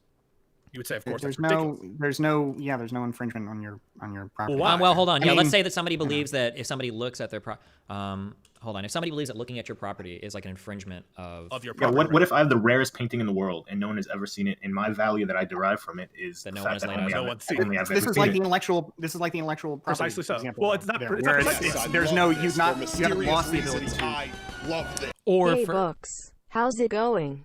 it's going good. Thanks for the sub. I appreciate it. Or like if you owned like an oil field and people were like sending a drone over your oil field to like count the barrels, and the number of barrels in your oil field and their arrangement was something that you were actually selling to like another company for like a lot of money, and now that company is not paying you that money anymore because they're going for like this other company that's like illicitly taking those photographs. But then that gets back to like, it doesn't deprive, it gets back to Bastiat's argument earlier that protecting property is different from protecting your ability to maximize profit from that property. This is why I love that we just outline what the opinions are, because then even if I have hypotheticals, I can jump back and like approximate what the person's response would be. Okay, never mind. To enjoy the property in any way, somebody else can look at it You're saying while that. you are still able to enjoy it the same way, Wait, right? And if you don't want But I them can't to be enjoy it able the to same look way at it, anymore because if I you know don't want someone them else to be has able to seen look it. at it, if you I don't want think- them to be able to look at it, then you can take your own property and go build a fucking fence for yourself. I think the way That's the way that I would view this ethically is I would say that our systems are incompatible. Like, you perceiving something does not count as an aggression on another person. Like, you're not even sending sound waves in their direction. I think my argument would be that like this is an unreasonable form of aggression. Like, I don't think you can base this. But your basis for saying that it's unreasonable has to do, I think, with your priors and opinions about what would work in society. No. So how when I think of ethical, like justified self-defense, I don't know. If we want to talk about the law, we can do that next. But I don't know legally if that is. Now that I think about it, it may not have even been Pisco that was like forcing us off the rails. It may have been Appolez. The voices, they're very difficult to like parse out for me. It's a good like. But are you saying that part of what's motivating your argument isn't that this would be chaos in the streets and people, it couldn't be enforced, no one would agree I think with it? I think there are huge problems with lethal self-defense, namely the fact that there's only one survivor. Like, that's a really big problem legally with like having ethical or having legal self-defense without like it being extreme. Yeah. I would even accept that you may have a point that in a society where nobody has the right to do that, you might even get better outcomes. All right. That changes nothing about the underlying morality for me. And frankly, that wouldn't, because at the end of the day, Can I listen to that one more time? Or we're having legal self-defense without like it being extreme. Yeah. I would even accept that you may have a point that in a society where nobody has the right to do that, you might even get better outcomes. All right. That changes nothing about the underlying morality for me. And frankly, that would. Because it's individualistic, because he's based on an individual, isn't he? Like, he doesn't really care about not individual, right? Maybe that's it. Because at the end of the day, I'm not basing my morality on, as perhaps Destiny does. I might, for example, be curious why Destiny comes to conclusions he comes to. I'm not basing my morality on greatest good for the greatest number. I'm basing it on the individual freedom. Yes, there we are. Individual freedom. I love it when I'm right. Thank you. How do I pronounce your name? Naliki Press or whatever. Thank you for the sub. Yes, I love that when we pay attention, we understand shit. All of his stuff is coming from the individual, so it has to come from an individual level. This individualist perspective thing is real at the forefront of Bastiat's mind. Bastiat's mind.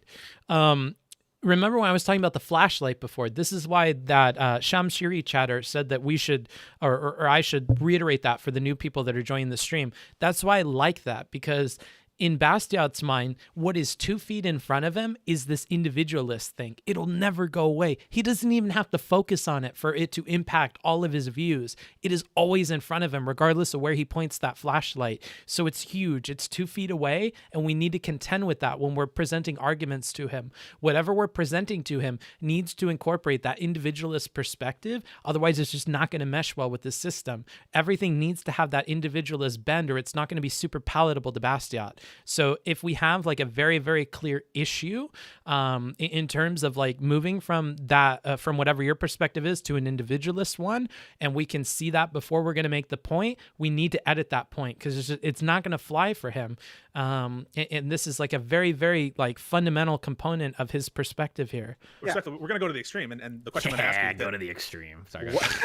What if you knew? Who's getting Bastiat, raped? Sorry, what? That, oh my God. What if you knew with a certainty that your self-defense rule, as opposed to my self-defense rule, I know it is. Certainty leads to a worse society. No. Forget about worse society.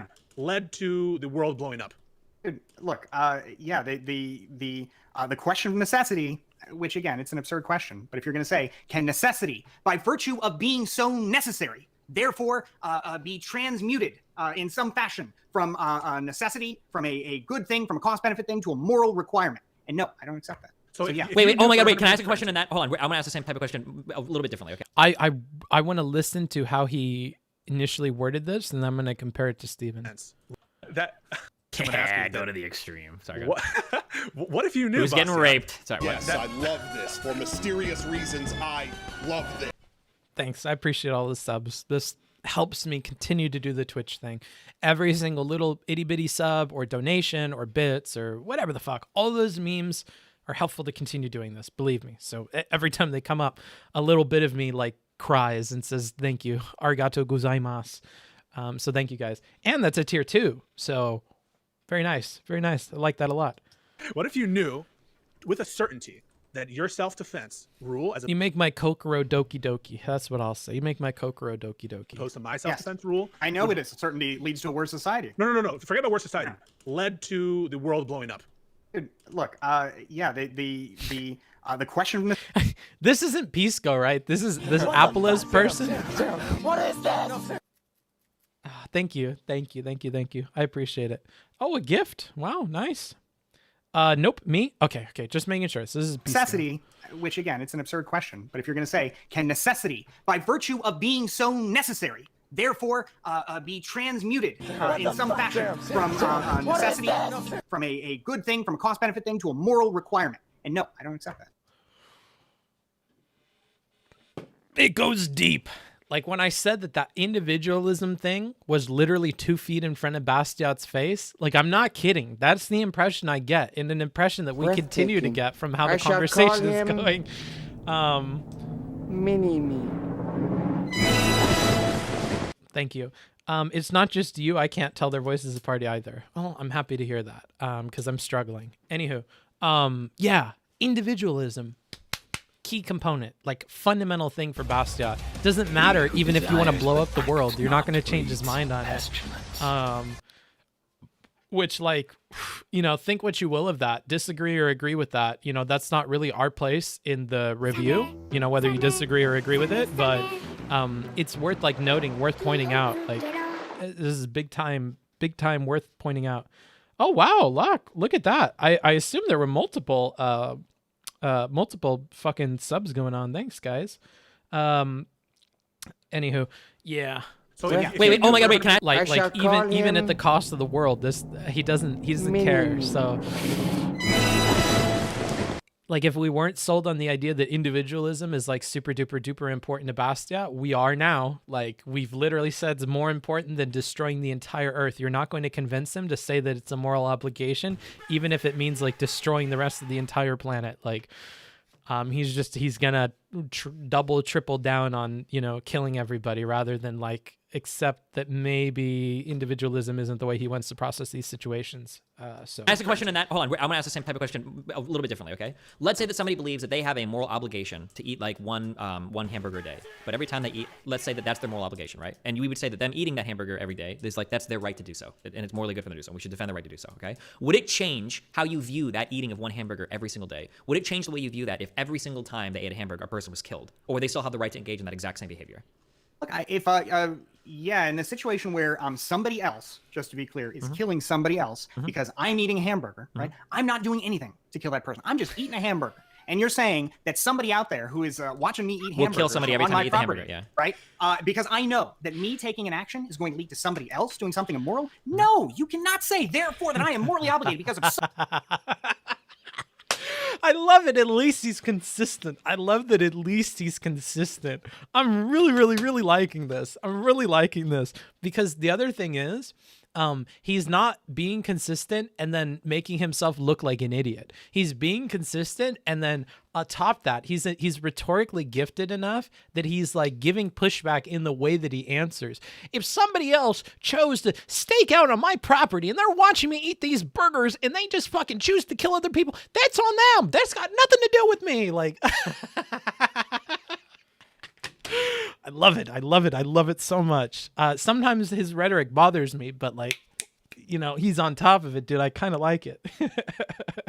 somebody else. Just wait, he becomes inconsistent. Okay, well, when he does, I mean, you know, that'll happen. Immoral act to behave differently. No, I would behave differently. To be clear, I wouldn't eat the hamburger, but I have no moral obligation to put the hamburger down. You can't take somebody else's moral offense and say, therefore, Bastiat, they have created a moral obligation for you. And there's our super erogatory or whatever thing again, right? We're like, well, personally, I wouldn't do it, but am I going to obligate other people to make that decision? No, I don't obligate anybody to make any kinds of decisions. Individual freedom. You make your own decisions, okay? You know, what does what I think about that even matter? Thank you, Torque. Oh, thank you, Sensual Celery, for gifting it. That's nice. What if it's a direct consequence? So what if imagine it's not a yeah, if my hamburger is independent. So yeah, if my hamburger is pulling the trigger on somebody somehow, then yeah, it's just like a gun, except it's a hamburger gun, I guess, right? But what I think what you're referencing is in here. I'll play this back. Bastiat, they have created a moral obligation for you. What if it's a direct consequence? So what if imagine it's not a yeah, if my hamburger is independent. So yeah, if my hamburger is pulling the trigger on somebody somehow, then yeah, it's just like a gun, except it's, you know, a hamburger gun, I guess, right? But I think what you're referencing is in causation in criminal law, oftentimes things that will break the causal chain are independent actions and of others, right? And so that's what you're imbuing here. But imagine that that's not there, and imagine that every time you eat. Oh, did you gift like a lot of tier 1s or something? I'm seeing that this is like continuously going. I don't have a thing in front of me to see like who's doing what, so unfortunately I have no idea. But it looks like you gave a bunch. Thank you for that. I appreciate it. The hamburger has a moral obligation not to kill. Yeah. I mean, if you're a determinist, you just have to bite that bullet. What about that hamburger, huh? I mean, you're no better than it. It doesn't make decisions. You don't make decisions. Fucking God is the only one that makes decisions. I don't know. Independent actions and of others, right? And so that's what you're imbuing here. But imagine that that's not there, and imagine that every time you eat that burger, there is some wave that affects someone and they instantly die of a heart attack. And you know about it. Yeah, I don't. I think. What if you're the proximate and but-for cause of death by virtue of eating a hamburger?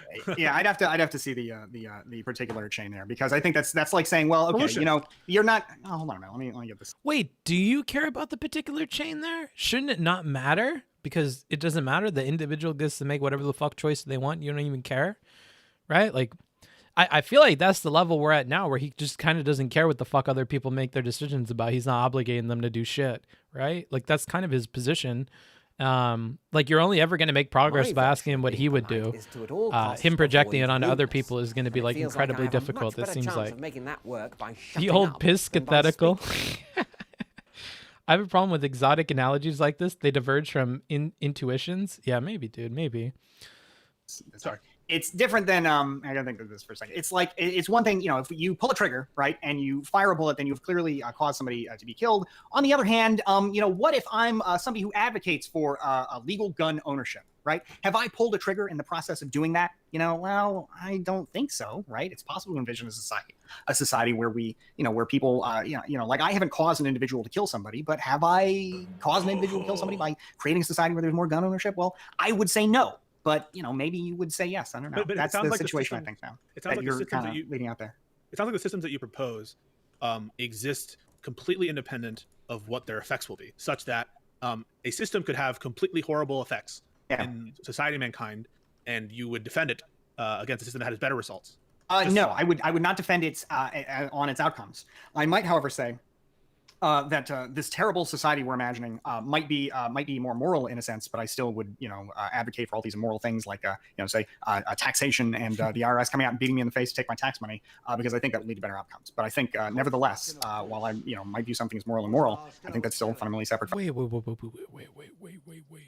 Say taxation and the in a sense, but I still would advocate for all these immoral things like say taxation and the IRS coming out and beating me in the face to take my tax money.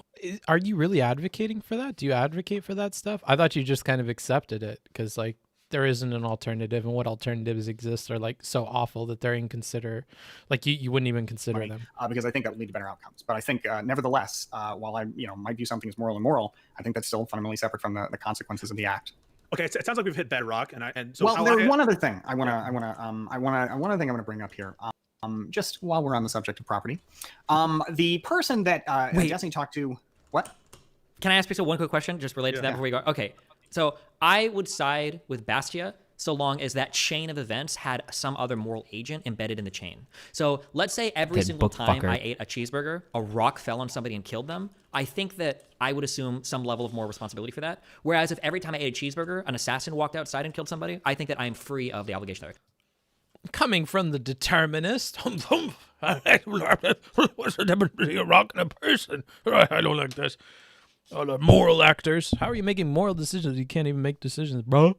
Anywho, I'm just ranting. But this is interesting. So what Steven is saying here is that maybe that the problem that is being presented here is the fact that you have a moral, somebody who's making moral decisions as an in-between. So in the case of Bastiat's hamburger, what's happening is some dude is like camped out on a rooftop and he's like looking over. He's like, all right, fucking another McDouble, this motherfucker, boom. And he's just killing people, right? But ultimately, it is a sniper guy on the roof who's like looking at Bastiat and making this decision, and so if we can offload everything onto that person, then that may be a problem with the hypothetical. However, if Bastiat knew that by eating a hamburger, he caused a rock somewhere else to fall, just an unavoidable freak, force of nature, then this would be different. But I feel like to a determinist, both of these are freak forces of nature. The person who's arbitrarily decided that they're going to kill people based on Bastiat's consumption of meat, and the rock that just happens to fall by virtue of God or the universe. These are like the same shit because both are just determined to be. They're both just like facts of reality. So you can kind of treat them both the same. Okay. Let's see if this makes any progress. Even if I know the outcome is even if I know the outcome is the exact same in both ways, I can't blame a rock because the rock isn't making a choice to kill anybody, whereas a human could do otherwise. And I think that person. And if Bastiat told the cashier at McDonald's that, oh, you know what's crazy? Every time I eat a hamburger, this guy packed up on the fucking grassy meadow by my house just murders people. I wonder if then that cashier and all the cooks like share in the moral whatever of of the death of these people.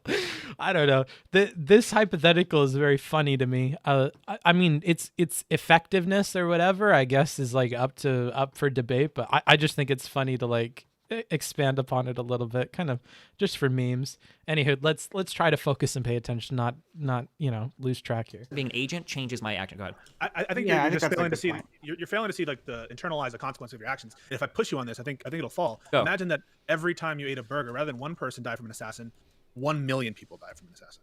Does that change anything? How could it? So how could it I think that. So I think that how we. can, Yeah, so how I think can we. numbers change morality? I think we run into an issue here. So there's a. I'm going to use this term. It's the only time I'm ever going to use it because it's a disgusting phrase. Okay. Have you ever heard of the expression threshold deontology? No. Okay, so typically, so from a normative framework, deontological analysis means that an action might be good by virtue of the action in and of itself, more or less, right? Yeah. Okay. Well, some people would argue that sure, you can be deontological, but there is a reasonable threshold here. For instance, you should never. Yeah, like me in the murdering everybody on planet Earth all at the same time thing. If you missed that meme, I think that came up in the last Vosh debate. But like, and I'm never ever gonna extrapolate on this with people, so don't even ask me. But if there was a button in front of me that got rid of every single person at once in one fell swoop without any pain or whatever, they just disappeared, it raptured everybody, I would 100 times out of 100 press that button. But if it even left one other person to suffer on the planet Earth for like after the duration of everybody being disappeared, I wouldn't press it. It would have to be everybody at once. Or everybody sans me for me to choose to press it. But the moment that we move a little bit to where like there's even one other person left, I wouldn't do it.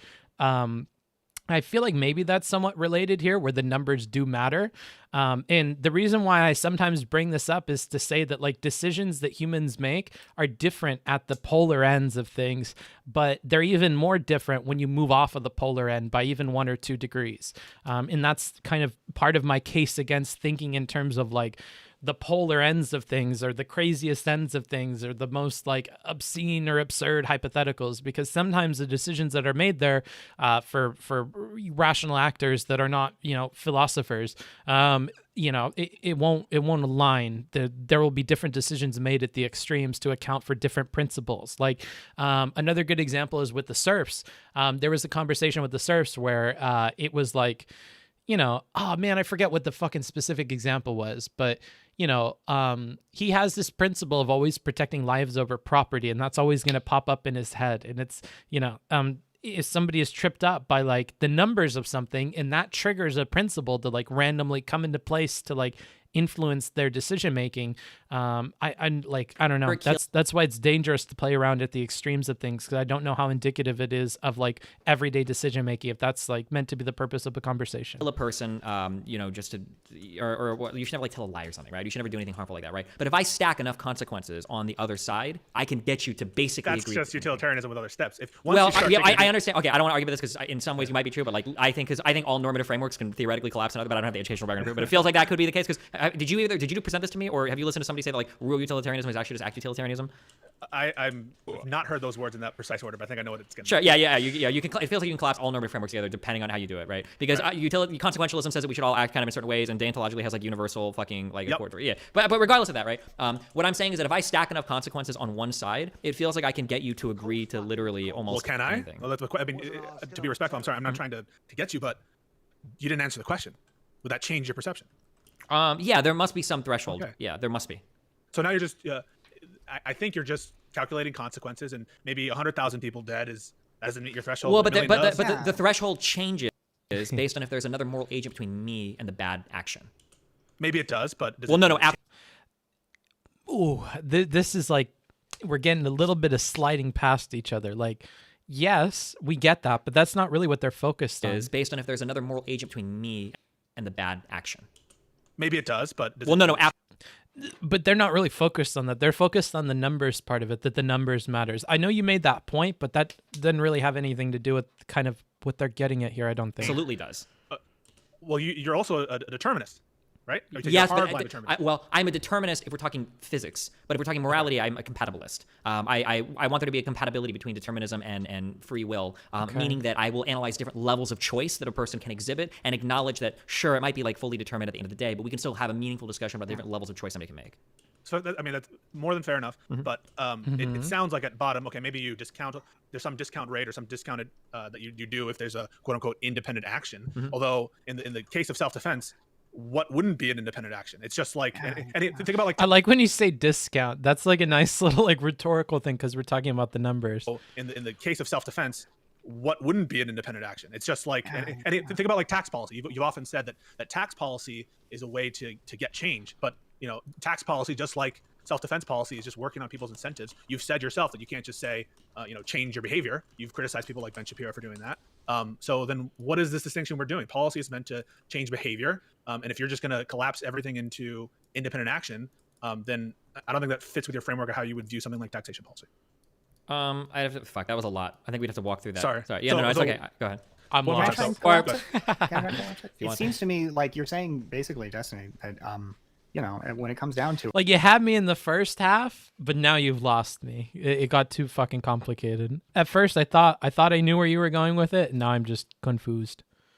but the consequence dictates the underlying morality, and therefore it's a case by case thing rather than a consistent rule. Well, no, saying, just to be clear, if you're saying that like one person, okay, the morality of that is different than 1 million people. Well, maybe you're doing it perhaps more artfully than Vosh in the discussion yesterday, but it seems like it's not so different. I'm saying that isn't that the strict concept?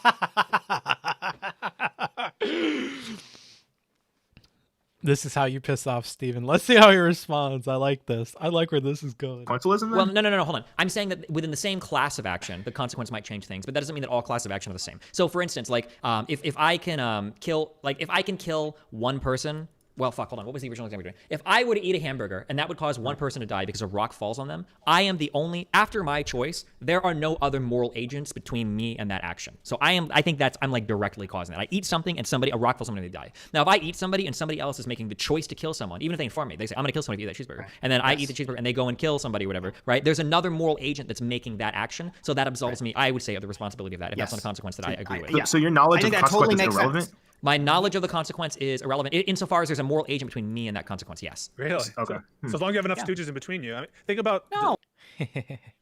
Oh, so that's what they're actually taking. That's what they're actually taking issue with. That he gets off scot-free as long as there's a moral agent in between him and the bad. In certain scenarios, yeah, I can get that, but I think practically for this example, it is worth noting that you're not the fucking crazy person on the hill murdering people. You're just eating a sandwich. I don't know.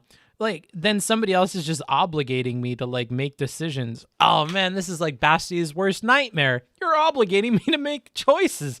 Fuck off. Stop forcing me to make moral decisions, you fuck. Let me eat my hamburger. Oh, goodness. How can you say that? Wait, no, wait, what's your example? Yeah, wait, I fully agree with that, 100%. Yes, of course. So there are moral agents between me and that other decision, and I disagree with that outcome, and I wouldn't advocate for it, and somebody decides to do it anyway. I don't believe that I should be held responsible for that moral Haven't you agency. said that people behave predictably to incentives? Sure. Okay, so given that you are setting out some level of incentives in whatever your self-defense policy is going to... Like, because by this, like, this feels like the logic you would use to defend Hassan's position that maybe you shouldn't call the police because you know that they're going to, like, if the police on the phone told me that, well, if that person still has that gun when I get there, I'm going to kill them, like, then maybe, like, I don't know. I'm not sure I want to tie these ideas together and, like, piss off more people, but, like, I'm kind of seeing their problem with it. I'm kind of seeing their problem with it a little bit. But we're so many levels of, like, abstraction down that I don't even know if I'm confident that I even understand what the fuck we're talking about here.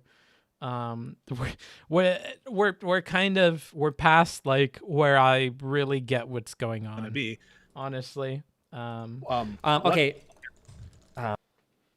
Like, I don't know if Pisco's still in the chat, bro, but I'm low key confused. Okay, okay, I understand where you're going with this. This is gonna get really complicated. So, to spin up an example, let's say that I go to eat a cheeseburger, but I know that when I do that, someone else is gonna kill somebody because by eating that cheeseburger, I'm gonna make them starve to death, and they've got to go out and kill another person in order to do it. Well, now, right now, I know the consequence. I know the outcome. People respond predictably, right? At that point. Okay, this is going to get really complicated. I'm looking at the last stop for who has agency in any given decision. I don't know if I would say the person at the end of this is meaningfully making a choice because they're doing something that determines whether they live or die. I would say that last person has been robbed of agency. Therefore, you're the one that has the responsibility now. There's no more flow through agency there. Okay, so agency stops at death. When the threat of death is applied, people are always going to pick the opposite of death. I wonder if he's ever seen ReZero. I would be interested to know if he would compel Subaru to kill himself, knowing that he's going to be reincarnated, or having faith that he's going to be reincarnated. I wonder if he would obligate Subaru to, like, fix everything and kill himself when it doesn't go right. Because he's drawing it at the point of death, that if this person was going to die, if they were going to starve to death, then they kind of have to make that action. So I wouldn't you know, that's not really like a moral actor anymore. But I wonder if like if death wasn't finite and you knew that, if it would be different. That's just like a brain fart. I'm brain farting, dude. We're in brain fart hours now. Yeah, probably. I mean, like, yeah, like if I was to answer, it would have to be a supererogatory or whatever. Like, it would be really fucking cool of Subaru to kill himself to like fix the things that are going wrong. But I would in no way obligate Subaru to put himself through death to fucking fix that, because I think death as an experience is a thing that I have a problem with. I don't have a problem with like the finality of that death. Like I think death in and of itself as an experience is the thing that I'm trying to avoid, and not necessarily like the finality of it. But that's just me. I don't know. Destiny's next arc, he learns return by death. If you have an idea you want to communicate it. Who are you talking to? Me? I'm communicating ideas. That's all I do. I think there's a much better analogy that we can use for what they're talking about. You're in a room with a lever. In one world, you can pull the lever and a rock falls and someone kills them. In another world, I can pull the lever and an assassin will shoot someone in the head. Is there a moral distinction between pulling the lever in these two worlds? Well, if you're a consequentialist, then no. I mean, the people are dying no matter what. Who cares what the mechanism by which that happens is happening? I mean, I like to, you know, put these moral decisions at the point of sale, as it were. I think you made a moral decision when you pulled on that lever, okay, because you knew what was going to happen. I don't care the mechanism by which God decides to rob this poor individual of their life. You made a decision to put them in that situation. You made a decision to have their life robbed, and I simply cannot accept that. I don't care how many individuals you put between there and that. That's where I'm at with it, right? That would be what I... Say it one more time. So if you have knowledge... We're in meme hours now. We're in meme hours, dude. How long have I been streaming? I can feel my brain slowly turning to mush. How long have we been streaming? Does anybody have the uptime? I feel like, aren't we always? No. I think the first hour or two, I'm very, very, very sober and on top of things. But 4 hours, yeah. Right about 3.5 or 4 hours, I start to lose it, though. And I can't focus anymore. I wonder if in the future what I might actually do is once we hit 3 hours, like taking a deliberate break and doing something else, like playing Apex or something. Because I do notice that I start to lose it at about the same place. Like I can feel my brain like slipping, and it's not getting what's going on. And I don't think it's like consistently the conversation's fault or the interlocutor's fault. I really think it's like either some like cap on like my random access memory or some cap on my attention or some cap on my fatigue. But like right around 3 or 4 hours, I tend to like lose it, and it's like downhill until like 6. And that's normally when I turn stuff off.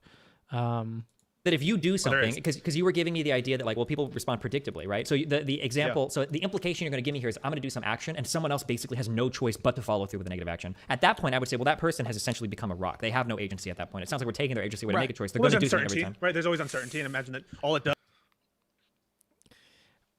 Do we need to invite uncertainty?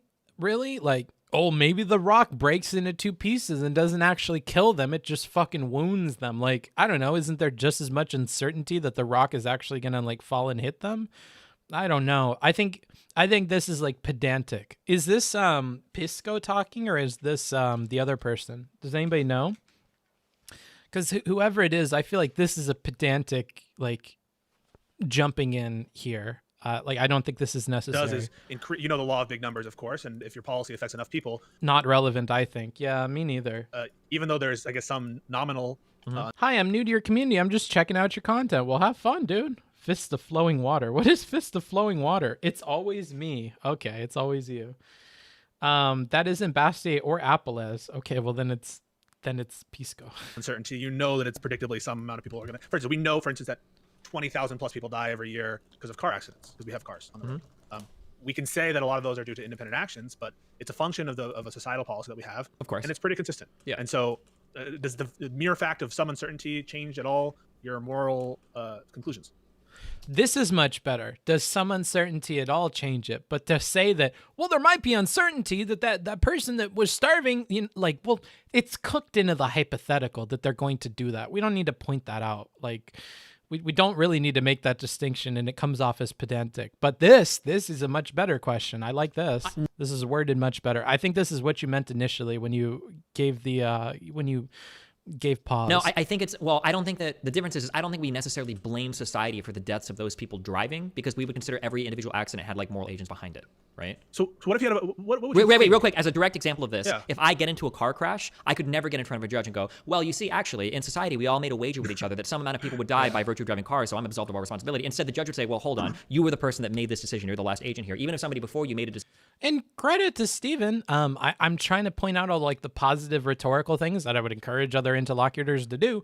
Like pro to Stephen here. If you're gonna meet that conflict that he had, or that extra thing that he had with resistance, it's going to be helpful to like give a solution. Don't just give problems. If you don't agree with the way that the hypothetical was framed, or you don't agree with the criticism of it, or yada yada, give something you do agree with, and then let's see if we can build off of that. Like, end your time with the mic not making a criticism, but in offering a solution, because that at least gives us like half a step closer to moving the conversation forward.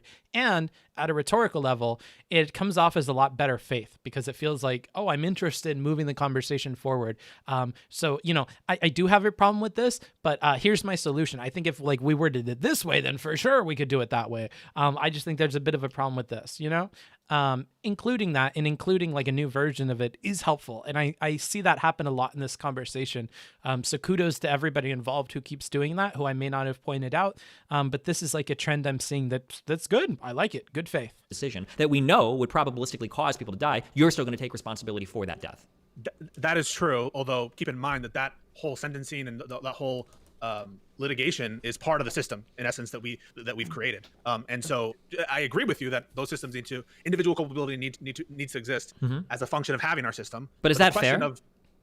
Why would we hold somebody? Let's say fair that. Mean? Well, I'm asking you. So let's say, because you're making it sound like in this case, in some ways you're making it sound like you need to accept full responsibility if you know the consequences of an action, and it's not fair to offshore that or offload that onto an agent past you. Let's say as a society we decide we're going to have cars, and by making that decision we know that I think it's 60,000 people or whatever die a year of car accidents. We know that's going to happen. Well, is it fair that we punish individuals that like get into car accidents, even if it's a DUI, even if it's anything? We know that by virtue of implementing that policy, we know that there's going to be some people that will get into accidents and kill people. Well, why are they taking the responsibility for that when we've already made that choice? The answer is you assess each actor's culpability individually.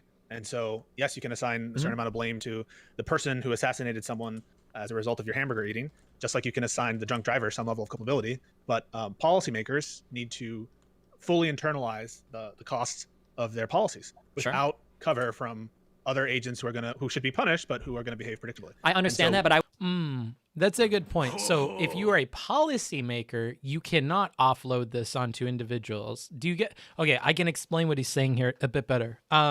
So what he's saying here is, if you are in the position of a policymaker, you are in a position where you cannot simply say, okay, so we're looking at this, we're considering this legislation, we're going to make e-bikes legal, okay? Now, we're into a slight problem. So it turns out that e-bike fatalities are at this like crazy number, and that's just in the few cities where it's been legalized. If we legalize this across the board in the entire country, it's likely that e-bike deaths will increase by this much, and we're exposing our constituency to this kind of really dangerous thing. So we got to weigh that out. And then one person on the board of policymakers or whatever goes, yeah, but you know, you just got to be safe, okay?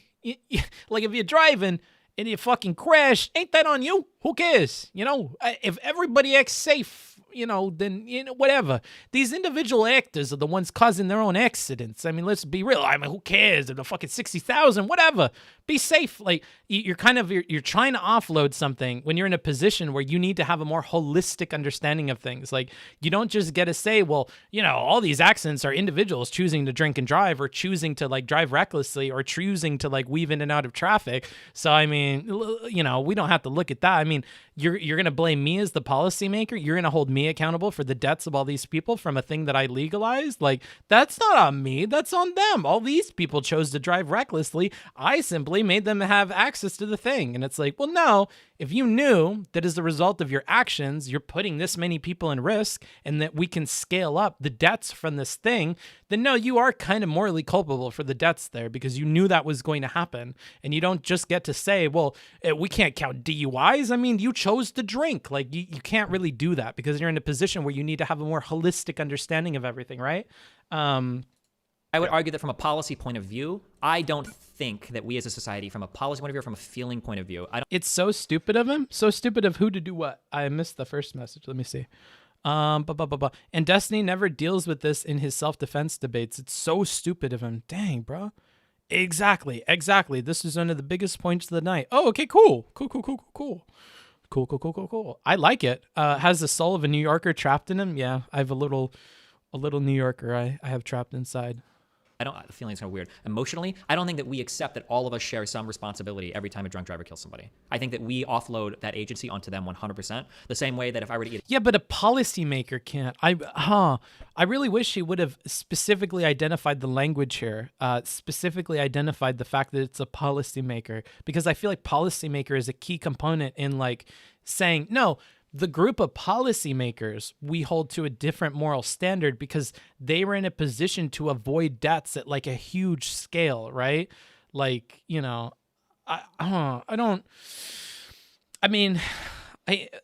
we get a pause and stuff, so maybe that wasn't as clear. But yeah, I think this example is specific enough to like point out exactly where the problem is, and we have to include that noun. We have to include the policymaker part of it, or it doesn't make as much sense. We have to focus on the policymakers because it's a really good example of people that are in a position where they can make these decisions and they are faced with this information and they need to be held accountable, you know, depending on what they choose to do. Get a cheeseburger and someone were to kill somebody afterwards, even if I was informed of that, I would offload the morality of that onto the moral agent making the choice. I would say, well, hold on, no. Even though I know the consequence of me eating this cheeseburger, the same way we know the consequence of allowing people to drive cars, we are still going to assign 100% of the weight on the assassin that kills somebody after I eat the cheeseburger, or for a person that chooses to drive.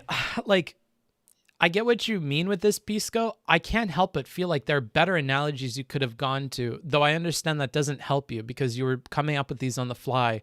But I really feel like what he's focused on is such a clear example of what he's meant to do, or what he's getting at. Like, somebody else arbitrarily chose to like take decisions he made and add extra ramifications onto them. Whereas what you're talking about is like people were very clearly faced with like consequences at a huge scale, and they're choosing to consider it or not is your problem. And like they have to be held to some level of culpability, and that culpability is likely, you know, I don't know how we measure how much culpability, but there is some there because they knew it was going to happen. They should have considered in the policy making. I don't know. Like something doesn't feel right here. I feel like there's a disconnect in these two things. I wonder if this will get resolved though. Drive drunk. We're not going to assume their agency just because we're putting them in a situation where they might make that choice. I think it's undeniable that people are going to. The other thing is, the more that I listen to Steven's opinion here, the less that I feel like I am on board with it. Like, no, I don't think you just get to offload it, you know, because you don't get to offload it in society like Pisco is getting at, right? Like, I don't get to like offload my vote for war and the people that are going to die as a result of that war onto soldiers and go, hey, they should have peacefully captured those areas. Okay, I signed up for war. War could be anything. Those soldiers out there chose to fucking rape and pillage and do whatever. Okay, I didn't tell them they got to kill every fucking Afghani. Okay, I told them they need to be fixing this shit in the Middle East. All right, like that's not on me. How, you know, there's other people. I'm not out there shooting a gun. Come on now, I'm shooting at nothing but, you know, fucking raccoons and squirrels. You know, like I don't know. Yeah, I don't know. I'll let this play out because I think I'm rambling. To internalize and attribute different moral blame differently. You were talking before with vegans about how much moral, or you were differentiating, I think, between a vegan who ethical vegan versus like an environmental vegan. Right. Yeah. And I'm sure that people's perceptions of their culpability would change depending on their reasons for doing things or what the specific circumstances are. Yeah. But I think, you know, we're splitting some hairs here, and all I'm trying to get to is that when we're taking into consideration policy, whether or not the policy is wise or not depends on facts and how the world will react to that policy. Of course. If we have the crime bill, if we think it's going to be very successful because we have one view of the world that turns out to be incorrect, and it turns out that policy is not helpful, our conception of that policy would be drastically different. And that is true of self-defense, of property, and of anything. Yeah, I think everybody. Time to check in with my chat. Hope you guys are good. All right. So, like I've said before, and if you're just joining us, every hour I take an opportunity to go ahead and talk to the chat and see where you guys are at with things. I want to open the floor by saying, is there anything that was confusing? You felt like I got wrong? Any technical problems? Let's get the negatives out of the way first. If there's anything like that, let me know. I'm going to be in the chat, and we're going to kind of catch up a little. Ooh. And shooting Cheney. What the fuck are you guys talking about? A bit different with war, since leaders aren't just allowing soldiers into the war zone, they're in command of the soldiers and responsible for their behavior. I mean, you're going like an extra step further. I'm talking about the relationship between a voter and the people that die as a result of their vote. I'm not really jumping into that leader shit. Celebrity boxing match, you versus me. I don't know who you are, dude.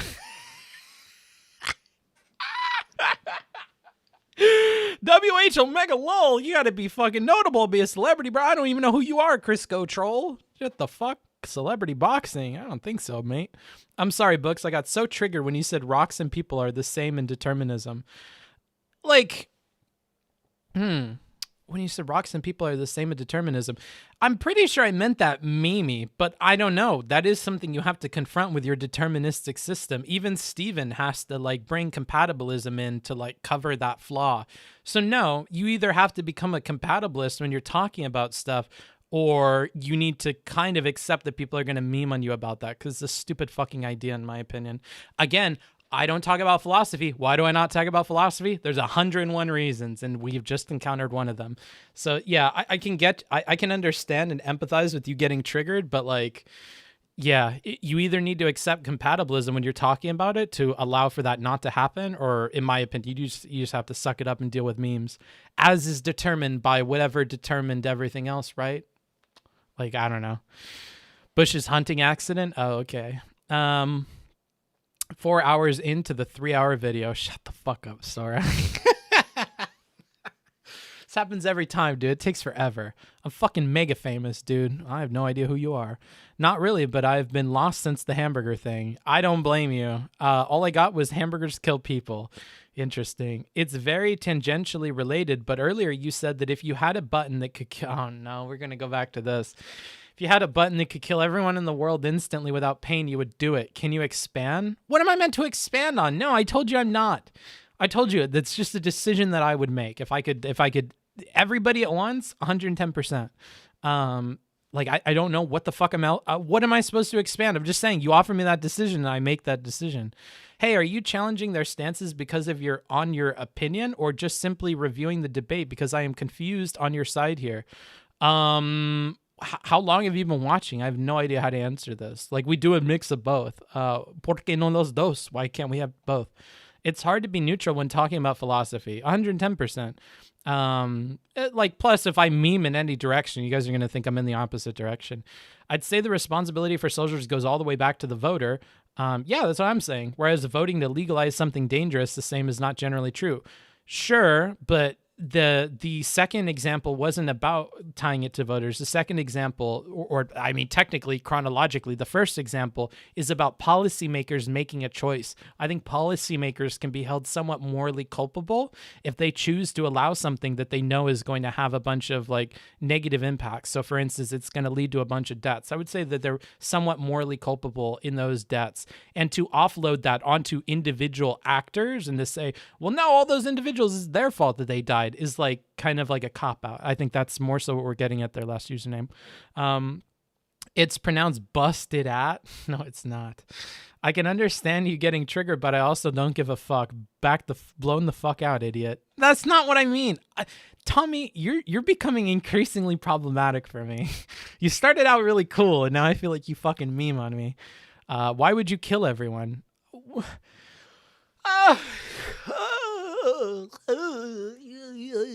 Because I would. What does it matter? Why do you care? Just hope I never get behind a button like that. That's all I gotta say, dude. I don't know. People are fucking blight on the earth, dude. I think a reset could be okay for the earth. Booksmarts, we determined that in the hamburger analogy, the cow is morally responsible for being butchered. Okay. The reason why you would murder the entirety of humanity is probably the expanding that they're looking for. Yeah, I know it is, but I just think people are bad, dude. I just think people are bad. Holy shit. His site is fuck you. Clipped and shrimped. You fucking... Shrimp clippers. You shrimping me. When your dating app says you're not a compatibilist, why would you make that decision to press the button? Because it stops all suffering and does the inevitable? That's a much better answer. I'm going to steal Main End's answer. I would press that button because it stops all the suffering and just does what will inevitably happen. I mean, what do you think is going to happen with the heat death? I don't think we're going to figure that out. I mean, it's going to happen either way. Come on. I like it, dude. Gotta have fun. Memes are appreciated, even if we misunderstand occasionally. True. At Booksmarts, your 3-hour break. I don't want to be unreasonable because I don't know what my tastes matter, but I personally dislike jumping from deep intellectual content to gaming. Is there non-cognitive content tangentially related? No, because my brain doesn't work like that. My brain needs a break. I can't just be like, oh, this conversation is getting real heavy. Let's go ahead and read Kant, shall we? Let's go ahead and do an analysis of the most recent ContraPoints of it. Like, I can't just cover fucking other big brain shit, dude. I need to do something like not big brain, and then I'll be okay. Like, I need to give my brain a break. I'm pretty sure it's brain related. If you were to write a book, what would it be about? Communication.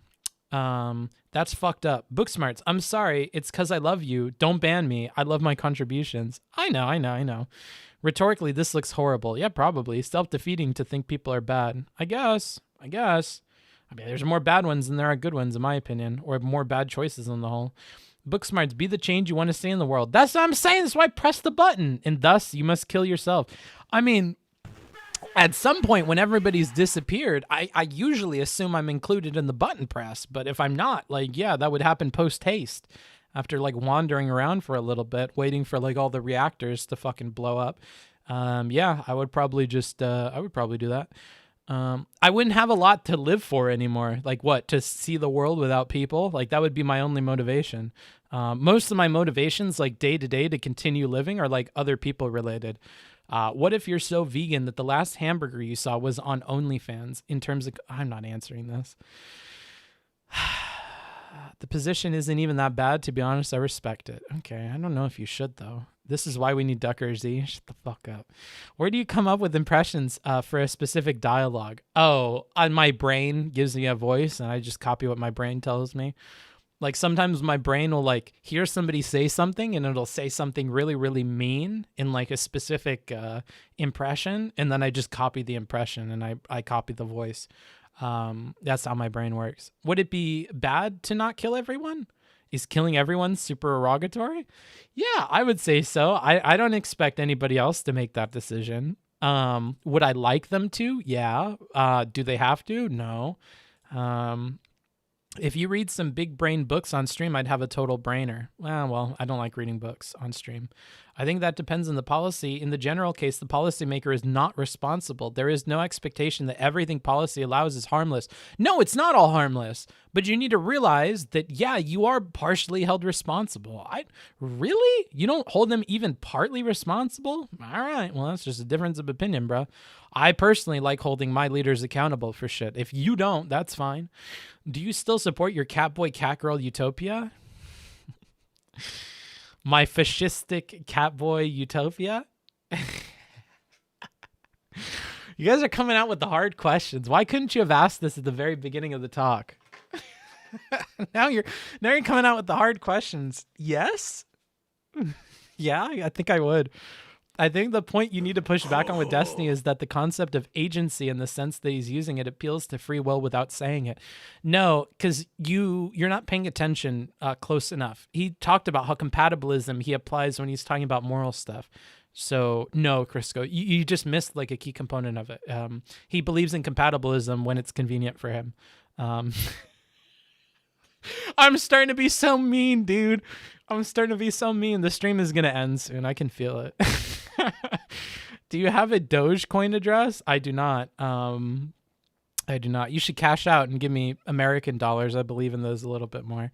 You're not a robot. It's cool vibing to decompress after big brain mode. Yeah, I know, but it's not what my idea of like a good streamer is. And I've been trying to be like a good streamer. I've been trying to think about that and like be better. And if I'm a streamer that's meant to like review content and to like do it in the best way I personally think possible, I think it's probably good to like not because I think the more that I meme, the more it takes away from like very serious positions and analysis that I made. Like if I start memeing now and last username is like, wait, you said this, but you said this, like I'm opening the floor for those kinds of criticisms by memeing after I just gave what was my actual take. So like I try not to do that, because another thing is my humor, I like, and if you talk to anybody who's friends with me in real life, they'll tell you this. I like poking on buttons of people. And I have had to work my entire life to stop doing that. When I see that somebody has a button, I love pushing it. I love bothering people, dude. I fucking love it. So I love seeing people upset, and I have to like stop that. And like, that's why rhetoric is like super important to me, because I would do that so much that I wasn't even aware of it. I would just piss people off. It's like a super bad habit to be in, but unfortunately it's like a habit I have. And as I start to get more and more fatigued on stream, I think I start to lean into that a lot more, and I start like riffing. But my version of riffing is like really fucking mean, and it's not even in line with like what I believe. It's just like I think it's funny, and it's I think it's like counter to what I want to do. So if I think if I did that, I would stop trying to be a serious commentator on discussions like this, or like put up a sign that says I'm memeing, stop taking me seriously. I wonder if these arguments/debates would be more productive split over 2 or so days. Yeah, probably. Learn a lot from hindsight, and the topics would be more fresh in mind. Yeah, probably, but it would also take forever. I think you would be interested in Alan Watts. I like Alan Watts. He's cool. He's a bit of a drinker, though. Oh, wait, we have that one. ¿Dónde estás el donde? What? What is el donde? Where is the where? I don't know what that means. Dodges the question every time. What do you mean? What question? Oh, yeah, I remember book club. Book smart. So if you get access to the nuclear codes, you're sending everything? No, because it's not the same thing. Like, you don't guarantee everybody is gone at the same time without any kind of suffering with nuclear codes. That's very, very different. This is what I mean by, like, that's the whole point of why I bring that up, is that when something is at the extreme, your response doesn't necessarily carry over past the extreme. My decision is totally based on no suffering and everybody at the same time. And if those conditions aren't met, that decision doesn't extend to anything else in my philosophy ever. It just happens to be like one point that I know about that like I can go to and use as an example of like why it matters to look beyond just the extremes, because you can look at 0.0000000000001, but until that gets to 0.0 or 0.0, I don't care. Like the decisions are completely different. Is your hand okay, by the way? Yeah, it is. It ended up being okay. I put burn cream on it. I was fine. I love this time of streaming. It works well for EU people. That's good. At Booksmarts, I'm not sure when you started doing this. I only saw it last stream, but I really love this deliberate break every hour. It really nicely takes care of chats and rabidness to respond in time to something you say, while also removing the consequence of chat not receiving the full content. Yes, I completely love it. Takes your personality into account and realizing you need breaks in a way I think a lot of streamers don't recognize, and instead just try to do the cookie cutter stream infinitely until they pass out and turn off stream. I love you. You're back on my good list. This is exactly... I love that you put it into words, because I can't say that, or I'm an asshole. But yeah, that's how I feel about other streamers too, is I cannot imagine that they do a good job. I cannot imagine they do a good job without taking breaks. And I think if they don't recognize that, then like they're purposely making choices that are like hurting their content. I think you need to have breaks if you want to like maintain control over yourself and like try to do something that's outside of your like natural inclinations, right? So I'm trying to be super faithful. I'm trying to be charitable. I'm trying to make sure I don't fuck shit up. There's no way to do that without taking breaks, in my opinion. I would need to be God or Dr. K. Like I would need to like be the fucking monk meditator to like fucking, you know, hold a sense of neutral the entire time. Gives good consistent interaction with more thought out questions. Yeah, that's the other thing is chatters are not very good in the moment. Chatters will just say shit. And it's the superrogative if they are cool, but most of the time I expect that they're going to be shit. People have shit takes and they need to hear me complete an idea before I want to hear their opinion about it. So like, yeah, it also helps keep the chatters accountable. And I think if they have to write something down, they really fucking meant it. And they had to sit there in front of it and listen to the rest of what I had to say before they did that. Why do you like pushing buttons? I don't know. I take it up with God. Or my therapist. Good point that you want to keep the deep material more pure. Point is, though, not to force yourself so hard that it's no longer fun and you become depressed and it bleeds into streams. True. Yeah. And usually I do that before the stream. I try to make sure that I'm in the right mental space. And that's why some days streams just don't happen, because the next stream that I want to do is an analysis stream and I'm just not in the right headspace. So I fucking go do other stuff. Do you think laziness is immoral? Yes. Fuck, I feel like that's gonna get me in trouble. But yeah, do I think laziness is immoral? Yes. Bookfucker secret stream Pagu. Back in the good books, boys. Okay, I enjoy these breaks with chat. Poo poo pee pee. Okay, I think we're done with like good chat takes. So, Kush vibes hit me with the question marks. Yeah, Kush vibes. You're probably sweating bullets right now. Booksmarts thinks I'm immoral because I just fucking smoke weed and sit at home all day. Fuck. Oh shit. Wait, explain why it's immoral to be lazy. Nope, we're past our time. And as a matter of fact, I think we're past our streaming time as well, because I don't know how long I can continue to be charitable to the conversation, like I said. All right. But the video, Pisco, we go as long as I can. The good parts, that's your fault, motherfucker. I think you did plenty good at the beginning. I think if anything, we're getting worse over time with this, but it may also be my charitability going out the window. I can't finish it, guys. I can't. I need to go do something else. I'm tired.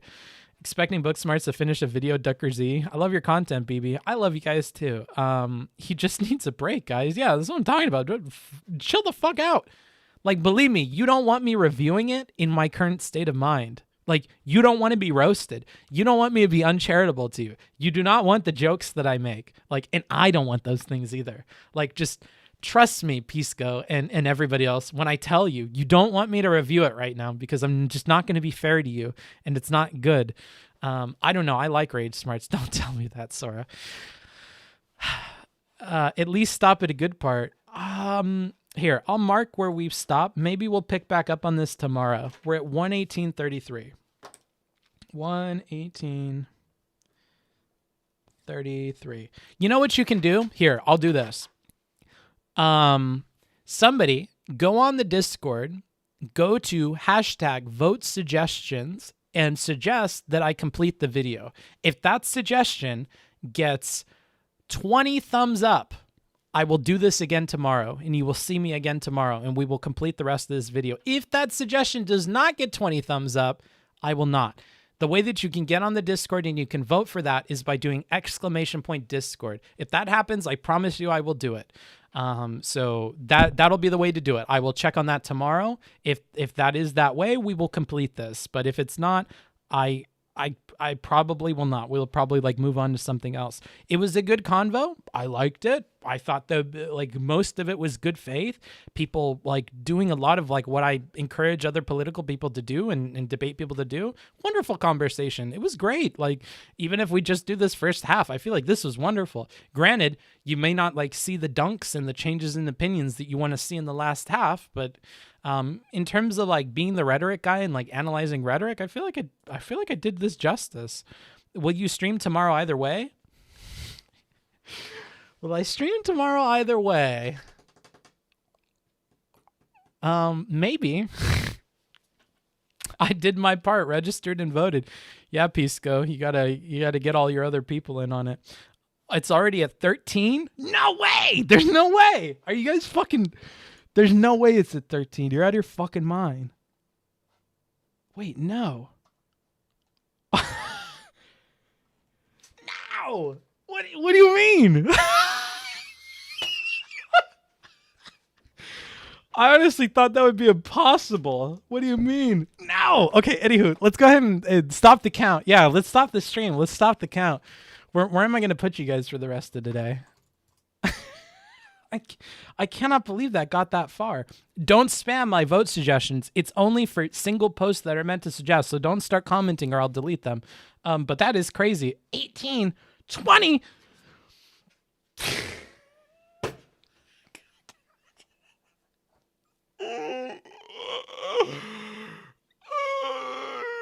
Okay. All right, we've hit 20. Let's pick a time for tomorrow then. Let's think. All right, tomorrow, 5 p.m. Pacific Standard Time. I will be in the office. 5 p.m. PST. Hey, Google, set an alarm for 4 o'clock p.m. tomorrow. Okay, so I'll wake up, I'll take my shower, I'll head in. All right, I'll see you guys tomorrow at 5 p.m. Pacific Standard Time. Let me find a place to put you guys for the night. Let's see. Where do you want to go? Do we want to big dick it and raid Destiny or what? What do we want to do here? Oh, Supreme's on. Let's raid Supreme. Easy, dude. Easy choice. We're gonna raid Supreme. If you guys don't know Wicked Supreme, he's based. He's like he's an old man who is very, very intelligent, very, very based. You're gonna enjoy it. He puts a lot into his stream. He's constantly doing voices. He's in character. He's like, you know, I think he's fun as fuck to watch. I'm surprised more people don't watch him. You guys will have a fun time there. Wicked Supreme. All right. Have a good time, everybody. Hope you enjoyed your stay. I'll see you tomorrow at 5 o'clock p.m. Pacific Standard Time to continue the rest of this review. Hope you guys enjoyed. Hope I was fair. It's kind of what I'm going for. And, you know, to keep up with that, I have to take breaks, unfortunately. When I feel my brain going, I have to. Have a good time. Tell Supreme I said hi. And, yeah, enjoy your stay. Be nice. See you guys later. Live a good life. Don't press the button. Don't murder everybody. All right. There you go. Doobie has nothing to do with this.